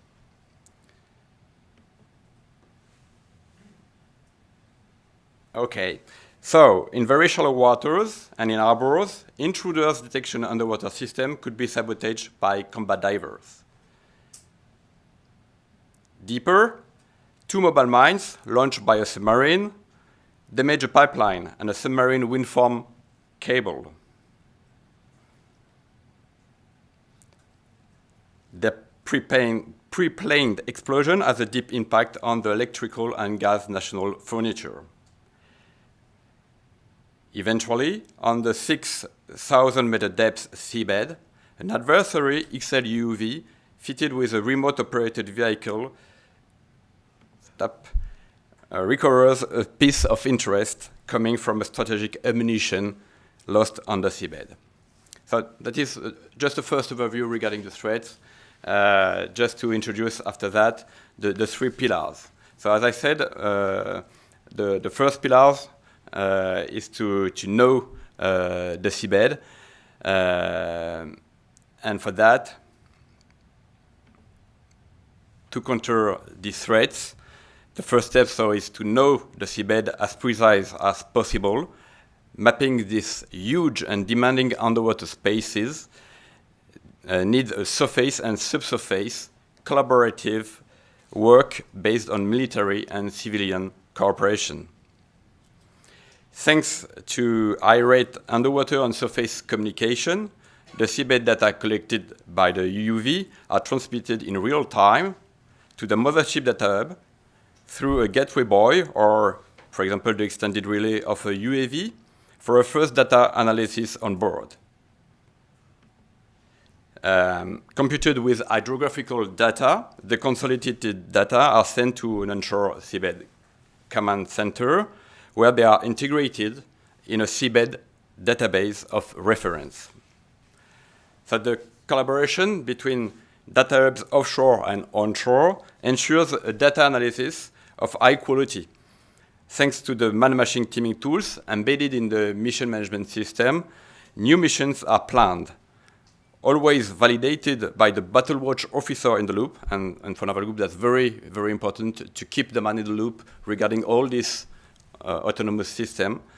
The new task action plan is sent to the unmanned system at sea, which are able to change autonomously their searching pattern.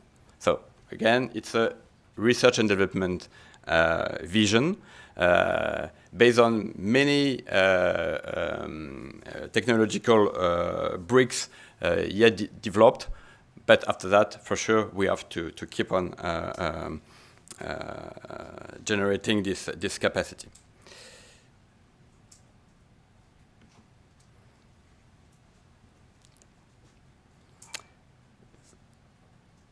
So, unmanned systems, like for example, unmanned surface vehicle, as I said, autonomous underwater vehicle, or unmanned air vehicle and remote operated vehicle launched from dedicated motherships are interoperable and collaborative systems perfectly designed for this dull, dangerous and dear task.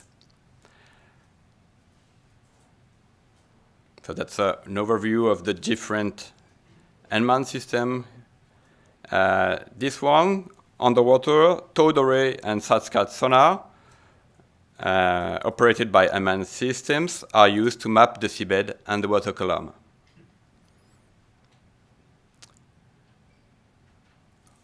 Once analyzed, the data collected are used by the drone's mission management system in order to plan and conduct, for instance, an identification and recovery phase by remote operated vehicle.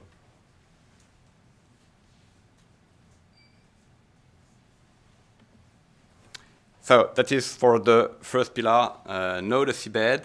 To illustrate the second pillar, which is monitor the seabed, let's imagine the following scenario. An explosion is detected in the vicinity of an offshore platform. In the onshore seabed command center, an alert is raised, and a seabed multi-agent force is engaged.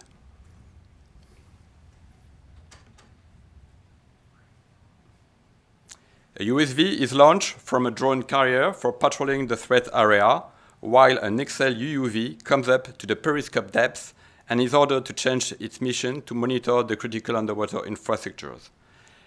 Thanks to its embedded decision-making tools, it quickly detects and classifies a new criteria close to the pipeline.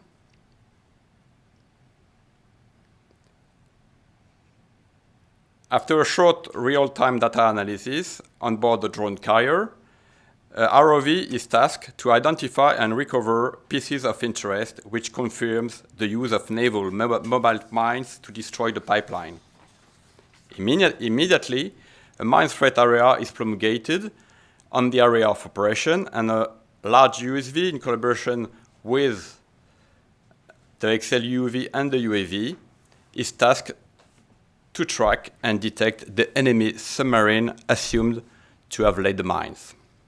That could be a submarine asset, generally speaking. So that is for the second pillar, which is monitor the seabed. And the third one, which is in the, which we will continue with the same scenario with the engage and take action pillar.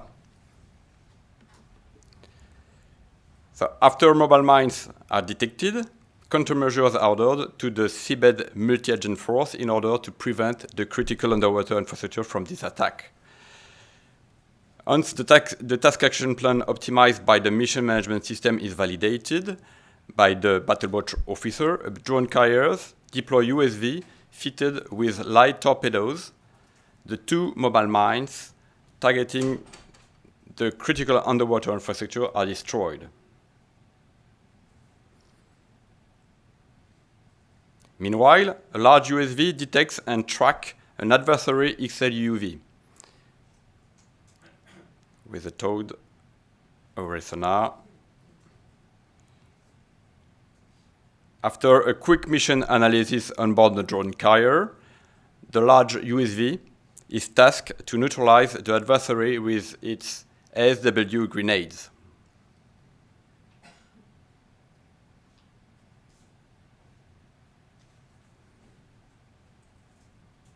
So to conclude with, and that will be the end of the movie, to face the seabed warfare challenges, Naval Group is working on a very large range of naval solutions.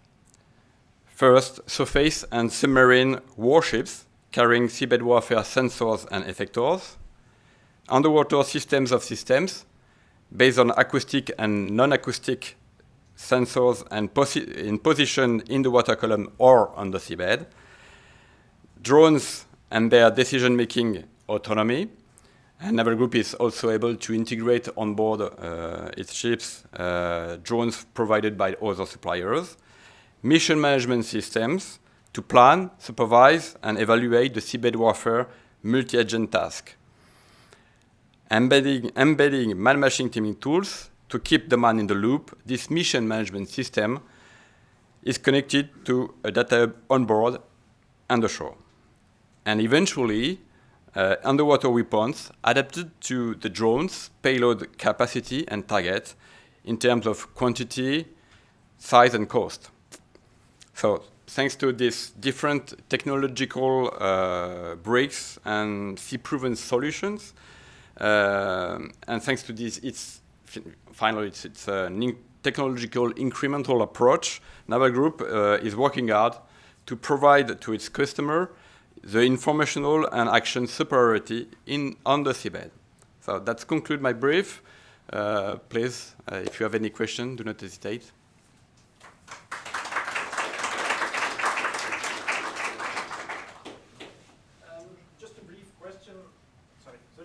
Brief question from the audience. I see that there is a question related to the maturity level, TRL levels of these solutions. Could you say something about that? It depends on which technology brick we are talking about. The question is generic.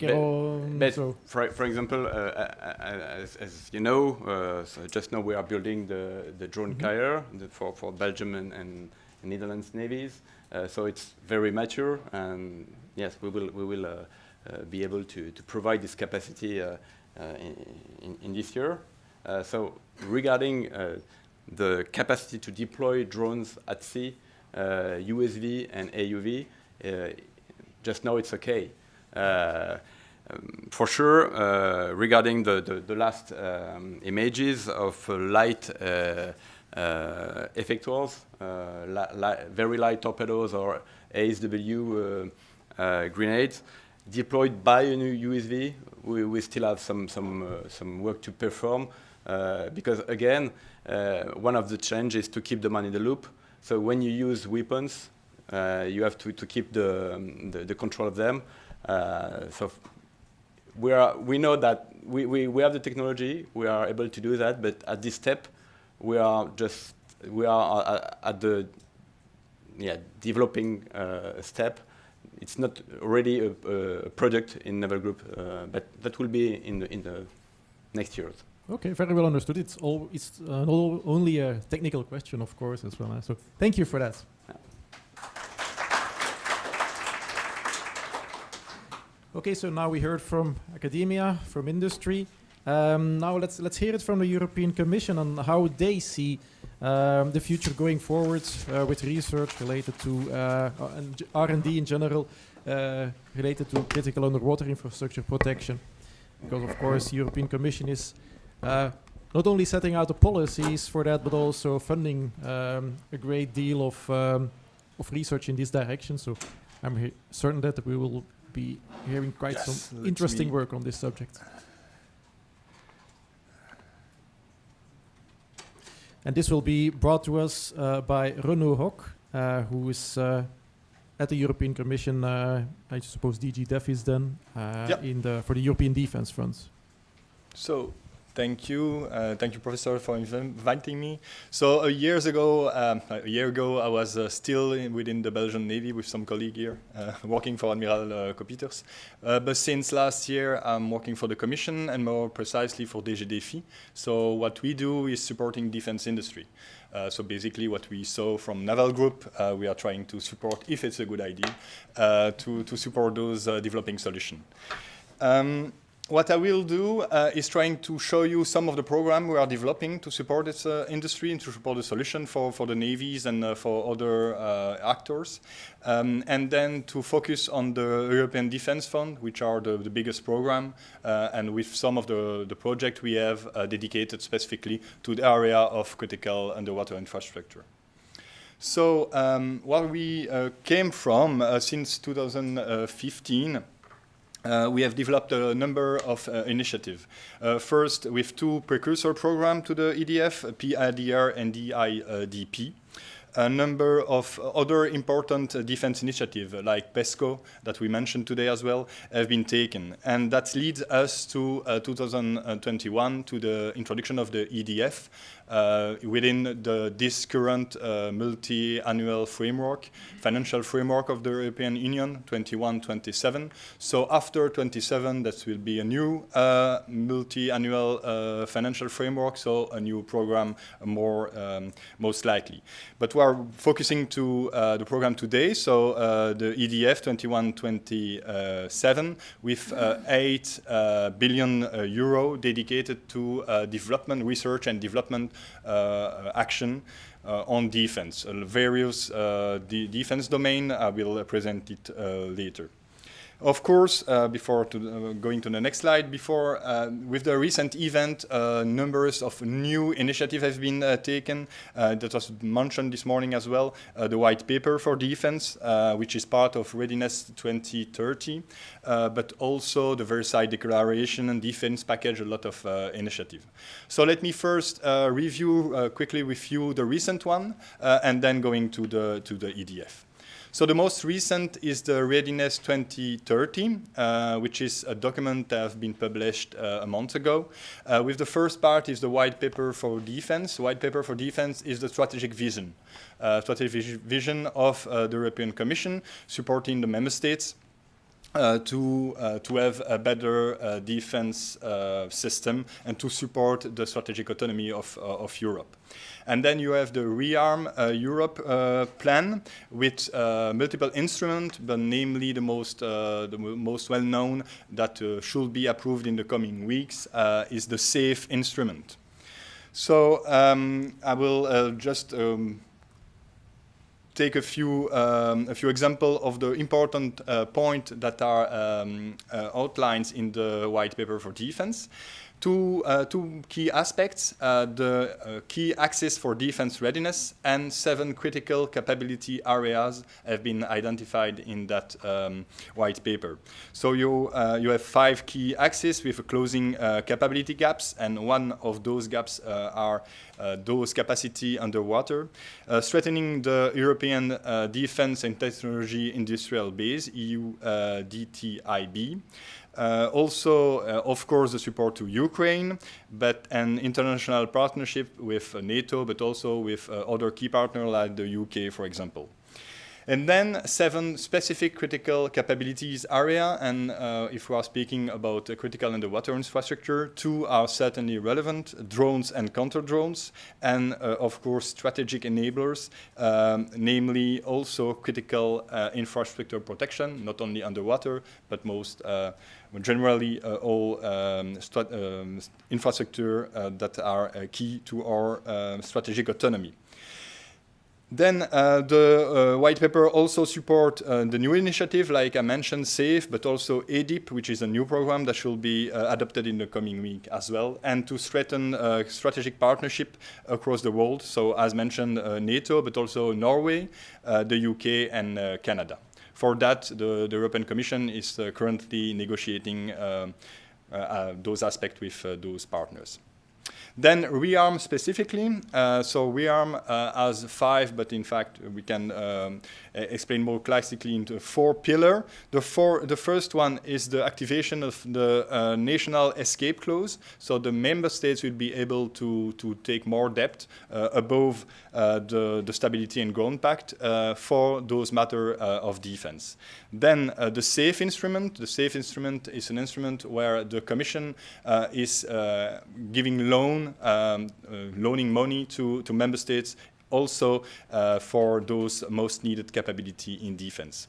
And then specific other aspects, like the contribution of the European investment in defense and mobilizing private capital, but also using more flexible way other instruments from the European Commission.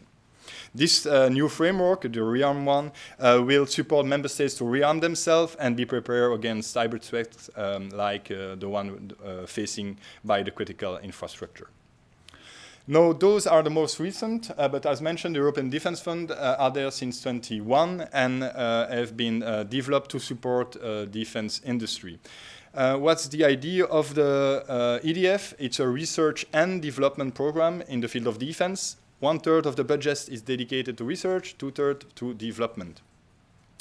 And the member states also with Norway, so this program is also with Norway, may require co-financing if we are at higher TRL for development action, not for research one. The acquisition and use of military technology and capabilities remain the sole responsibility of member states, so we will not buy weapons or ships or drones for the member states. They are responsible for that. We are supporting the development of those capabilities. The other instruments, like you see, are later in the TRL in the process. So the first part is really for the defense fund and previous programs. But when we are talking about acquisition, then you have other programs like I mentioned, SAFE, EDIP, EDIRPA of ESAP. ASAP and EDIRPA were a one-time program to support the crisis in Ukraine, and those will be transformed or adapted into the new EDIP regulation. The idea here is to support the acquisition from the member states on specific capabilities.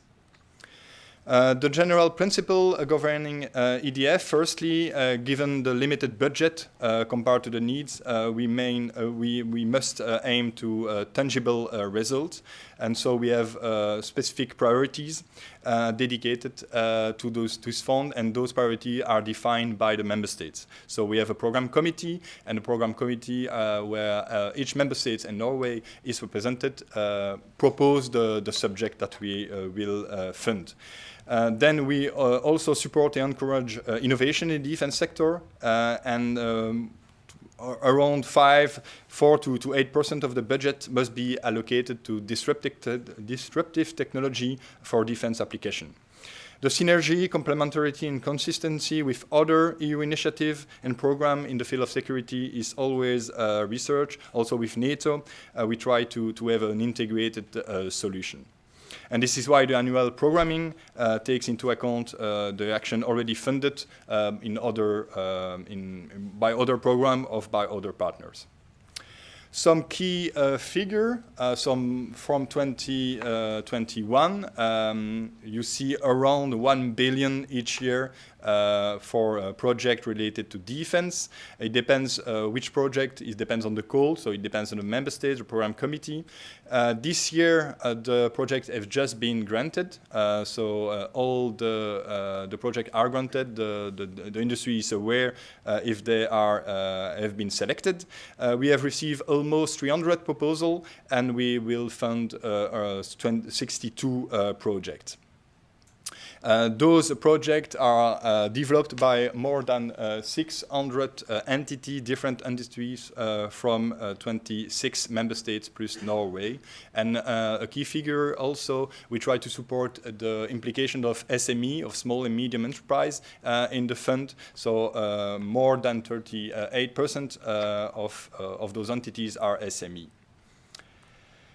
Life cycle, very shortly. So as you see here, -1, we define with the member states the program for year 1. Then we will publish the program. We will let the industry around 6 months having the chance to submit the proposal. Then we will evaluate those proposals, and they've been selected. So if we publish the call and we publish the information in February, let's say, the selection, the industry will be able to submit until November, and then we will select those, and the project will be granted around April, and then we will enter the new phase of the grant agreement preparation. We will sign the grant with the industry.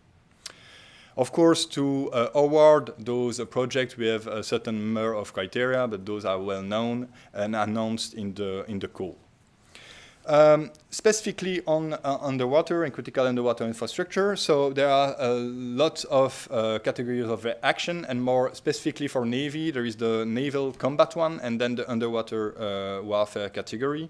Of course, other domains are also relevant, like cyber, even space, digital transformation.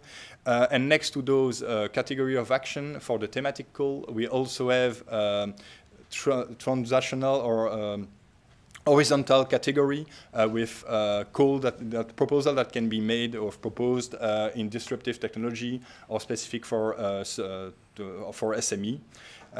So the most, of course, the most important one for today's event is the underwater warfare. So maybe a little bit more on that. So if we take all the naval R&D topics, it covers mostly 4 areas: naval combat, but also the space aspect and underpinning technologies. And since the beginning of the fund in 21, more than 10% of the fund have been allocated to naval action in the EDF.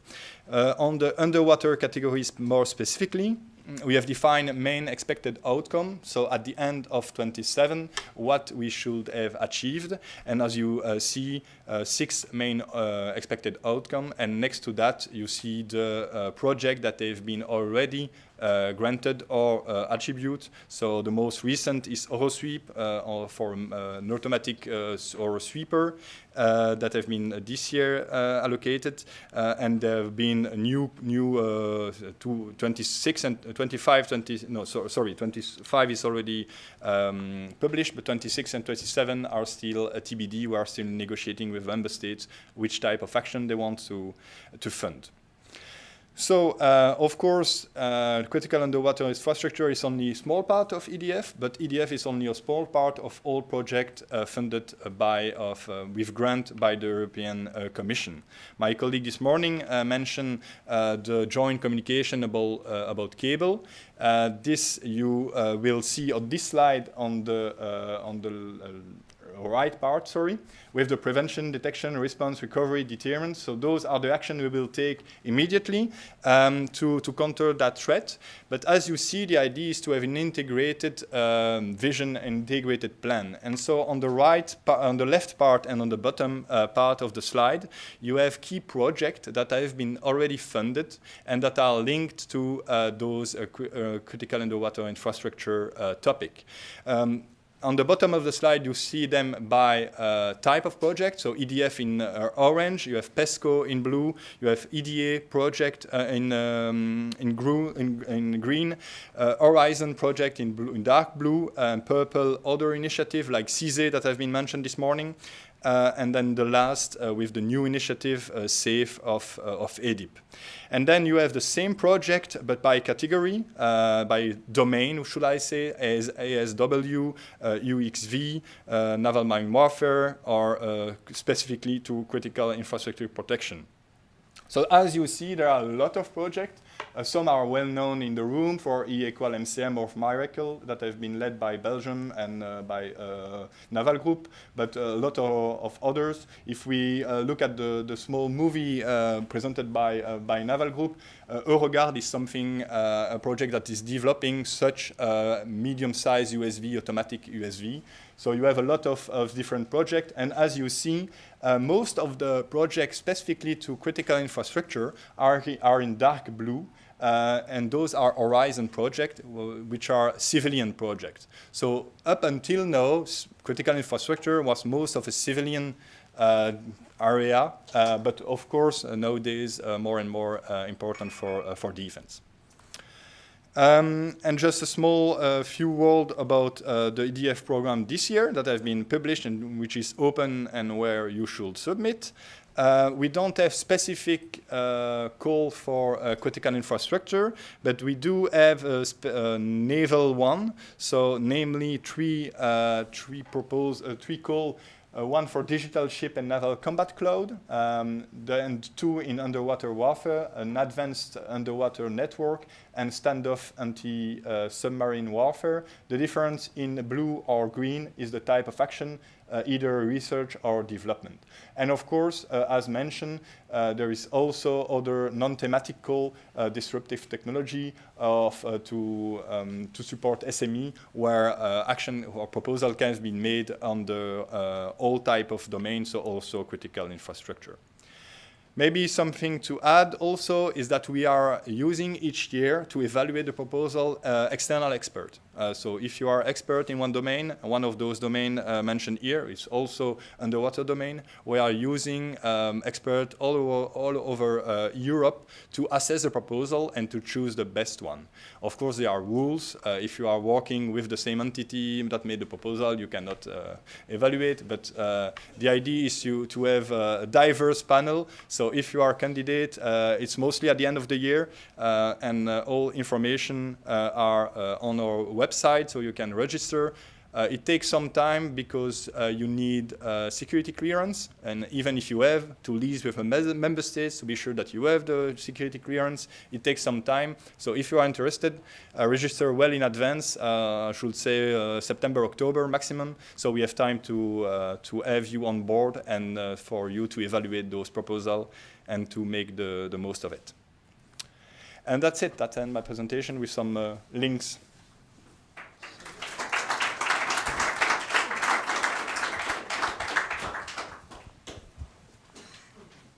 Okay, just checking the panel, but I don't see any specific question. But thank you for your excellent presentation.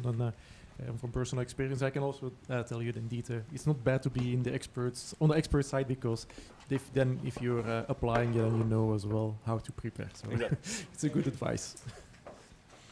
Well, then we go for the final presentation of this first afternoon session, which will give us a light again on the, let's say, more the funding side. Then we have the CEO from the Blue Cluster here, Piet Opstalen, who is going to give us his point of view, let's say, on how the Blue Cluster, Flemish region initiative of Blue Cluster, is looking into critical underwater infrastructure protection in general. Piet, you have the floor.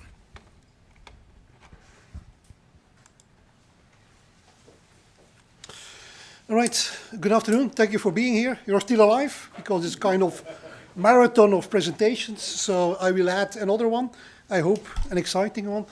First of all, a few words on the Blue Cluster. We are a Belgium organization, to be clear, so not only Flemish. We receive some Flemish grants, but we also work a lot with European projects, and our members are spread all over Belgium, but also France and the Netherlands.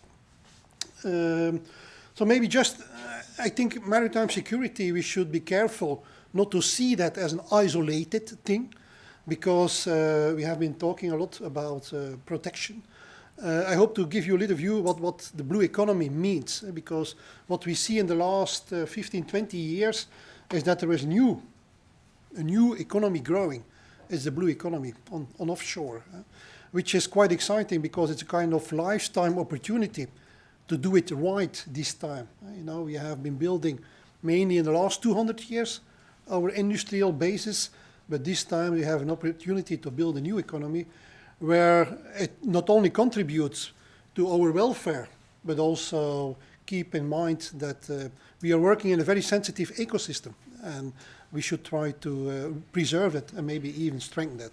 So if you look about the definition, it's sustainable use of ocean resources for economic growth, improve livelihood and jobs while preserving the health of the ecosystem, the ocean ecosystem. Not only preserving, but in some cases even restoring, because in some areas we talk about a dead ocean, so we should be careful on that. But you know all of that. I think it's exciting on the ocean because it's one system.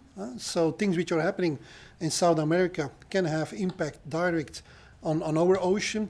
And it's a very much unknown area. It's huge, but for instance, the biodiversity, only 20% of the species living in the ocean, as far as we know, are described. So it's still a lot to be discovered there. Just a second here, let me go to my presentation. Okay.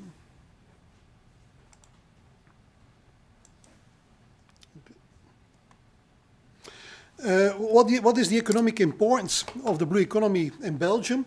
We did a study in 2018 and another one in the end of 23, so we can compare between 2 years. We see there that we talk about turnover, it's about a 40 billion euro on a yearly basis which is created. Added value is about 8 billion. And in these 5 years we see an increase of 26% of added value and turnover. Keep in mind that Corona was in between, because the tourist sector is also part of that, which is an important sector. Like in Southern Europe, Corona had a very heavy impact on tourism, and Belgium was pretty okay. So we saw an overall increase of 26%. If we look to the number of people employed, we saw an increase of 15,000.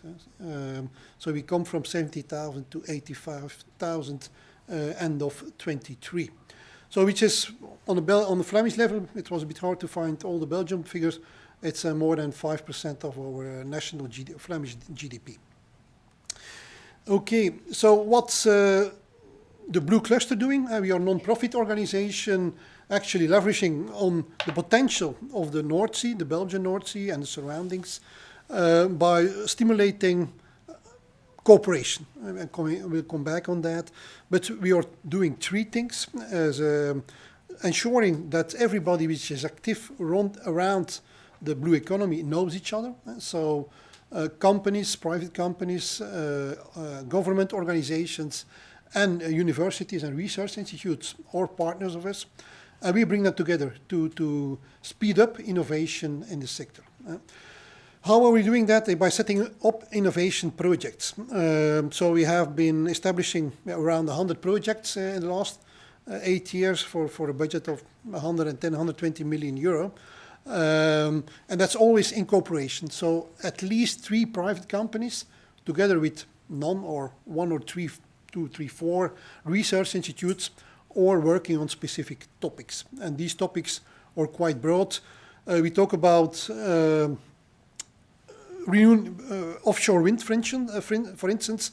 Belgium is still a pioneer in building up renewable energy.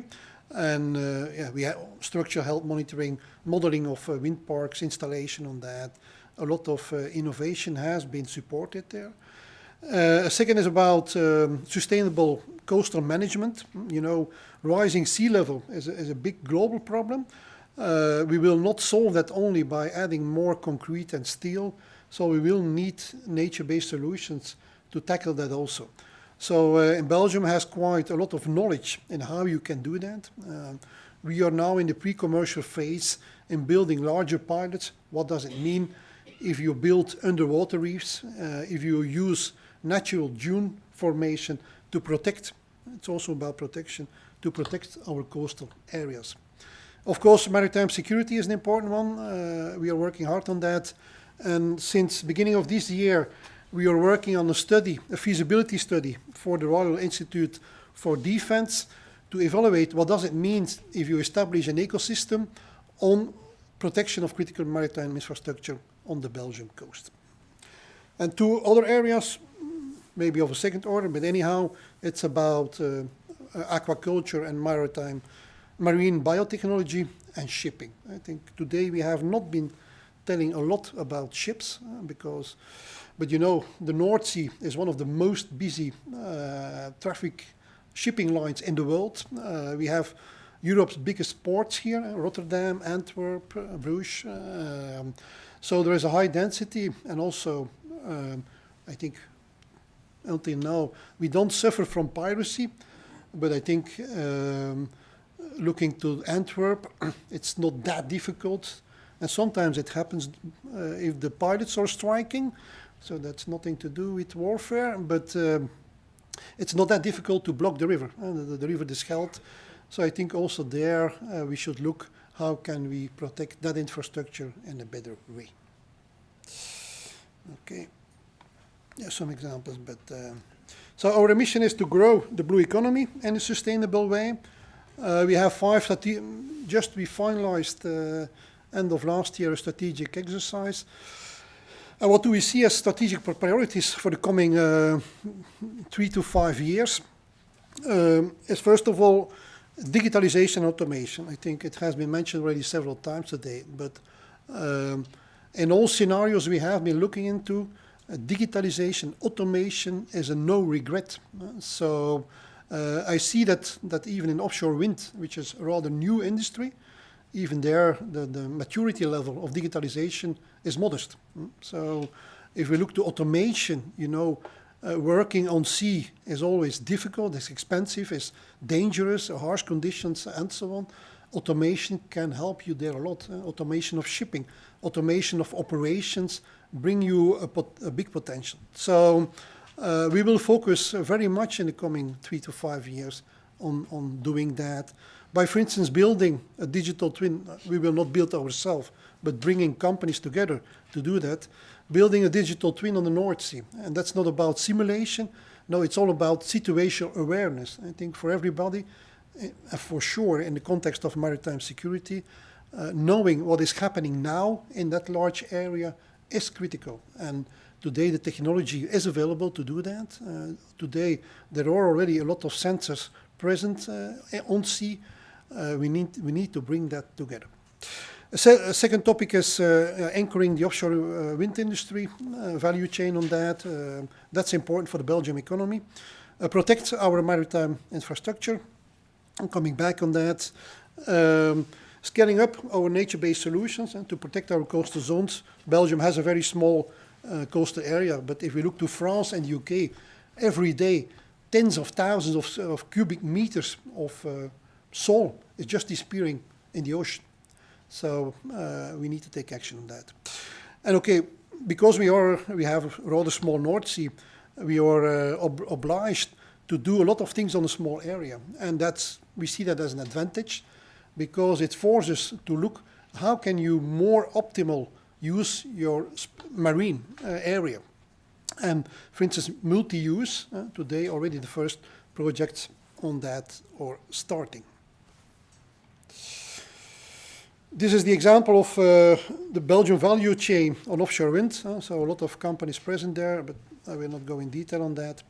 So if we talk about maritime security, I think most things have been mentioned. It requires a new security approach because until a few years ago it was rather unknown. Emerging technologies or enablers to support that. Cooperation is crucial, and because it's a lot of work to be done. So we see innovation really as a means too in 5 domains. It's all about monitoring, situation awareness creation. It's about data and networks. It's about physical security. We should not underestimate that. You can say it's difficult to access infrastructure on sea because you need a ship and you need... but okay, on the other hand, we see that the level of security in a lot of that infrastructure is limited. So we should put more focus on that. Cyber, the never-ending war, I think crucial, very, very important. But of course, we need to go there to cyber approach. Everything should be designed, keeping in mind cyber and of course also data privacy. Last but not least, it's about cooperation. I think you're lucky because your audience have a sneak preview of the study we are doing. So with approval from the Institute, we could disclose some first results out of that, and I mean it, you're really the first people who will see that. So we have been doing, and the study was only finalized last Friday, we did a foresight exercise, study together with Econopolis. So what is foresight doing? Nobody can predict the future. I think we have not been talking a lot about the future. I hope to share you a little bit here. But you can make scenarios. So we built 4 extreme scenarios, how the world in a maritime security context could look like in 2050. And we did that based on major trends we see today, drivers, interviews with a lot of people to see what the trends are for the coming 25 years.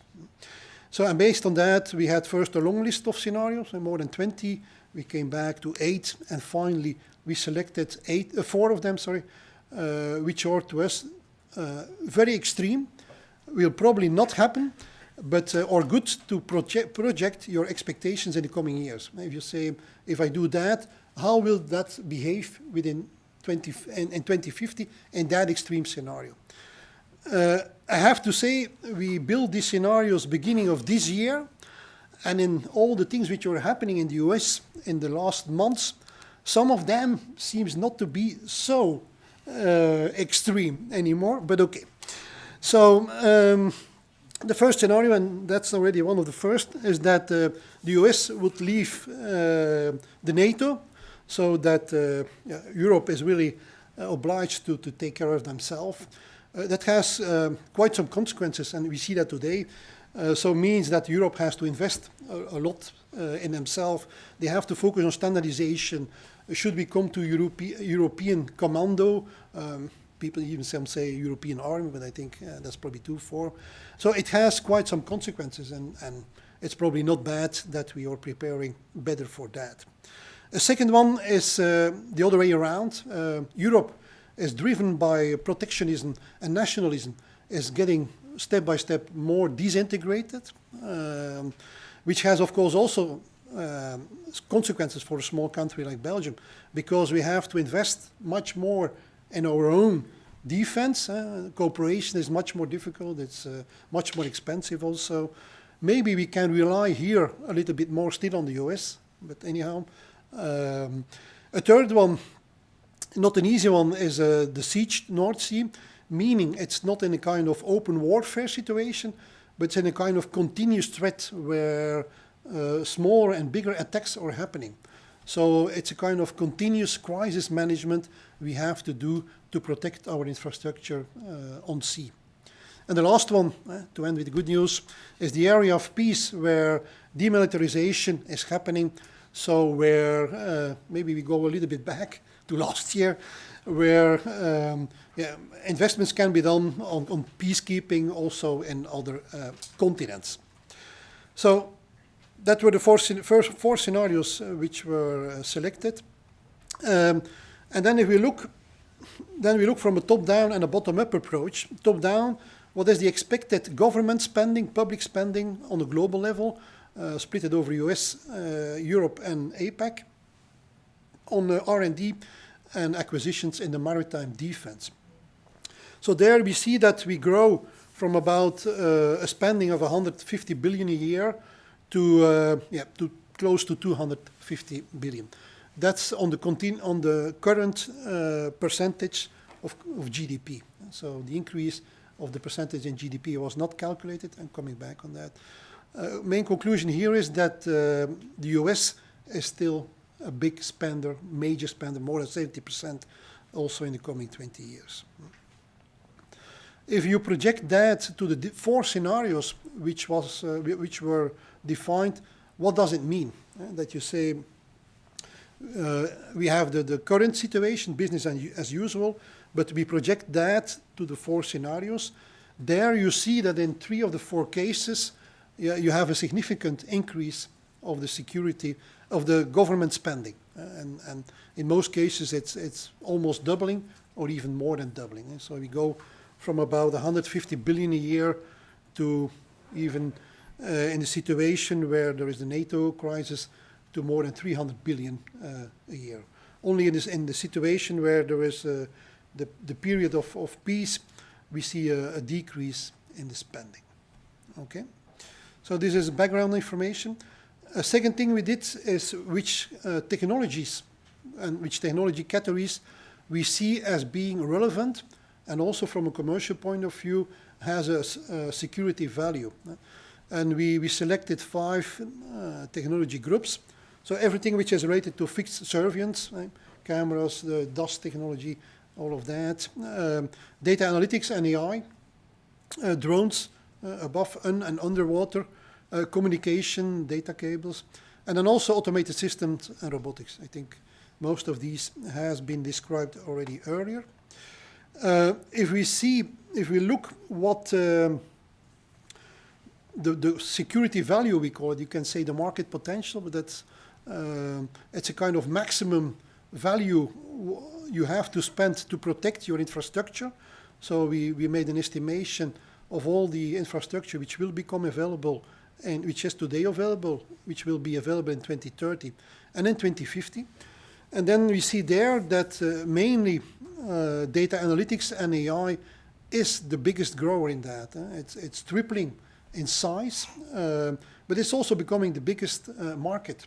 So in the total market for these technologies of about 116 billion in 2050, almost of half of that is about data analytics and AI, which is not really a surprise, but back again, please be aware AI is changing the world and will more than ever change the world in the coming 20 years. A second one, and that's to me was a bit more surprising, is that fixed surveillance will grow and will remain a big market or a big investment to do that by 2050. And also surprises that drones, a lot of people are talking about drones, and myself, I'm also a big drone believer. But you will see that the required investment in drones is modest.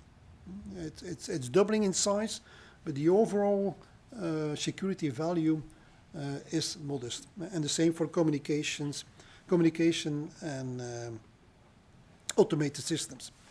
Okay.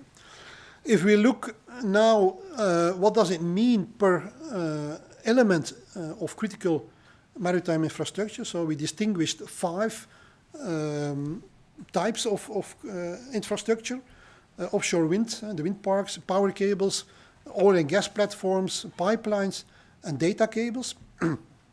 So there, for the coming 5 to 25 years, you see that the wind parks, and that was a bit surprise to me, are not the biggest grower. You see only a grow, back again, in securing the wind parks after 2035. And by 2050, it will be a significant investment, which is logic because I think today a lot of activity is happening around offshore wind, but the big boom is still to come. A second one is that cables and pipelines for the coming 5 years are the biggest potential or needed the biggest investment to secure them. Okay. And then if we look a little bit more in detail, what does it mean for Europe? For instance, for offshore wind. Of course, it's logic that the security and the investment in security is following the plans and the ambitions the different countries have in building up offshore wind parks. So there you see the top three, UK, Germany and Netherlands, Norway also coming up for the coming 5 years, but also towards 2050. These will be the biggest markets. Belgium today, because of the size, of course, per capita, we are number 3 or 4 in the world. But if you look to the volumes, of course, we will be farther in the line. Okay. So, but to give you a figure, if you talk about required investment to secure all the wind parks, we talk about 90 million euros today. That will further increase to more than $500 million in 2050. All right. So, and not the last one, but also scientific. I think it's always, because cooperation is always a bit difficult. It's a bit soft. People say we should cooperate to be more fast, and that's true, but it's sometimes very hard to make a scientific proof of that. This is a scientific proof. It's a study coming from Econ, University of Leuven, who made a study of that. And by using the difference methodology, they looked what the impact is of clusters. So, or companies, private companies working in a cluster organization, they could show here that they have a productivity growth of 1 to 4% per year, bigger or more than companies which are not part of a cluster or a broader ecosystem. All right, and maybe some recommendations, conclusions. We have, it's still work in progress, so it will change in the coming weeks still, but okay. So what we see is that by bringing all that information together, dual use is crucial. It's a no regret measure, so we should really invest in, and I think that's also logic. Defense is an important market, but I think with that market alone, we will not survive, or a lot of companies will not go into the defense. So it should be a combined situation where the private, civil market and military market are working together. For Belgium specific, we have niche expertise in drones, and the market potential is maybe limited, but anyhow, we should work on exporting that. I talked about digital twin. I think that can be a high impact project, because you talked there about situation awareness. Working to interoperability and European standardization is crucial. I think that's not a surprise to you, but we really need to work on that, because we see that as one of the blocking factors today. Building a European network of trusted partners. If we look to drones and a lot of other solutions, we should not look to Belgium only, but let's work with other countries, Italy, Norway, whatever, Poland, to build a European network and build competitive products on a European level and not on a country level alone. One to think about, it has been brought up a few times, see what possible is in development of repair drones. I think it was already mentioned, the cost of that, it should go much faster, and it should be much cheaper than it is today to build that capacity. And then last but not least also, we should not forget to think about sustainability and social relevance, because having support from society will be crucial to have these further investments in the coming 25 years. Okay, that's it. Thank you.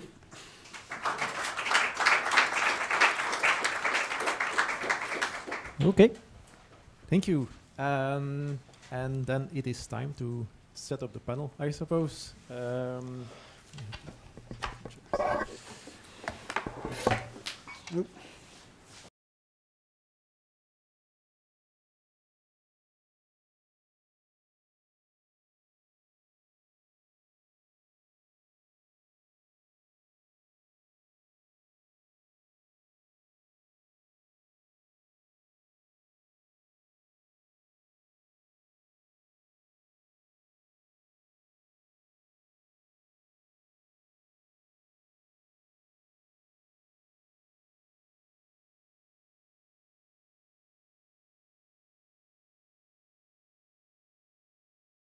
please, thank you. Please, the speakers can have their chair. So, good afternoon. I'm Rear Admiral Grivelli from the Italian Navy. And while the speakers are taking their place, I work at NATO headquarters, and I am in the Italian military delegation at NATO. And after the panel and after the coffee, I will try to give another impression from my side. First of all, thank you very much, Emanuele, for inviting me. This is a great honor, but I will not waste time because we are a little bit behind the schedule. And first of all, thank you to the speakers because it was a great panel this afternoon. I have learned a lot, and I have discovered that we had two first times. The first time that we had a discovery of your brevet. Now it's funny to imagine that now in the world they are trying to understand it, to copy your brevet, and the first time that your scenarios were undisclosed. The title of this panel is very, very easy, going in the right direction. So thank you, Emanuele, for this high-level question. So I will not try to answer, but of course I will put in your hands, the speakers, these questions, going in the right direction. So I would implore you to say one good thing and one bad thing we are doing in the field of protection of critical underwater infrastructure, or if you prefer, in the broader sense of hybrid threats and hybrid warfare. So I would ask you for the public to give a sense of what you think. One thing we are getting it right, and one thing we are probably lagging behind in the field of some kind of getting it in a good perspective. So I will start from my closest, if it is possible. And thank you very much. Yeah, of course. Is it working? No. It's on. Okay, sorry. It's better. So one thing that's going right, I think it's that something is going on. Since years, that was not a focus, this critical infrastructure, and certainly not directly for military, but now we are talking about it, we are investing, and we know that we should do it together, industry, defense, institution. So I think that's the good thing, that is we are aware that we should do something. And the less good thing, should I say, is maybe that we are only reacting. So we are reacting to the threat we are seeing, to the anchor being dropped, or that kind of thing. But we should do more foresight and trying to understand what's the next step, because it's very easy to see above water what's happening, but less evident underwater. And the real threat are maybe more underwater. So I think we should maybe prepare for the future and not always only react to what is going on right now. Thank you. Yes, I share your opinion. No, it's not a very easy question. Yeah, I think one good thing is concerning the general overview we have of the question. I think, yes, the good thing is for sure we need a kind of big ecosystem with all the technological solution which are existing today or which are in progress. In fact, so we have the solution now. Probably the bad thing, but again, we will see that in the future, is to be able to integrate this big panel of solution in a federating solution. So maybe we have to work on that, how to better integrate all the solutions we have today, and so for sure that will pass through the best cooperation all together in Europe. And after that, yes, we have to work hard to better make this solution reliable. Because when I say the solution are existing today, I think we still have a big job to do regarding how to make it very reliable when we are talking about drones. We know that, yes, part of the drones are reliable today, particularly AUV, for example. I think the AUV technology is quite okay. After that, yes, we have to make it reliable. We have to build a big ecosystem regarding the operation, the maintenance, etc. Thank you. Okay. Can you hear me? Yes. Good thing is that today we can measure a lot more than we could 10 years ago. It has been an enormous evolution, not revolution maybe, but an evolution. We are capable of handling huge data sets, and we see progress in what I would call edge computing, that you put your computer closer to the observation point. That's very important, that we are at that step now. And that is very promising for real-time monitoring, which I didn't have time to discuss so much. Challenges is, of course, for universities, it's always a challenge to cooperate with defense. No doubt about that. We have a lot of students that have different backgrounds, etc. And security clearance, for instance, is a challenge for universities. But I don't think it's impossible. It's doable. But it's not a bad thing, but it's a challenge. Mm-hmm. So I would say one positive thing is that we are here today, and this echoes what someone else has said before me. And probably the bad thing is that we were not here 2 years ago discussing about this. So I agree that we should be not just reactive, but we should start thinking on which are possible threats before they actually happen. So among our public, there is, for instance, one person that has foreseen a certain type of cyber attack before it happened, and I know that at the beginning people were almost joking about him. 1 year later he was right and the others were wrong. So probably we should also have the courage to think one step ahead and not just one step behind.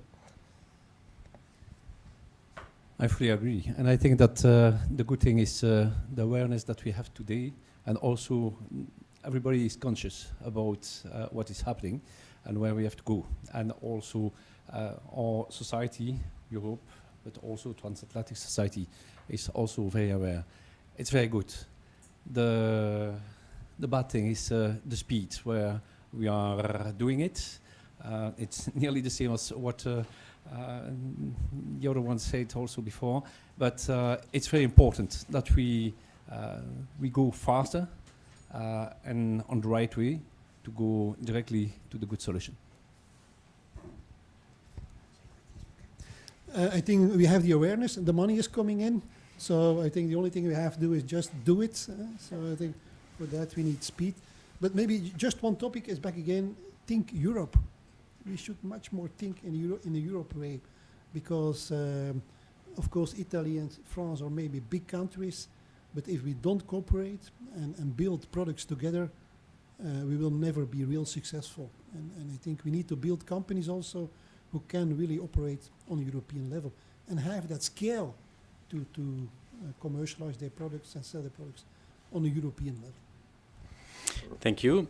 I will take some questions now from the public from Slido, and some of them or some elements of them have already been answered in some of your points, and two of them pretty much clustered together. One is fast innovation requires openness of ideas and collaboration, and how can we merge that with the traditional closed defense mindset?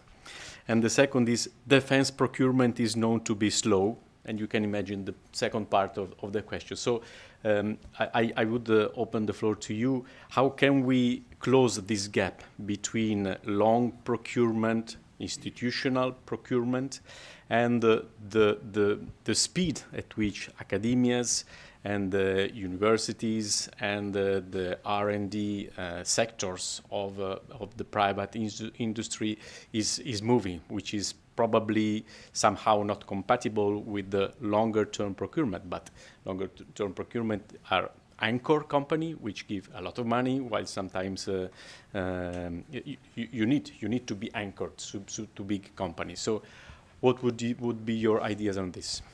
First of all, I think you need the mindset. So people, you have the coalition of the willing who would like to cooperate, but I think that will come okay. I think organizations, universities, the army, are in transition, but that's a matter of time. We need some new instruments. I think on European level, you have good instruments, but it takes time, and probably too much time. I don't know how long an EDF project takes, but it's more than 1 year for sure. So we need to be able to do projects in 3 months. For sure, if we look to the digital world, things which are not working today can work within 6 months because the technology is evolving so fast. So we should adapt and bring in some new instruments to do that, and then I think it should work. I think that we have different kind of and way of working for acquisition of material, acquisition of new technologies and so on, which is sometimes looking for a very long process. We need to be much more faster, and to go much more faster, but to work on a good way, is well to accept that sometimes we can have some projects, some research, which is not coming to a good end, but with a large scale of projects and research, then we are sure that there will be in those projects some of them or most of them which will give a good solution, and the solution that we are wanting to see. And instead of working in sequence, we have to work parallel and to be sure that we are going good but fast, and to put the so large possible scale of research in place. Well, so as an academic, so a person that spends, because of my stage of the career, like 60% of his time looking for money for really funding my research, and then maybe do what I'd like to do, but most often then to try to align with what is requested. I would say this is, of course, a bottleneck. So there is, times are long, there is a lot of work in the preparation of these things that not necessarily is then what we write, it's fully aligned with what we can really do or what we do, because at the end we have to play a game. So I think this is a general problem of research, how much time we dedicate to participate to these competitions, how much long it's the entire process, and when we really start speaking about innovation. This is, I think, really, it's a bottleneck. The other thing is that very often we are far away also from the final client. So it's not always the case. So for instance, here in Belgium, there is this initiative that was the MCM lab that has put us in very close contact with the officers working on the field. And we have seen things going much faster, and we also feel much more useful as researchers because we try to cater for real needs, not for things that we imagined in our offices without having a contact with the reality. So there is a way to do better. I imagine that there is also a way in which things are organized and who makes the decisions, because of course to go faster you need decision making that is much less centralized. It's the only way to go fast is to rely on people rather than on procedures. And this is something that probably is one of the key, but of course that also requires trust in the capacity and the good faith of people. Okay, I think it's a myth if academia is fast, we are not. This is interesting. The fastest partner here is the industry, in my opinion. But of course, remember that academia is educating people. So the industry needs, and the defense also needs students. But it takes time. The average time for PhD students is 3 to 4 years. It takes time to educate. So our role is maybe not as much. Sometimes we can speed up, but I think the industry is the fastest player here. That's my view. Yeah, for my part, I think there is the question of the confidence we could have regarding these new technologies, new drones. And for sure, I think the approach, the existing approach is quite good. For example, with your pool of expertise, or as you say, the MCM lab. Before we talked about REPMUS. So all these initiatives, all these exercises are very good opportunity to be better confident into the new concept, into the new technologies between universities, industry, defense. And for me, so I think we are on the good way for that. And that's a good thing to be more confident and to have very good proof of concept regarding the new R&D activities. Okay, multiple answer. First on the complexity of all procedure within Europe to buy material, that kind of thing. There are currently a war going on for an omnibus. We do that. We have multiple omnibus going on, but there is a defense omnibus that will simplify the idea to simplify the acquisition, but not only all procedure within the defense system. So this omnibus will be normally presented and adopted in June, so within a few weeks. And the idea is to simplify some of those procedure. First, the second is I think we should do that in parallel. So if we are talking about EDF, what we mostly spoke about, we are talking about research and development. That takes time. I agree with the academic. It takes time. So wanting to do everything very fast is not always good. We need to do things in the long term, to invest and to research properly, and then to develop properly, and to have a long-term vision. In parallel of that, of course, when there are urgent needs, we need to support industry, but those are IOTL to produce faster, and that's what we did, for example, with ESA program when Ukraine needed ammunition. There is no development needed, it's just supply and just producing the ammunition is very simple, and then you can go fast. So I think we should do all those things in parallel. There is no one solution, and wanting to do everything really quick is maybe not the good option. So we spoke about EDF, but there are other instruments, as mentioned, ASAP or EDIRPA, for multiple member states to procure together some system. Those initiatives will be transformed in the future EDIP program that will also be able for the industry to supply more, to stockpile, because if we need to go on war, you need a lot of stock of ammunition or other type of material, so you need to stockpile in advance. So yes, it's complicated. Yes, defense take time, but also for good reason, for security reason. We are not an industry like other industry. Defense industry is a specific industry, and it will remain specific. So yeah, it takes more time. Thank you. And you were very much tuned with the questions from the public, because you answered some of them. Thank you, Nisho, for the last question about continuity and sustainability of this cycle of tuning up the industry, the academia, and the institutions. But let's go to another item, which is deterrence. And within NATO community of interest and our nations, we are pretty much agreeing on the fact that deterrence can be on two levels of deterrence. One is deterrence by denial, which is in the end what is resilience.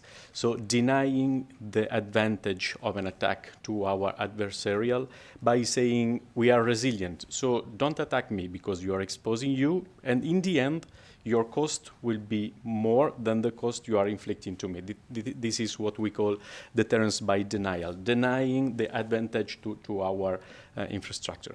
The other deterrence is by punishment, meaning that don't attack me, don't put me a threat, because in the end I will find you and you will be punished either by exposure, either by communication, Stratcom, or whatever. So if you had to invest €1, would you invest it in the resilience part of critical infrastructure and the critical underwater infrastructure, so to deter by denial, or would you invest your €1 on the awareness and on the monitoring, and so giving floor to the possibility of denying, so deterring by punishment, so to enable the second phase that is deterring by punishment. Keeping in mind that there is also a price to pay for the inaction. So inaction has a price to pay. So you can also lose your €1 by not doing anything. Thank you. Those are different responsibilities. So we spoke about earlier this morning, if we want to react on a military high scale, that will be within NATO framework. So from the European Commission, if you want for me to choose, I will not choose, but the focus of our framework is more on the first part, and the second part will be for member states within the NATO framework to react. So we are there to help them, of course, but it's not the European Commission that will attack somebody else. So, yeah. Yeah, I think I will put the €1 on the situational awareness. Yes, to have a better control on our territorial waters or inner waters, and to be able to know who is in my waters and who could threaten the critical underwater infrastructure. I would say the same, since I'm an academic and working in that area. So, but also from a personal point of view, I would say try the first option first. I'm taking notes. Well, the first question is, do we really have to spend €1? Can we spend a little bit less? That's the first question that comes to my to my head, because that's I think that's one of the one of the things in which we should also think as a parameter in our research, not much thinking, okay, this has this cost, but also thinking maybe we can reduce cost in such a way, increase our presence, increase our capabilities by simply having things that are less expensive. So I don't know if you noticed that in my presentation on 4 actions, in all the 4 actions there was, we should make this technology cheaper, because cheaper means more presence, and more presence means that we don't have to use other resources to do this. So this is my answer, but if really I have to choose among the two, probably I would go for the second, because it serves multiple purposes, which is, I think, the other key element when we think about research, to not think to just solve one little problem, but try to solve a problem within a larger framework where a same asset can be used for multiple things. And of course, to know what's going on at sea can be a nice thing. It's a difficult question, but I think that the resilience is indeed where we have to go, with taking in mind the fact that we must be able to go for the second one if it is absolutely necessary. So I will go directly for the first one, but the second one, if it happens, then we have to switch over to the second one. Yep. Of course, it's always good to be resilient, not only in a military context, but due to climate change, storms, other situations. It could be good that your infrastructure is resilient, accidents which are happening. But you should not invest too much, I think, because at the end you cannot protect everything. And so at a certain moment, you need to be able to respond. Thank you. I think we have come to the end of our window. And I am sorry, because during the first panel, the disagreement was fun for the public, while in your case, probably due to the moderator, good work. So well done, Gert, because in the end, we all agreed upon a lot of things. And so thank you for the opportunity. And unless you have any point to raise, and I would close this panel, and I think that Emanuele would like to open the coffee break. Okay, the coffee is ready then. Thank you very much. Thank you.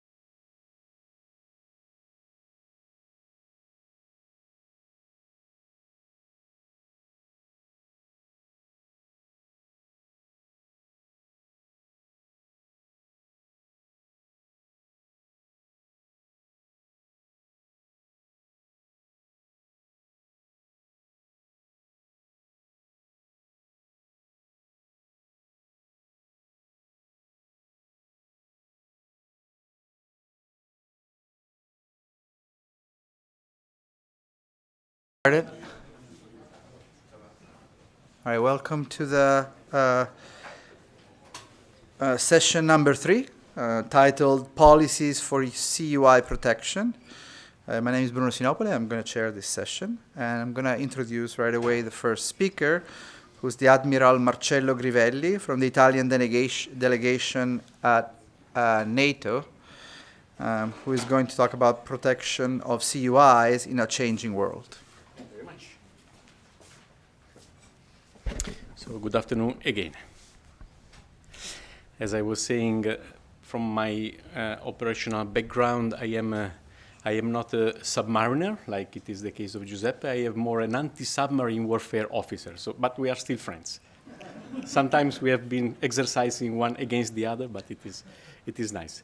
And thanks again to the Belgian institutions, to ULB, BrIAS, and in general to the Belgian defense, to give me the honor to speak here this afternoon. Thank you very much. So I found it very nice, the development of this day, because we are, let's say, spiraling around the problem of the protection of critical underwater infrastructure.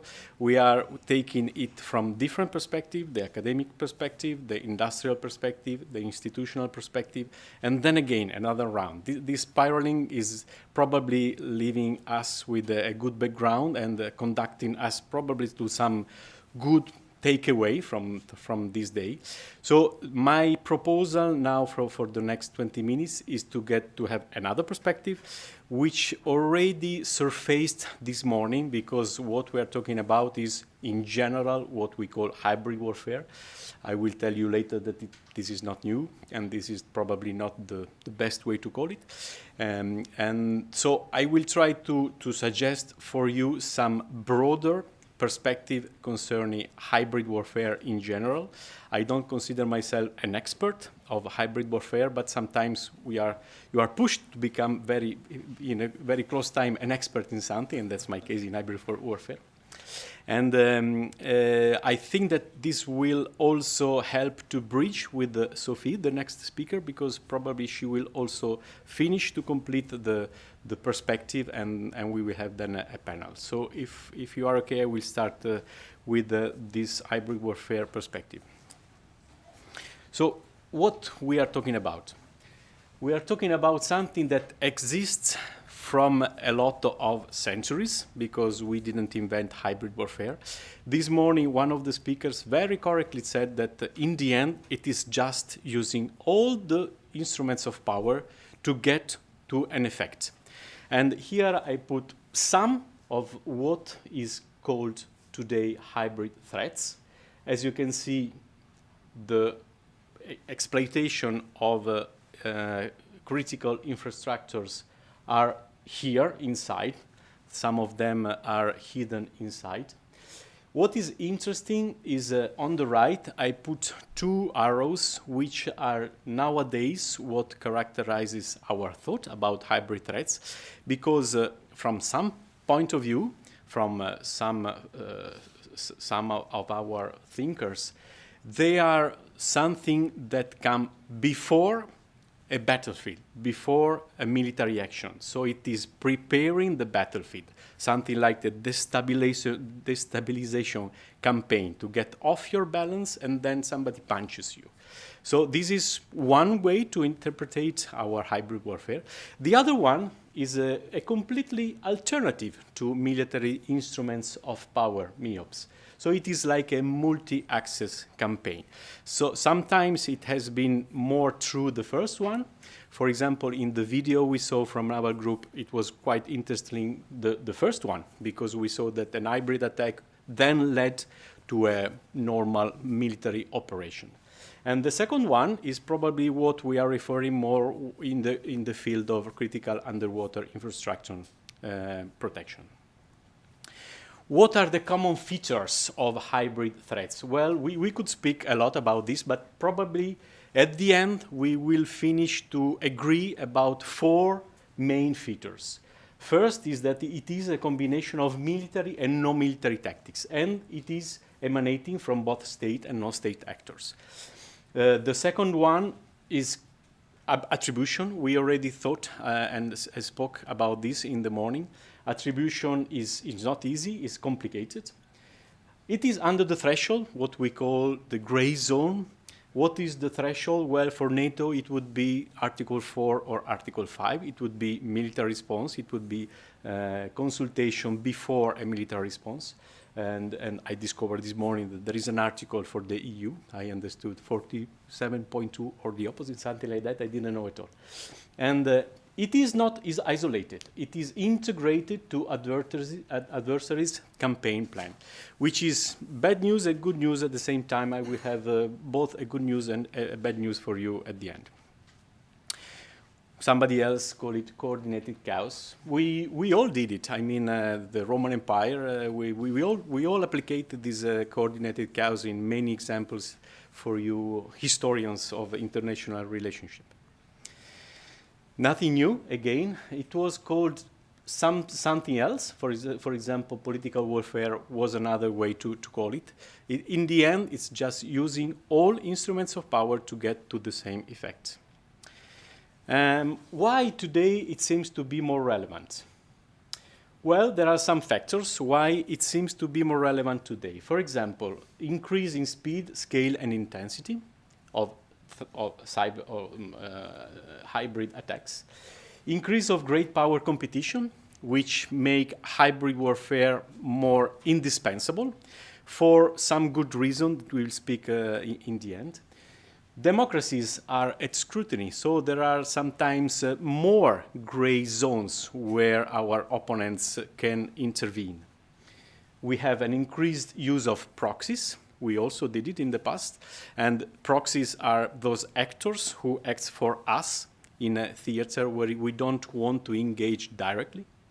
ADT is what we call the new technology, so it's the disruptive technology, emerging disruptive technology, we call it in NATO. And for example, one that I didn't know at all and I was exposed to very recently is what is called AI bombing. AI bombing is to make sure that when you find or ask for something in your AI tools, you find that answer. For example, who is Crimea belonging to, and you sometimes will find one or another. So if you do AI bombing, you will find more of that answer than compared to the real one, for example. Raising of autocratic regimes, test in the West. Test in the West is something that this morning already emerged. And in the end, infosphere revolution through cognitive warfare. We have a smartphone in our hand, and that is a bomb, also for those who want to exploit hybrid warfare. The approaches, we got it there already in the afternoon. Strengthening resilience, exercises military and non-military options, expanding toolbox with comprehensive preventive and response options, making sure that our opponent exposes itself with the cost, and that cost is that thing that will make him judge better his exposure, and then proactive engagement and escalation management. But let us look to this loop. So let's start from the first, like in a clockwise. Let's start from resilience and target hardening, and then information sharing through anomaly detection, early attribution, and wall of government and wall of society response options. So let's start from resilience. Resilience is what is defined by deterrence by denial, DBD. It was my point during the previous panel. Resilience is making your target more hard to attack. The target can be the critical infrastructure underwater, can be the society in the case of disinformation, can be anything else you can imagine, because if you go back to our first slide, we have many examples of hybrid threats. For each of them, you can have fun to find what is the target and how we can make that target more hard to attack. Okay, I like the example of society, and society was one of the question which emerged this morning. How can you make your society more hard to attack? That's a good question, and I don't have the answers. Probably education, formation, academic papers or academic sharing at all levels is one part of the answer. So if we consider that we would like to get more hard to be attacked in the info sphere, probably we have to do something in the education and formation field. This is just an example. So this is deterrence by denial. The other three are more leading to what I called before deterrence by punishment, because what we want in the end is to be resilient, yes, but also to detect anomalies, and this was part of our panel already, to give an early attribution. This is very complicated, and then response options. Sometimes you can have a shortcut between anomaly detection and response options. You don't need early attribution. It was the case for NATO operation in the Baltic. We didn't wait for attribution. In the end, we never had an attribution officially, but we engaged through a military option in the Baltic Sentry. We knew about that. Baltic Sentry was a response options without attribution, which is not senseless. It is something that could happen, because sometimes you don't want to wait attribution before doing something, because we go back to the concept that sometimes inaction has a cost, and sometimes you are keen to accept the cost of inaction. Sometimes you don't want to have the burden of the cost of inaction. Of course, escalation management go through all this loop, because sometimes you want not to do anything because you want to accept the risk. You don't have appetite to go up the scale. Sometimes, on the opposite, you do want to escalate. I put here two robots. Are these robots, Emanuele? Very low-level robots. Okay. Why? Because from my little and low-level understanding, these are the two parts of these quadrants where probably AI, robotics, and other new technologies can help more. I'm not saying that they cannot help in target hardening and in the response options. I'm quite aligned with you. You said that response options through robotics are not there yet. That's why probably in the same state of mind, I didn't put the little robots there.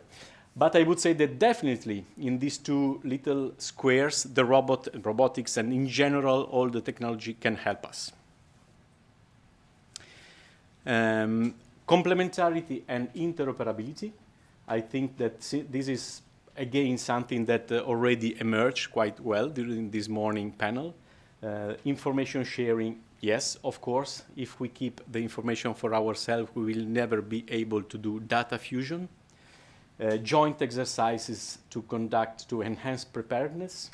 Strategic communication, this is something also that was already included this morning in the discussion among the response options. One response option, some of them are more military, are more kinetic, are more visible. Some of them are just what we said this morning. I saw you. I already understood that something is happening, and some of the actors could already de-escalate. Cyber defense initiatives for the threat mitigation in the cyber field. As you know, cyber is now one of the 5 operational domains for NATO. And the different instruments of power, orchestration and synchronization, because there is a limit to what the military response options can do, and probably we don't want to respond every time with military response options, because otherwise we cannot escalate more. And so there must be an orchestration among all the instruments of power. And this is another way to see it, and just to highlight some of what I already said. If there is something new in this slide, for example, is the third bullet, the third parties sensitivities. Why I say so?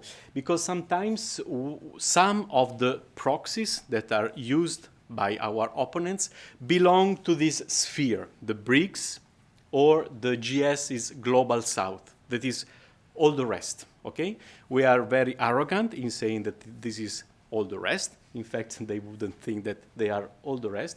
And this is part of the problem, because our arrogance gives our opponent more strength to use some states or non-state actors in the BRICS and in the Global South for their use also in the hybrid warfare.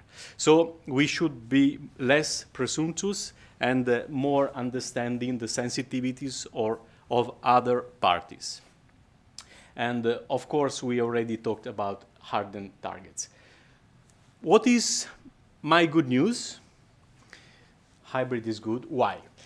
For those who like international relations and the history of international relations, when was that moment where hybrid came to a really important phase in the history of human race competition? Somebody agreed that it was during the Cold War. Why? Because before the Cold War, there was a multipolar system and war was accepted. That was unfortunate, but it was accepted. During the Cold War, there was a bipolar situation where the conventional war and the nuclear war was not accepted anymore. That is the definition of Cold War. But during the Cold War, hybrid emerged more strength. Why? Because war was not acceptable, but big power competition still was there. And so you must imagine that hybrid threats and the hybrid tools emerged during the Cold War like the smoke of an active volcano. We don't want the big eruption. We don't accept it from a societal point of view, etc. But we have to accept some ashes and some smoke, because we have to accept it as part of the great competition, giving the possibility to this volcano not to erupt, but to have an activity. And this is exactly what hybrid is. So from a certain point of view, we should be happy that we have hybrid activities, because this helps us not having a proper big nuclear war. We are in a situation where nuclear war is, of course, out of the question because of mutual assured destruction policy that have developed through the decades from the Second World War. And the hybrid warfare is what we have to accept from a certain point of view as a consequence of the situation of state power, great power competition. I told you that I had good news. The bad news is that we will never be able to deter hybrid warfare, never, because hybrid warfare is by definition opportunistic. So if now you will focus and invest your €2 in deterrence, etc., in CUI protection, they will find another way to hybrid attack us. So my point is that we should understand to what extent it is possible to deter and to dissuade our opponent to conduct this kind of hybrid attacks, keeping in mind that it is opportunism, pure opportunism. And in the moment they will feel that it is too costly to go in this deep through critical underwater infrastructure, they will just find another way. So there is a limit to the optimism we should have about hybrid warfare proactivity. And my point is that perhaps we should go back to resilience, because resilience is more broad. Probably if you are more resilient from one kind of hybrid threat, you are probably more resilient also for other kinds of hybrid threats. I have finished. I think I am in my 20 minutes, and I thank you very much for your attention. Thank you. All right, so I don't see any question online. So if you have one, why don't you shoot it? I'll bring the microphone to you so that people online, if you have any. Okay, if not, maybe I'll ask you a question. I apologize if it was discussed in the previous panels, which I could not attend. Given that these are policies, the session is policies for CUI protection, in your opinion, where does responsibility of government stops and when does the private start, right? This is a tricky question, and I think that first of all we should define what critical means, and in the moment we have understood what critical means, then we should say that the government is responsible for that. I will be more in particular in this. We cannot protect everything, and there is of course a share of responsibility between institutions, governments, and the private sector. The moment we have to fix that threshold, from my point of view, is to define what critical is for a country, a state, or for the business continuity of a government. In the moment we define that one particular cable or one particular pipe is of strategic interest, so it is critical for the continuity of business of one state or one government, then I would say that the state or government have a better share, have a bigger share in order to protect it. If one cable is one of 100 cables and there is a redundancy in those, and there is not a complete, let's say, indispensability of one of those cables, then perhaps the private sector should have a better role in order to protect those. Wonderful. Thank you. Let's thank Admiral Crivelli again. Thank you. And let me introduce the next and last speaker of the session. It's Ms. Sophie Witte from the Munich Security Conference, who is going to talk to us about current and future threats. What should the EU do? That's it. I'm not going to use the presentation. Okay.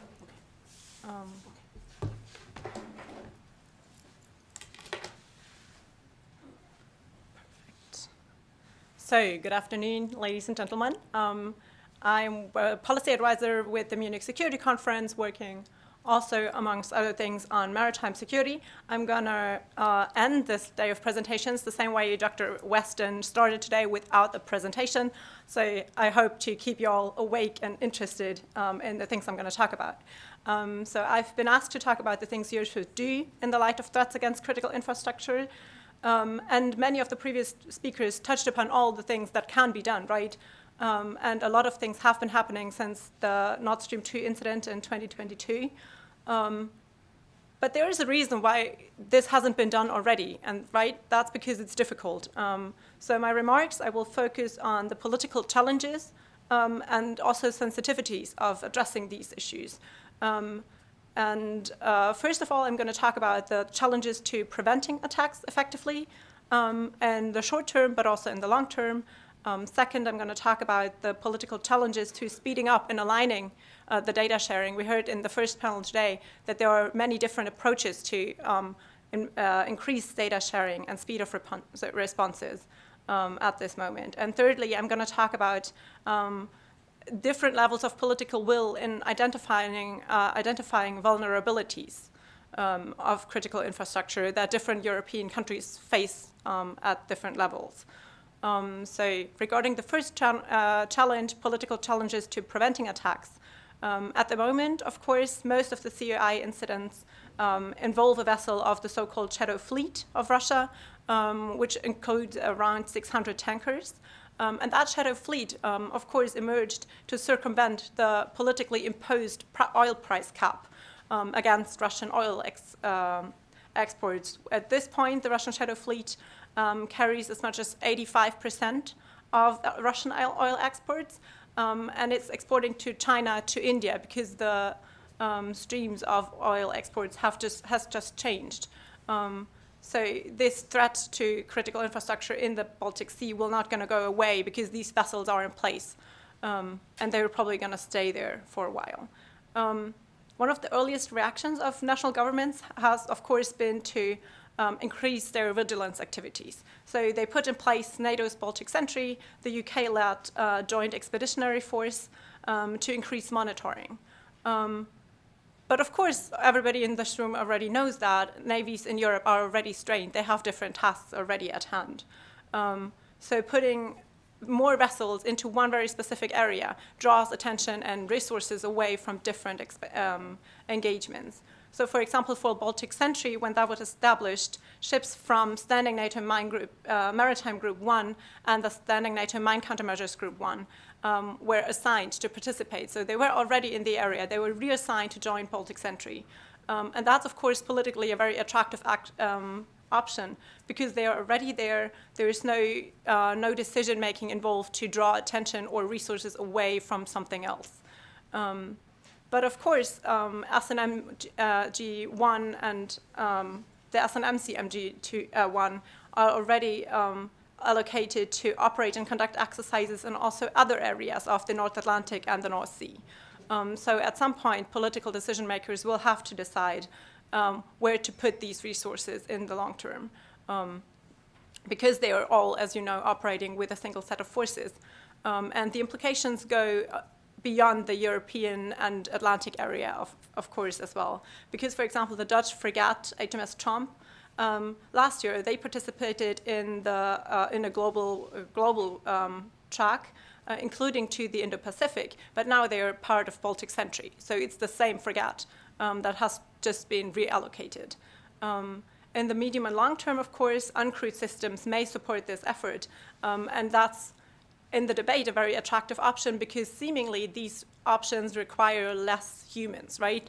Because they are uncrewed, you don't need an immediate crew on that vessel. But of course, operating them, monitoring, streamlining the resulting data flows, and operationalizing the results collected by uncrewed vessels will require especially trained personnel. So it's just a different type of crew. Maybe it's less people, but it's more trained people, and it's in close competition. For example, data scientists are also on high demand on the civilian market. So navies and ministries of defense will have to compete if they want to attract the people to operate all of these vessels. And of course, uncrewed systems will also pose new political challenges. Because traditionally in international system, a ship has been defined by having a captain, having a crew. You can hold the captain accountable, right? You can hold the flag state accountable. Uncrewed vessels don't have a captain. They don't have a crew. They don't have a flag state, at least at first glance, right? In all of the pictures you saw earlier, there wasn't a little flag on each of the uncrewed systems. Some companies put it, but it's not required, not yet. So there is a lot of political room for decision-making, right? Do we want to require uncrewed systems to be flagged? Who will decide how close an uncrewed vessel is supposed to go to a shadow fleet tanker? Will the operator be allowed to be back home on shore? Or will the operator be required to be on a traditional vessel just operating an uncrewed vessel closer to the area of operation? And because there is no standard yet, and because, for example, Russia approaching one of these uncrewed systems, there will be a joint approach, will have to be a joint approach among European countries because they can't be easily distinguished, right? And Russia especially sees Europe as a threat, not an individual European country. So any European approach should really be focused on that.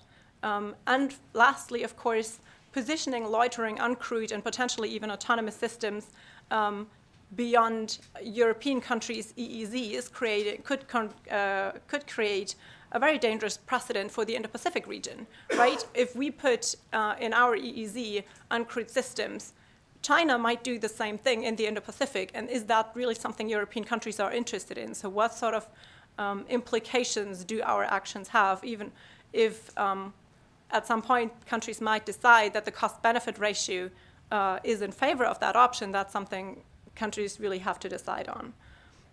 The second challenge of speeding up and aligning reporting and decision-making.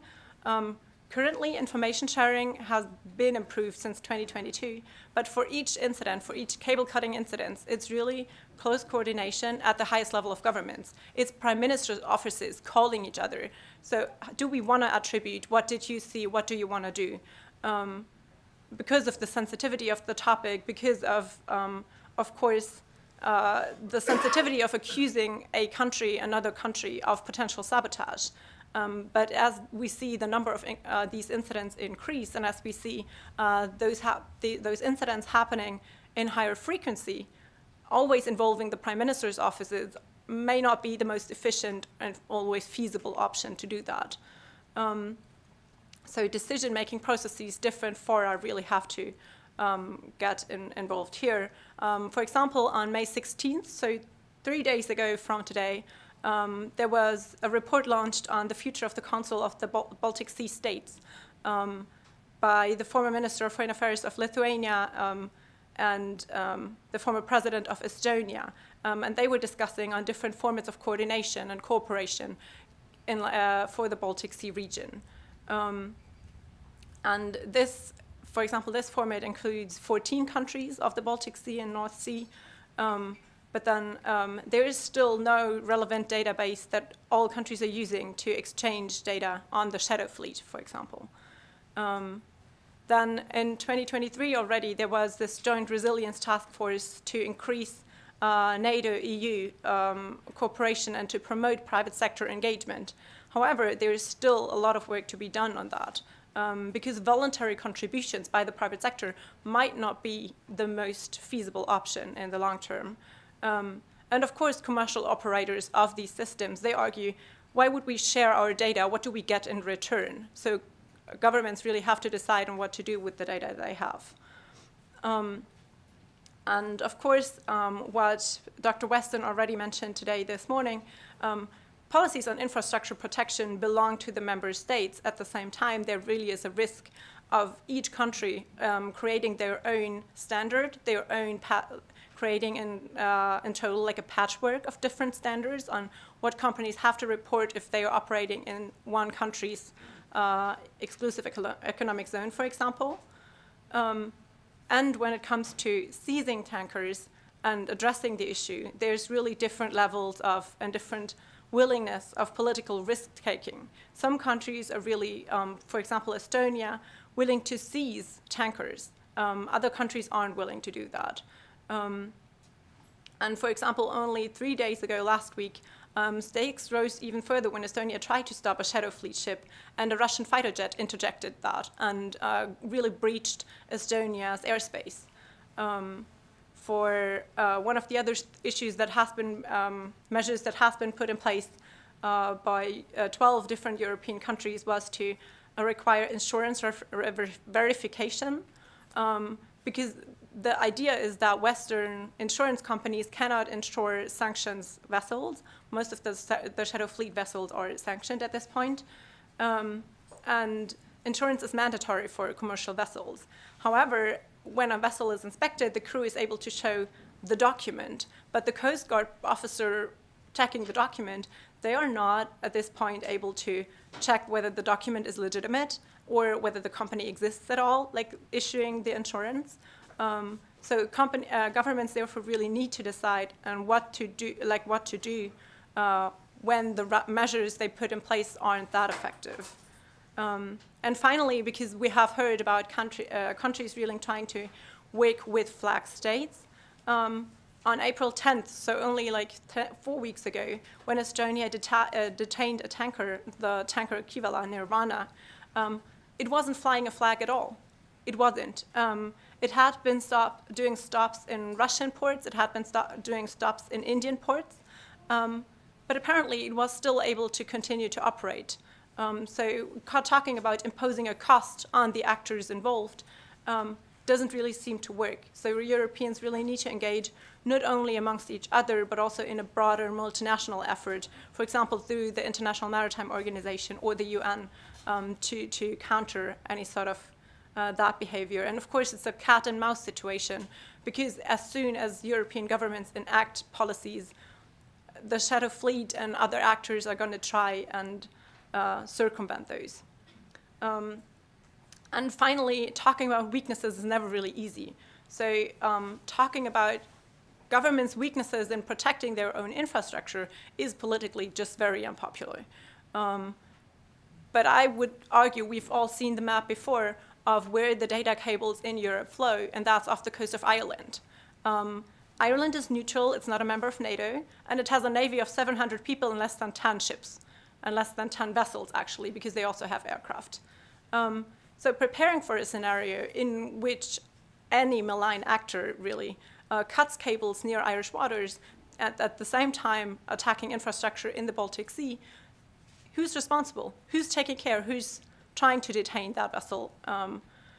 That's really a worst case scenario, but I think it's something countries really need to engage, because more than 20 major undersea cables land on Irish shores, and that's 75% of all transatlantic cables going near or through island. So that makes these cables just a very highly attractive target to target Europe's economy. And there have been Russian vessels, you all know that already, lingering off the coast of Ireland and tracking these cables. So assuming that malign actors don't know where the cables are, I think that's naive. Not preparing for a situation in which these cables might be a threat would also not be my preferred option. But that's for political decision makers to decide, of course. And it's been talked about already today, the EU Action Plan on Cable Security really asks governments to assess their own vulnerabilities. And it's, of course, island states who are more at risk, but it's, of course, very likely to be island states because they are more at risk, easy to use as a political symbol, right? Shutting off internet in a country of maybe only 500,000 citizens is not that difficult if it's only connected by 4 cables. And it's a political system because it's hard to repair, because it will take a long time to repair. That's a symbolism politics of showcasing maybe European countries and NATO countries' inability to respond. So I think tracking that sort of vulnerability is really something European countries should do as well. And finally, we've been talking about the need to raise awareness. I think political decision makers really need to think about and talk to their constituents. We saw in Spain and Portugal just a few weeks ago that 100% security is not going to be possible. There might be some outages. There might be some impact of countries not being able to protect 100% of their CUI. So really making sure to protect those cables that are crucial for a country's, for example, economy, for example, security, is going to be something that needs to be communicated to citizens. That just because maybe Facebook isn't running, that might not mean that all the rest of the country isn't running as well. And of course, politicians will need to integrate security considerations in all other policy projects as well. Because Germany, for example, learned the brutal way that there is no such thing as a purely economic project with Nord Stream 2. There is no such a thing. So, for example, now with green energy transition or offshore wind fields, that's politically, of course, very important. The green energy transition is something to prepare Europe for the future, but at the same time, just to give Germany as an example, Germany plans on getting 20% of its energy supply by 2045 from offshore wind. So that's 20% of the energy grid coming through cables in the North Sea. So who's going to protect those cables? These wind farms are usually within the country's exclusive economic zone, not within its territorial water. So protecting that infrastructure, creating the legislation to protect that infrastructure is going to be crucial. And finally, another question, because we talk about a European market, who's going to pay for that defense? Who's going to pay for the investments in security, and whether it's uncrewed systems, whether it's personnel on board of these or at these platforms? Is it the risk of doing business, of that being affected by sabotage? Or is it something the government needs to provide because the government is supposed to provide security? Who's going to bear the cost of that? And finally, what's going to be the legal requirement of companies operating? Who's going to, in the case of piracy of the coast of Somalia, there were commercial operators hiring private contractors with guns to be on their ships to protect that. Do we want to see that on infrastructure in the North Sea? Offshore energy systems being guarded by private companies? And that's something political decision makers really need to think about when talking about protecting CUI.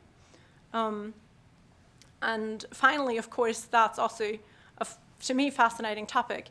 50% of undersea bandwidth worldwide is owned by American companies. It's Amazon, it's Google, it's Meta, it's Microsoft. So regulating that is upon the US government. Is Europe able and willing to impose, for example, reporting requirements, security requirements for these companies? We heard last year J.D. Vance in September saying that if Europe wants to, through the Digital Services Act, if Europe wants to regulate companies like Facebook in a way that doesn't suit the US government, that might risk NATO's Article 5. So connecting these issues of the jurisdiction of companies really is a question that really needs to be thought through as we talk about the physical infrastructure around the world, but also in Europe. So as I said at the start, there is no easy solution, and I don't want to make it doom and gloom, but there is a reason why these things are difficult and why so many organizations and companies and institutions are working on it, because it's not easy, and because there are also political challenges to doing that. But of course, as I learned as a young sailor on a minesweeping vessel a couple of years ago, it was easy. Somebody else would have already done it. And I think we all got quite a couple of good ideas today. And yeah, thank you for your time.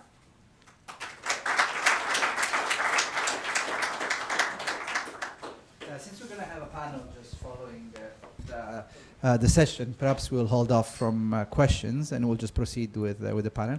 But let's thank our speakers again.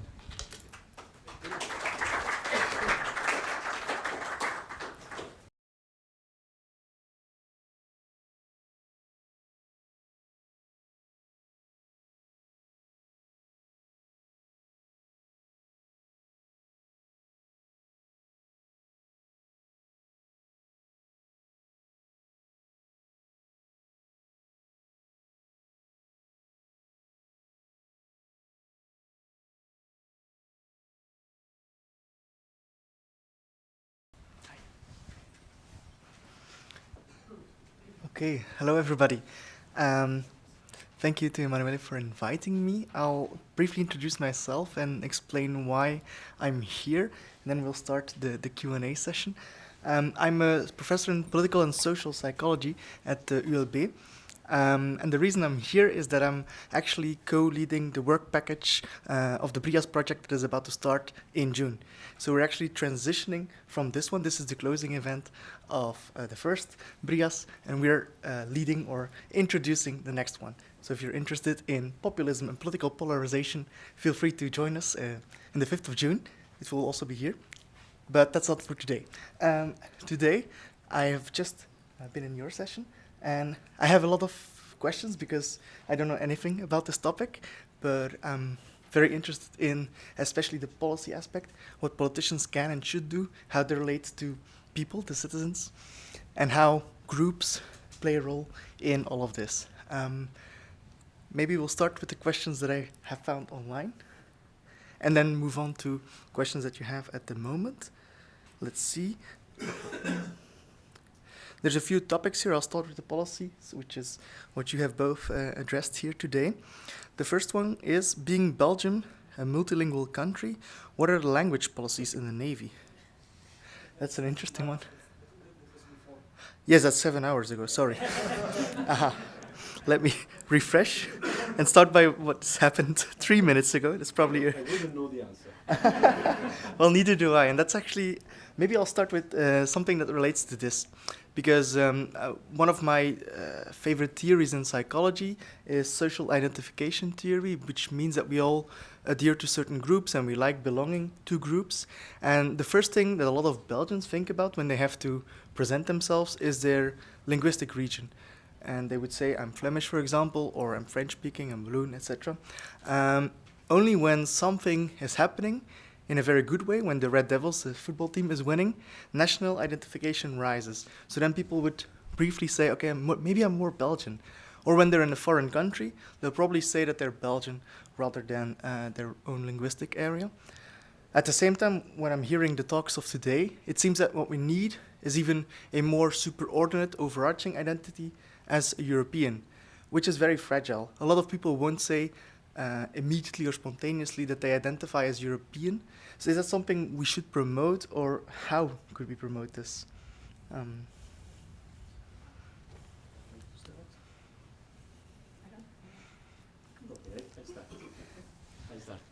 Thank you very much for the question. And let me first say that I am more in NATO, so I can help perhaps answering your questions concerning what is the national Italian, in my case, perspective, and the NATO perspective, even if I'm not speaking for NATO today.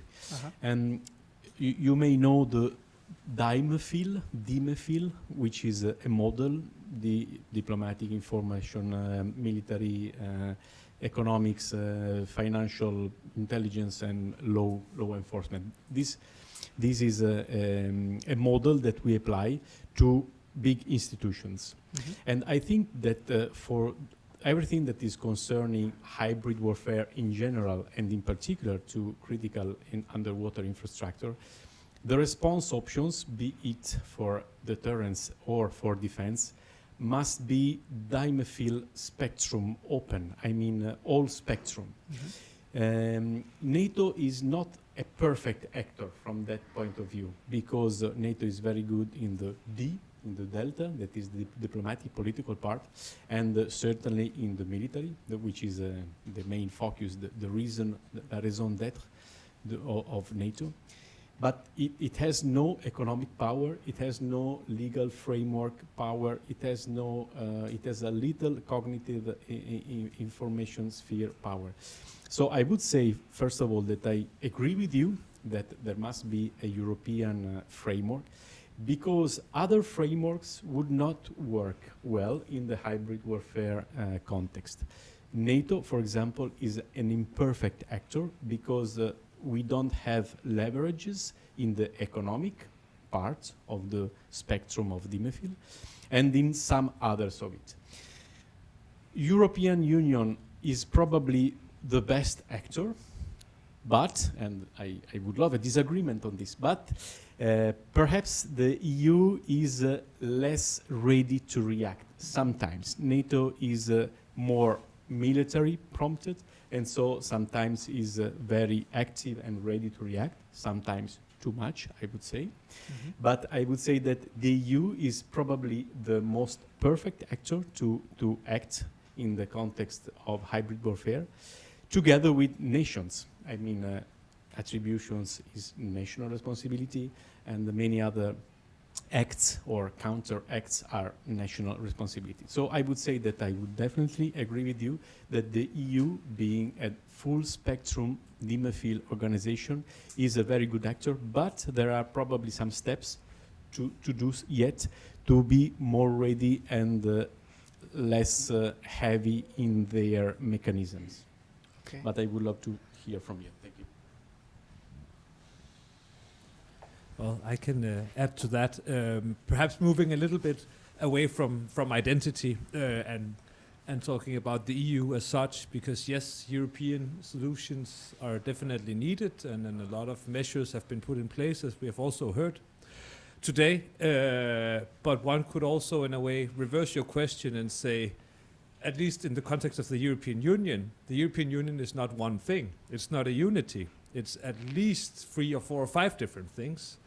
And I think we heard also earlier today that the External Action Service and DG Connect seem to be very much in agreement. Now they both left, so now it's easy to say. But in practical terms, in real life, I think they're perhaps in less of agreement. And I think also we could include DG Home, also part of the Commission, also working on something related to critical underwater infrastructure.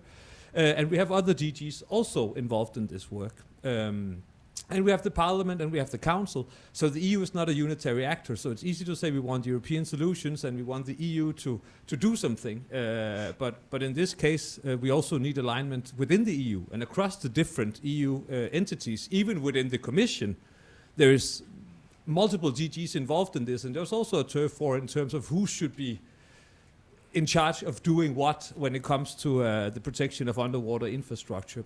So just to complicate it a little bit, yes, EU solutions are very good, but again, as we also heard, we have already a lot of different things going on in the EU. The NIS2 directive, the SIR directive, the European Maritime Security Strategy, the different subsea data cable proposals and toolboxes. And then we have other things going on in the energy sector. So already there, the EU is complicated, and it's easy to want European solutions, and I think I agree it's a good idea, and the EU definitely in comparison to NATO probably has more leverage because it fathoms not just the military when it comes to the hybrid threats, but still also something where we see, or at least I see, challenges also in this area within the union itself, and even within the Commission in terms of what they should do and who should do it and how to divide authority and responsibility.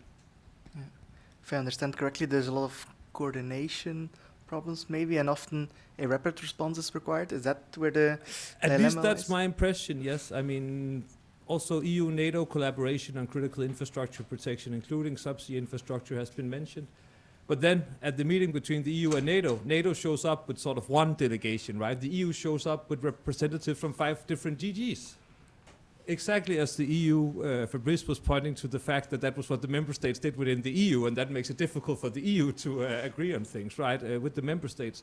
But the EU is sometimes a little bit the same itself, and again, not to say that there's something or anything wrong with that, or that it's also not natural, but just to say that the EU, again, is not a unitary actor, and that it's not just like one European EU solution or view on this topic, because there are actually multiple.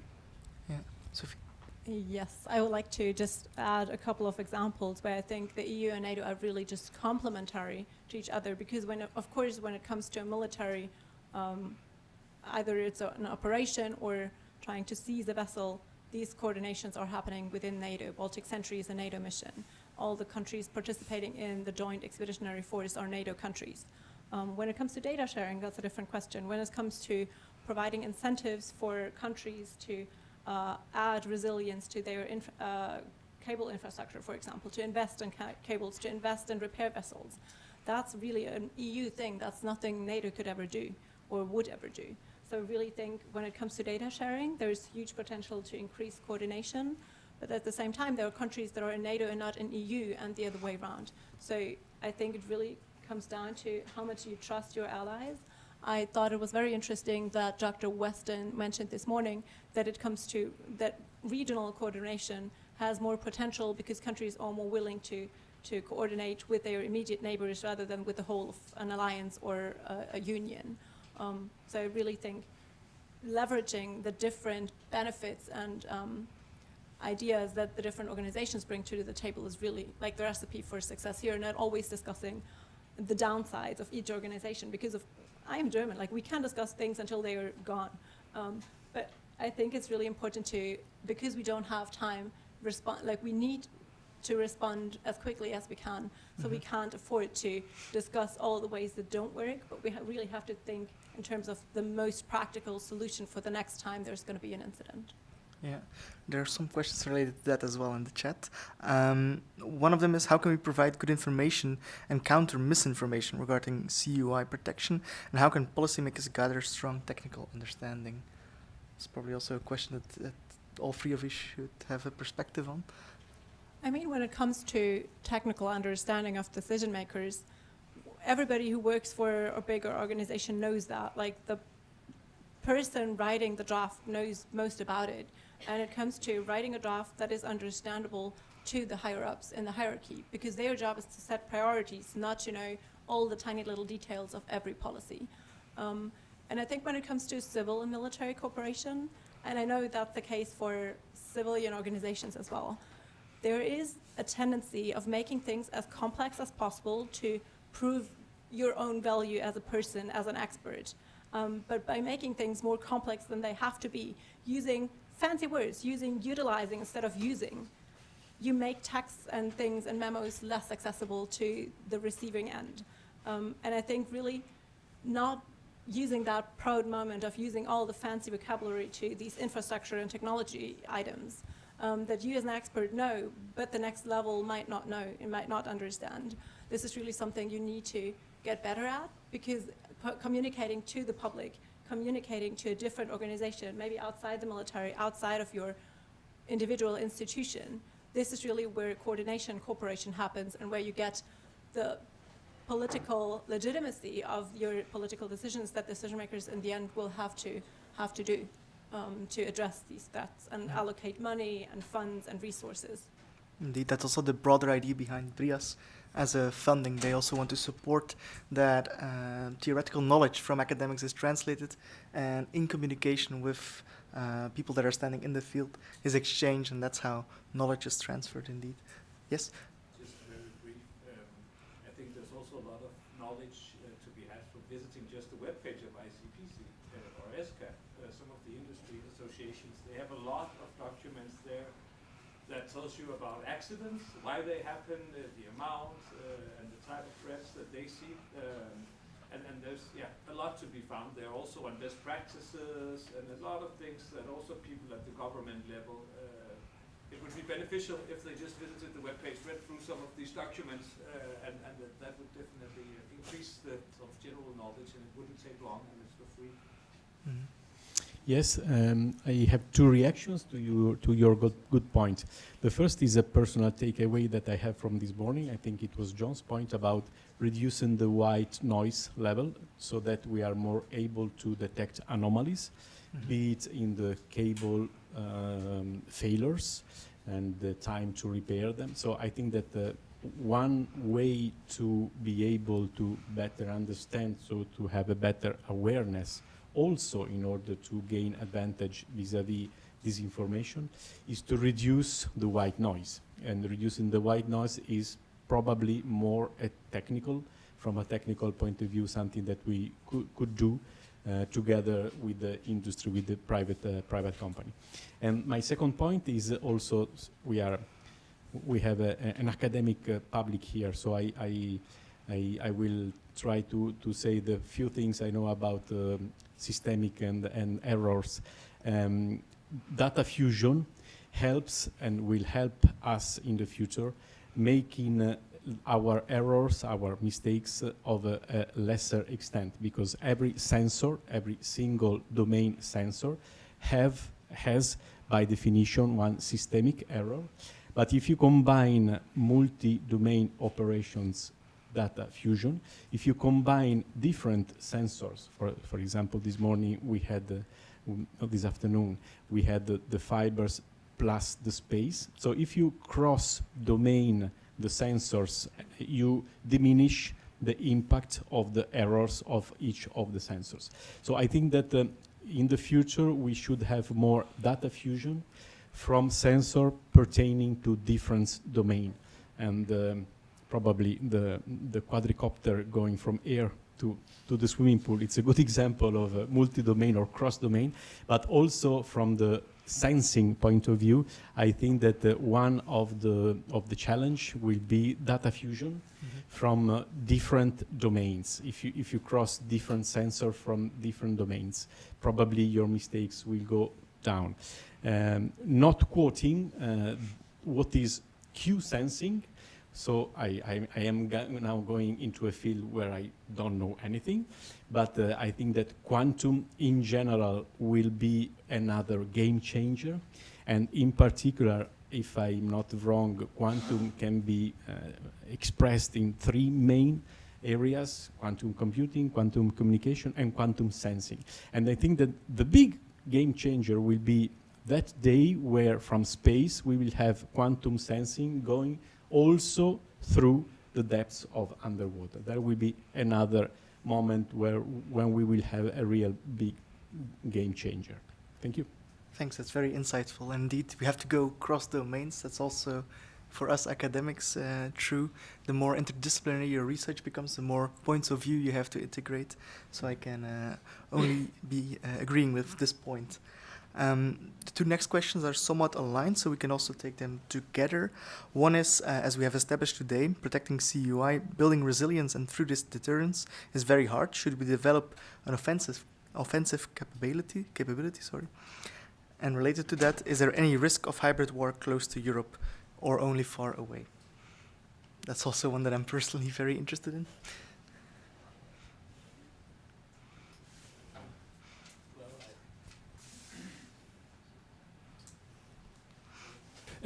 Well, I think that we find ourselves in a situation that you could call hybrid war. I mean, again, depends a little bit on how you define these terms, but I don't think it's something happening far away. It's happening as we speak all the time in all European countries, basically.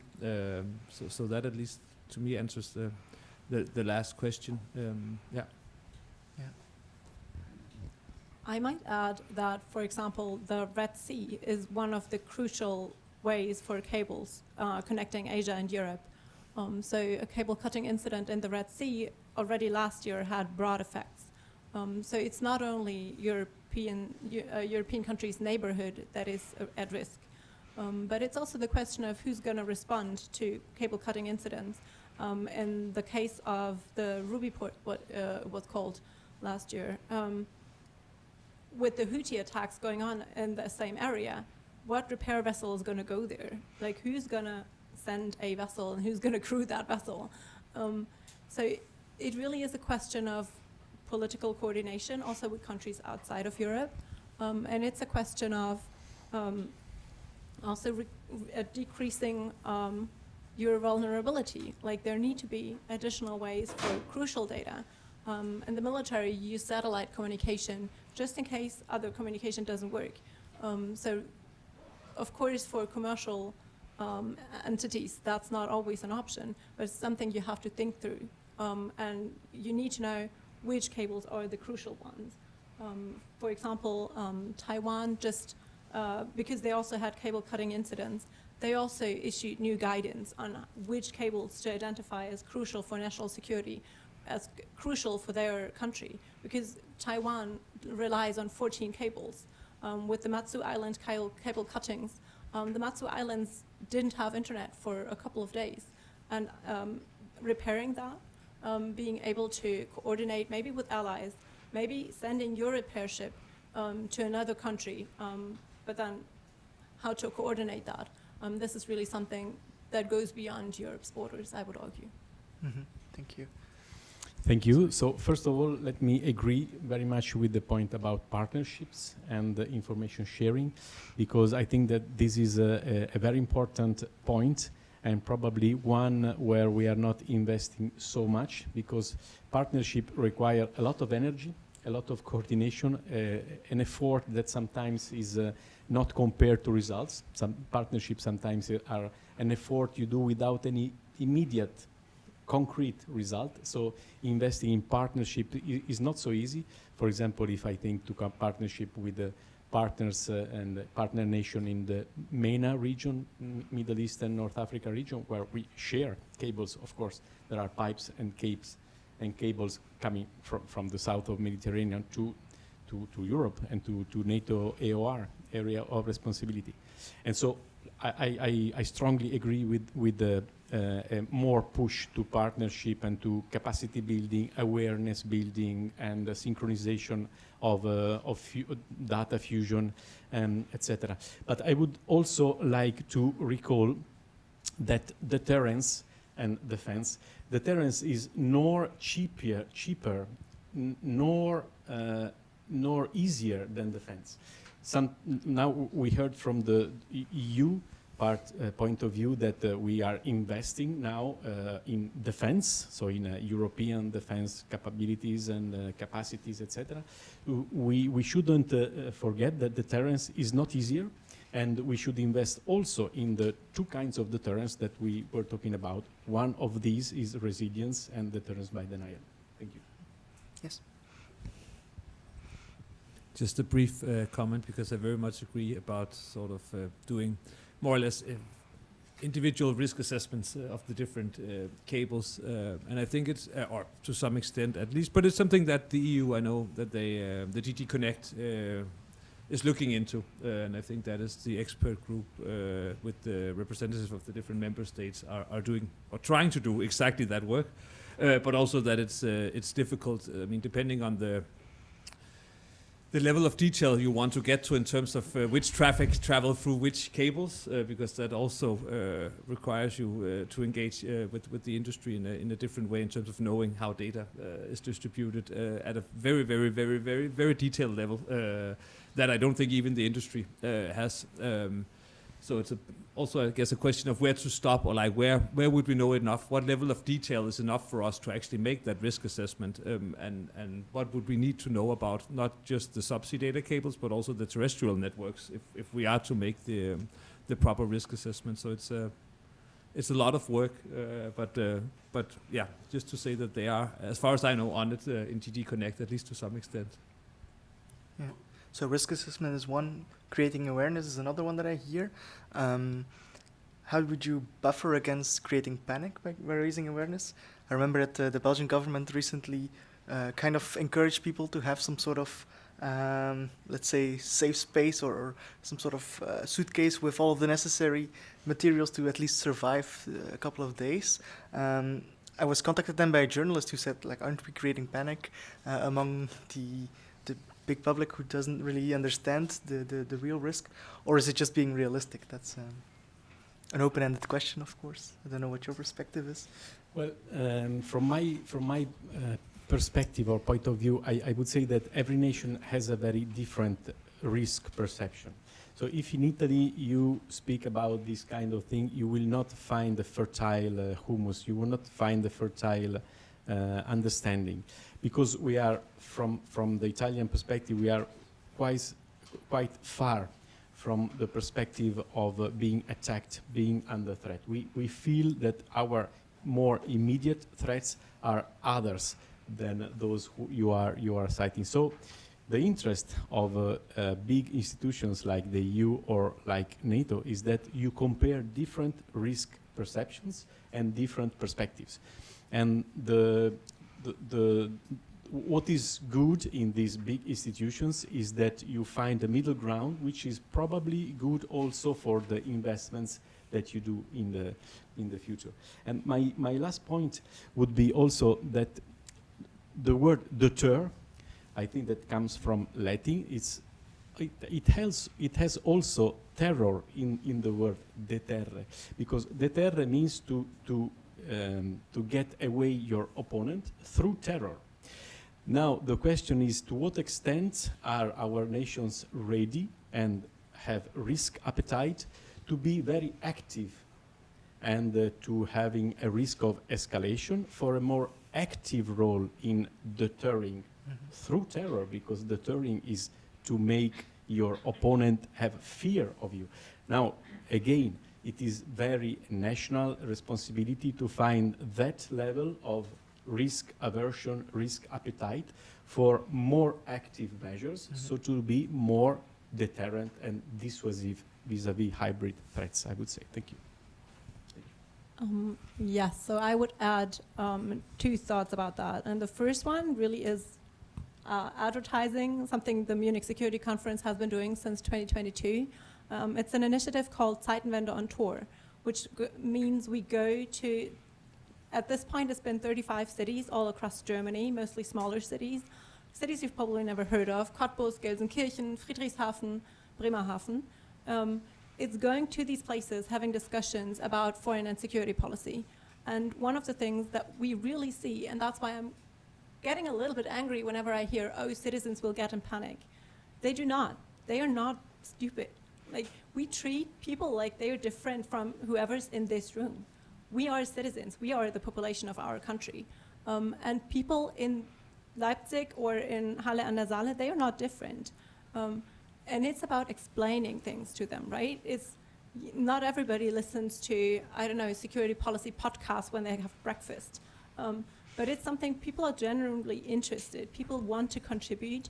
And I think one of the risks is that policymakers use citizens not understanding every single detail of defense questions as an excuse not to explain it. And that has worked for the last 30 years, because during the Cold War, there were huge debates about that. But after the end of the Cold War, everybody sort of got into a sleep where defense was something that didn't need to happen because we weren't threatened, at least not in the state-to-state confrontation, geopolitical competition situation that we are in now. And just having these conversations. And for all of the experts in whatever topic in the room, it's about going to these places.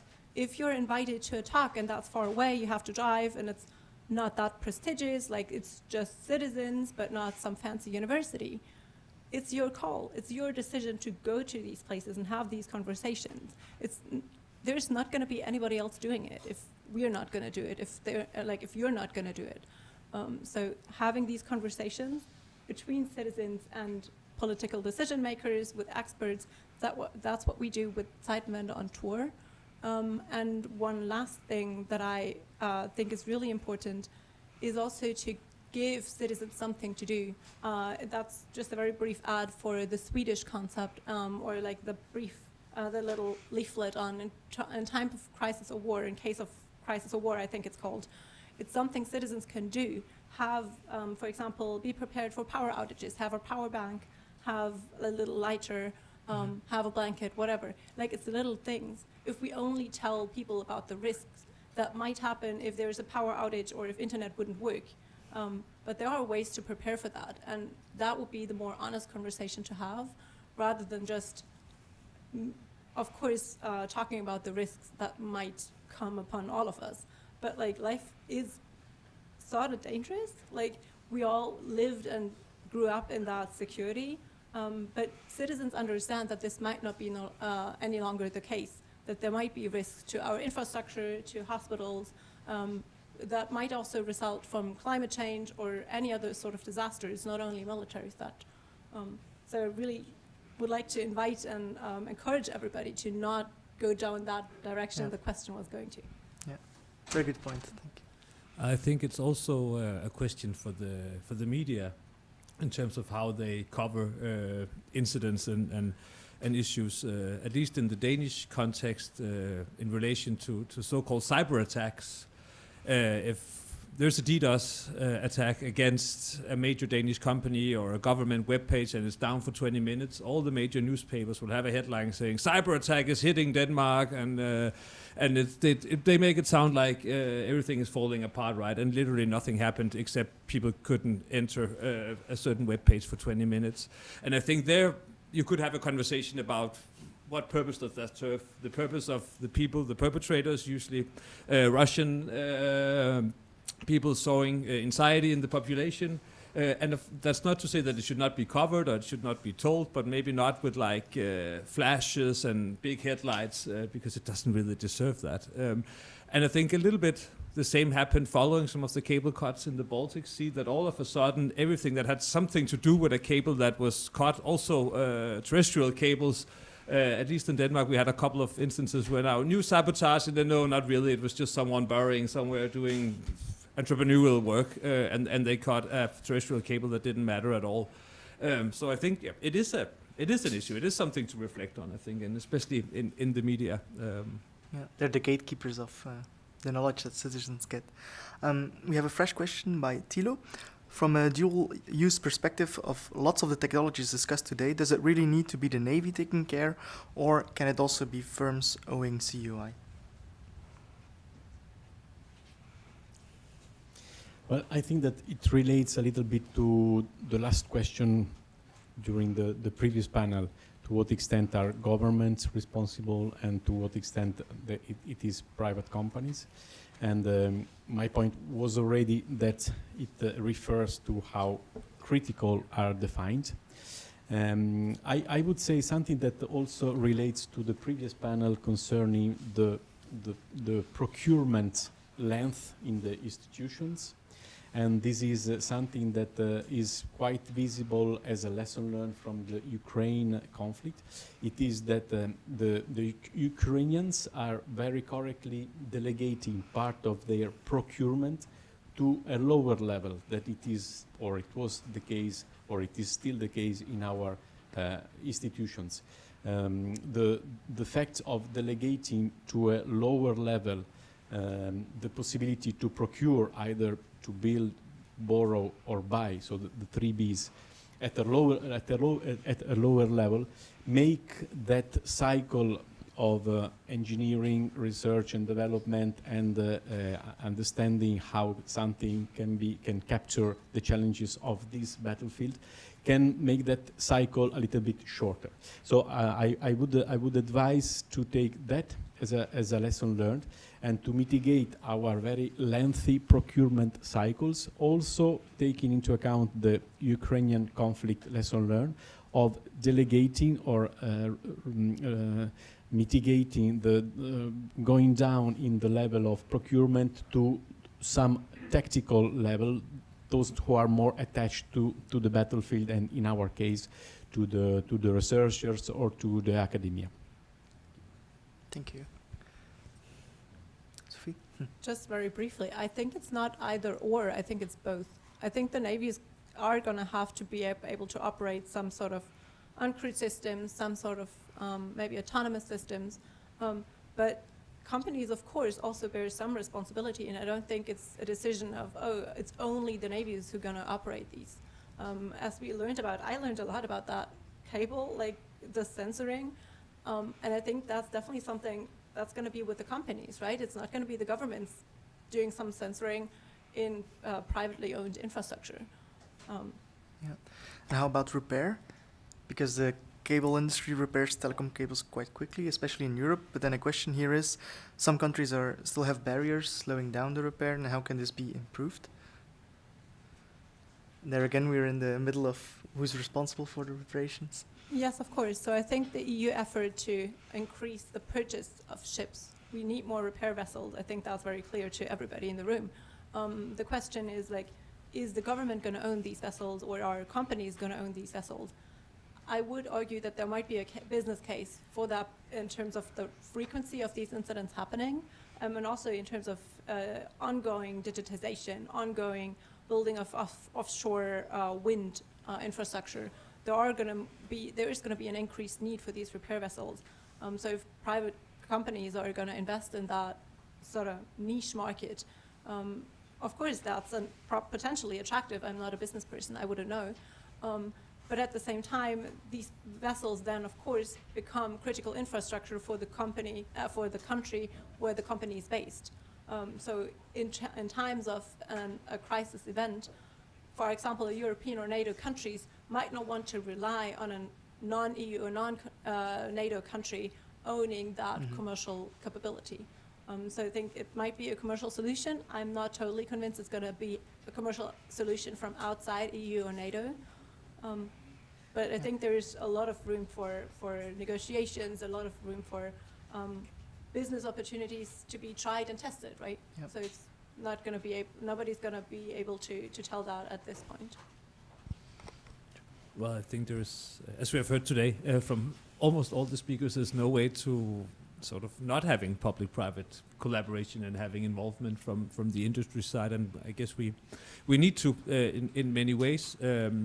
But that said, I think we also need to think about how and when we mobilize the industry in general in national security policy. And I think it's something that we really started doing following 9/11, that we saw a shift in how both intelligence services and military started including private companies in national security. That was not sort of industry, but companies doing all sorts of other things, being it the ones running sort of transport, or banks looking into what people bought in terms of things that you could use to make explosives or whatever. And that over the past 20, 25 years, this has become normalized. And again, there's most likely a need for that and a reason for why this has happened. But I think we need to also reflect on what it does to society and what it means, because there was a reason why we kept sort of the private companies and the military and the intelligence, or sort of the core of the national security state, separate. And it is at the core of the sort of social contract and the state to deliver national security. That's the sort of the social contract, the Hobbesian guarantee that we all sort of signed up to.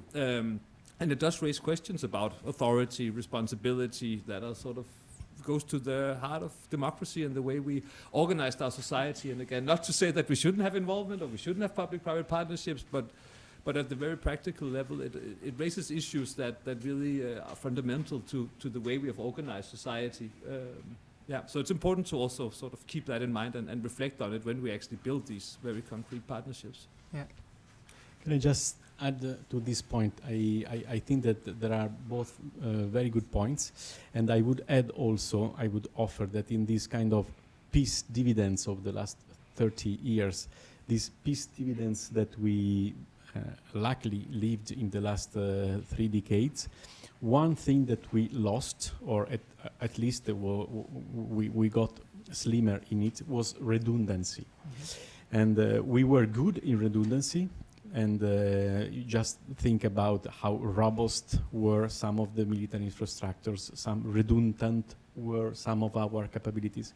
We have lost it because in these 3 decades of peace dividends, we have made more of a private company approach also in our military. So we have lost some of the resilience built on redundancy. So I would say that redundancy also for repairing or for monitoring is something that we should renew. We should make in our mind back to the concept of making us more resilient, also through redundancy and, of course, the reconstitution effort after an attack. The 3R. Yeah. Again, thank you.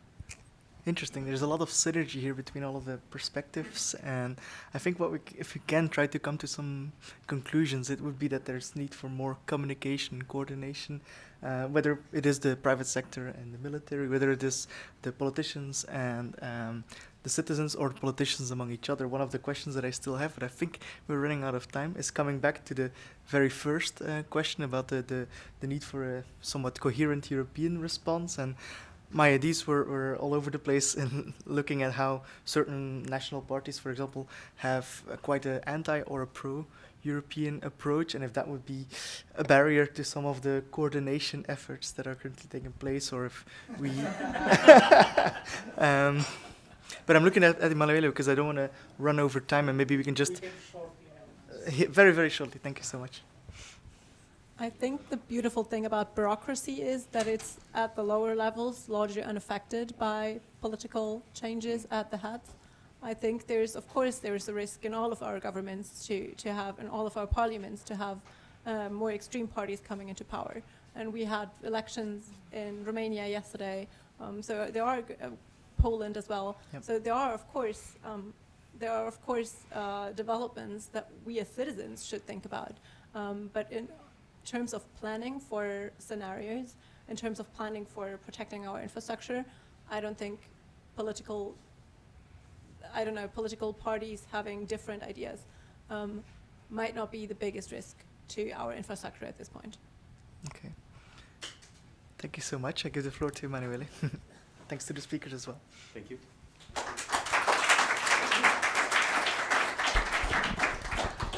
Okay, so I am very happy that we arrived to the end. I want to thank again the panelists and speakers.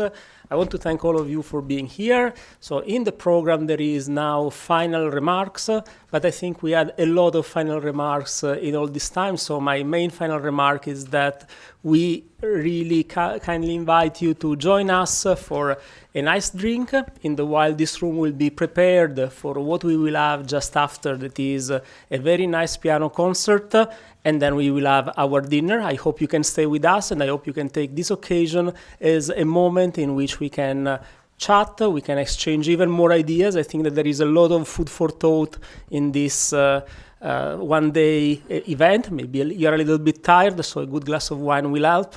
And really, thank you for coming here. It was really a pleasure to have all of you.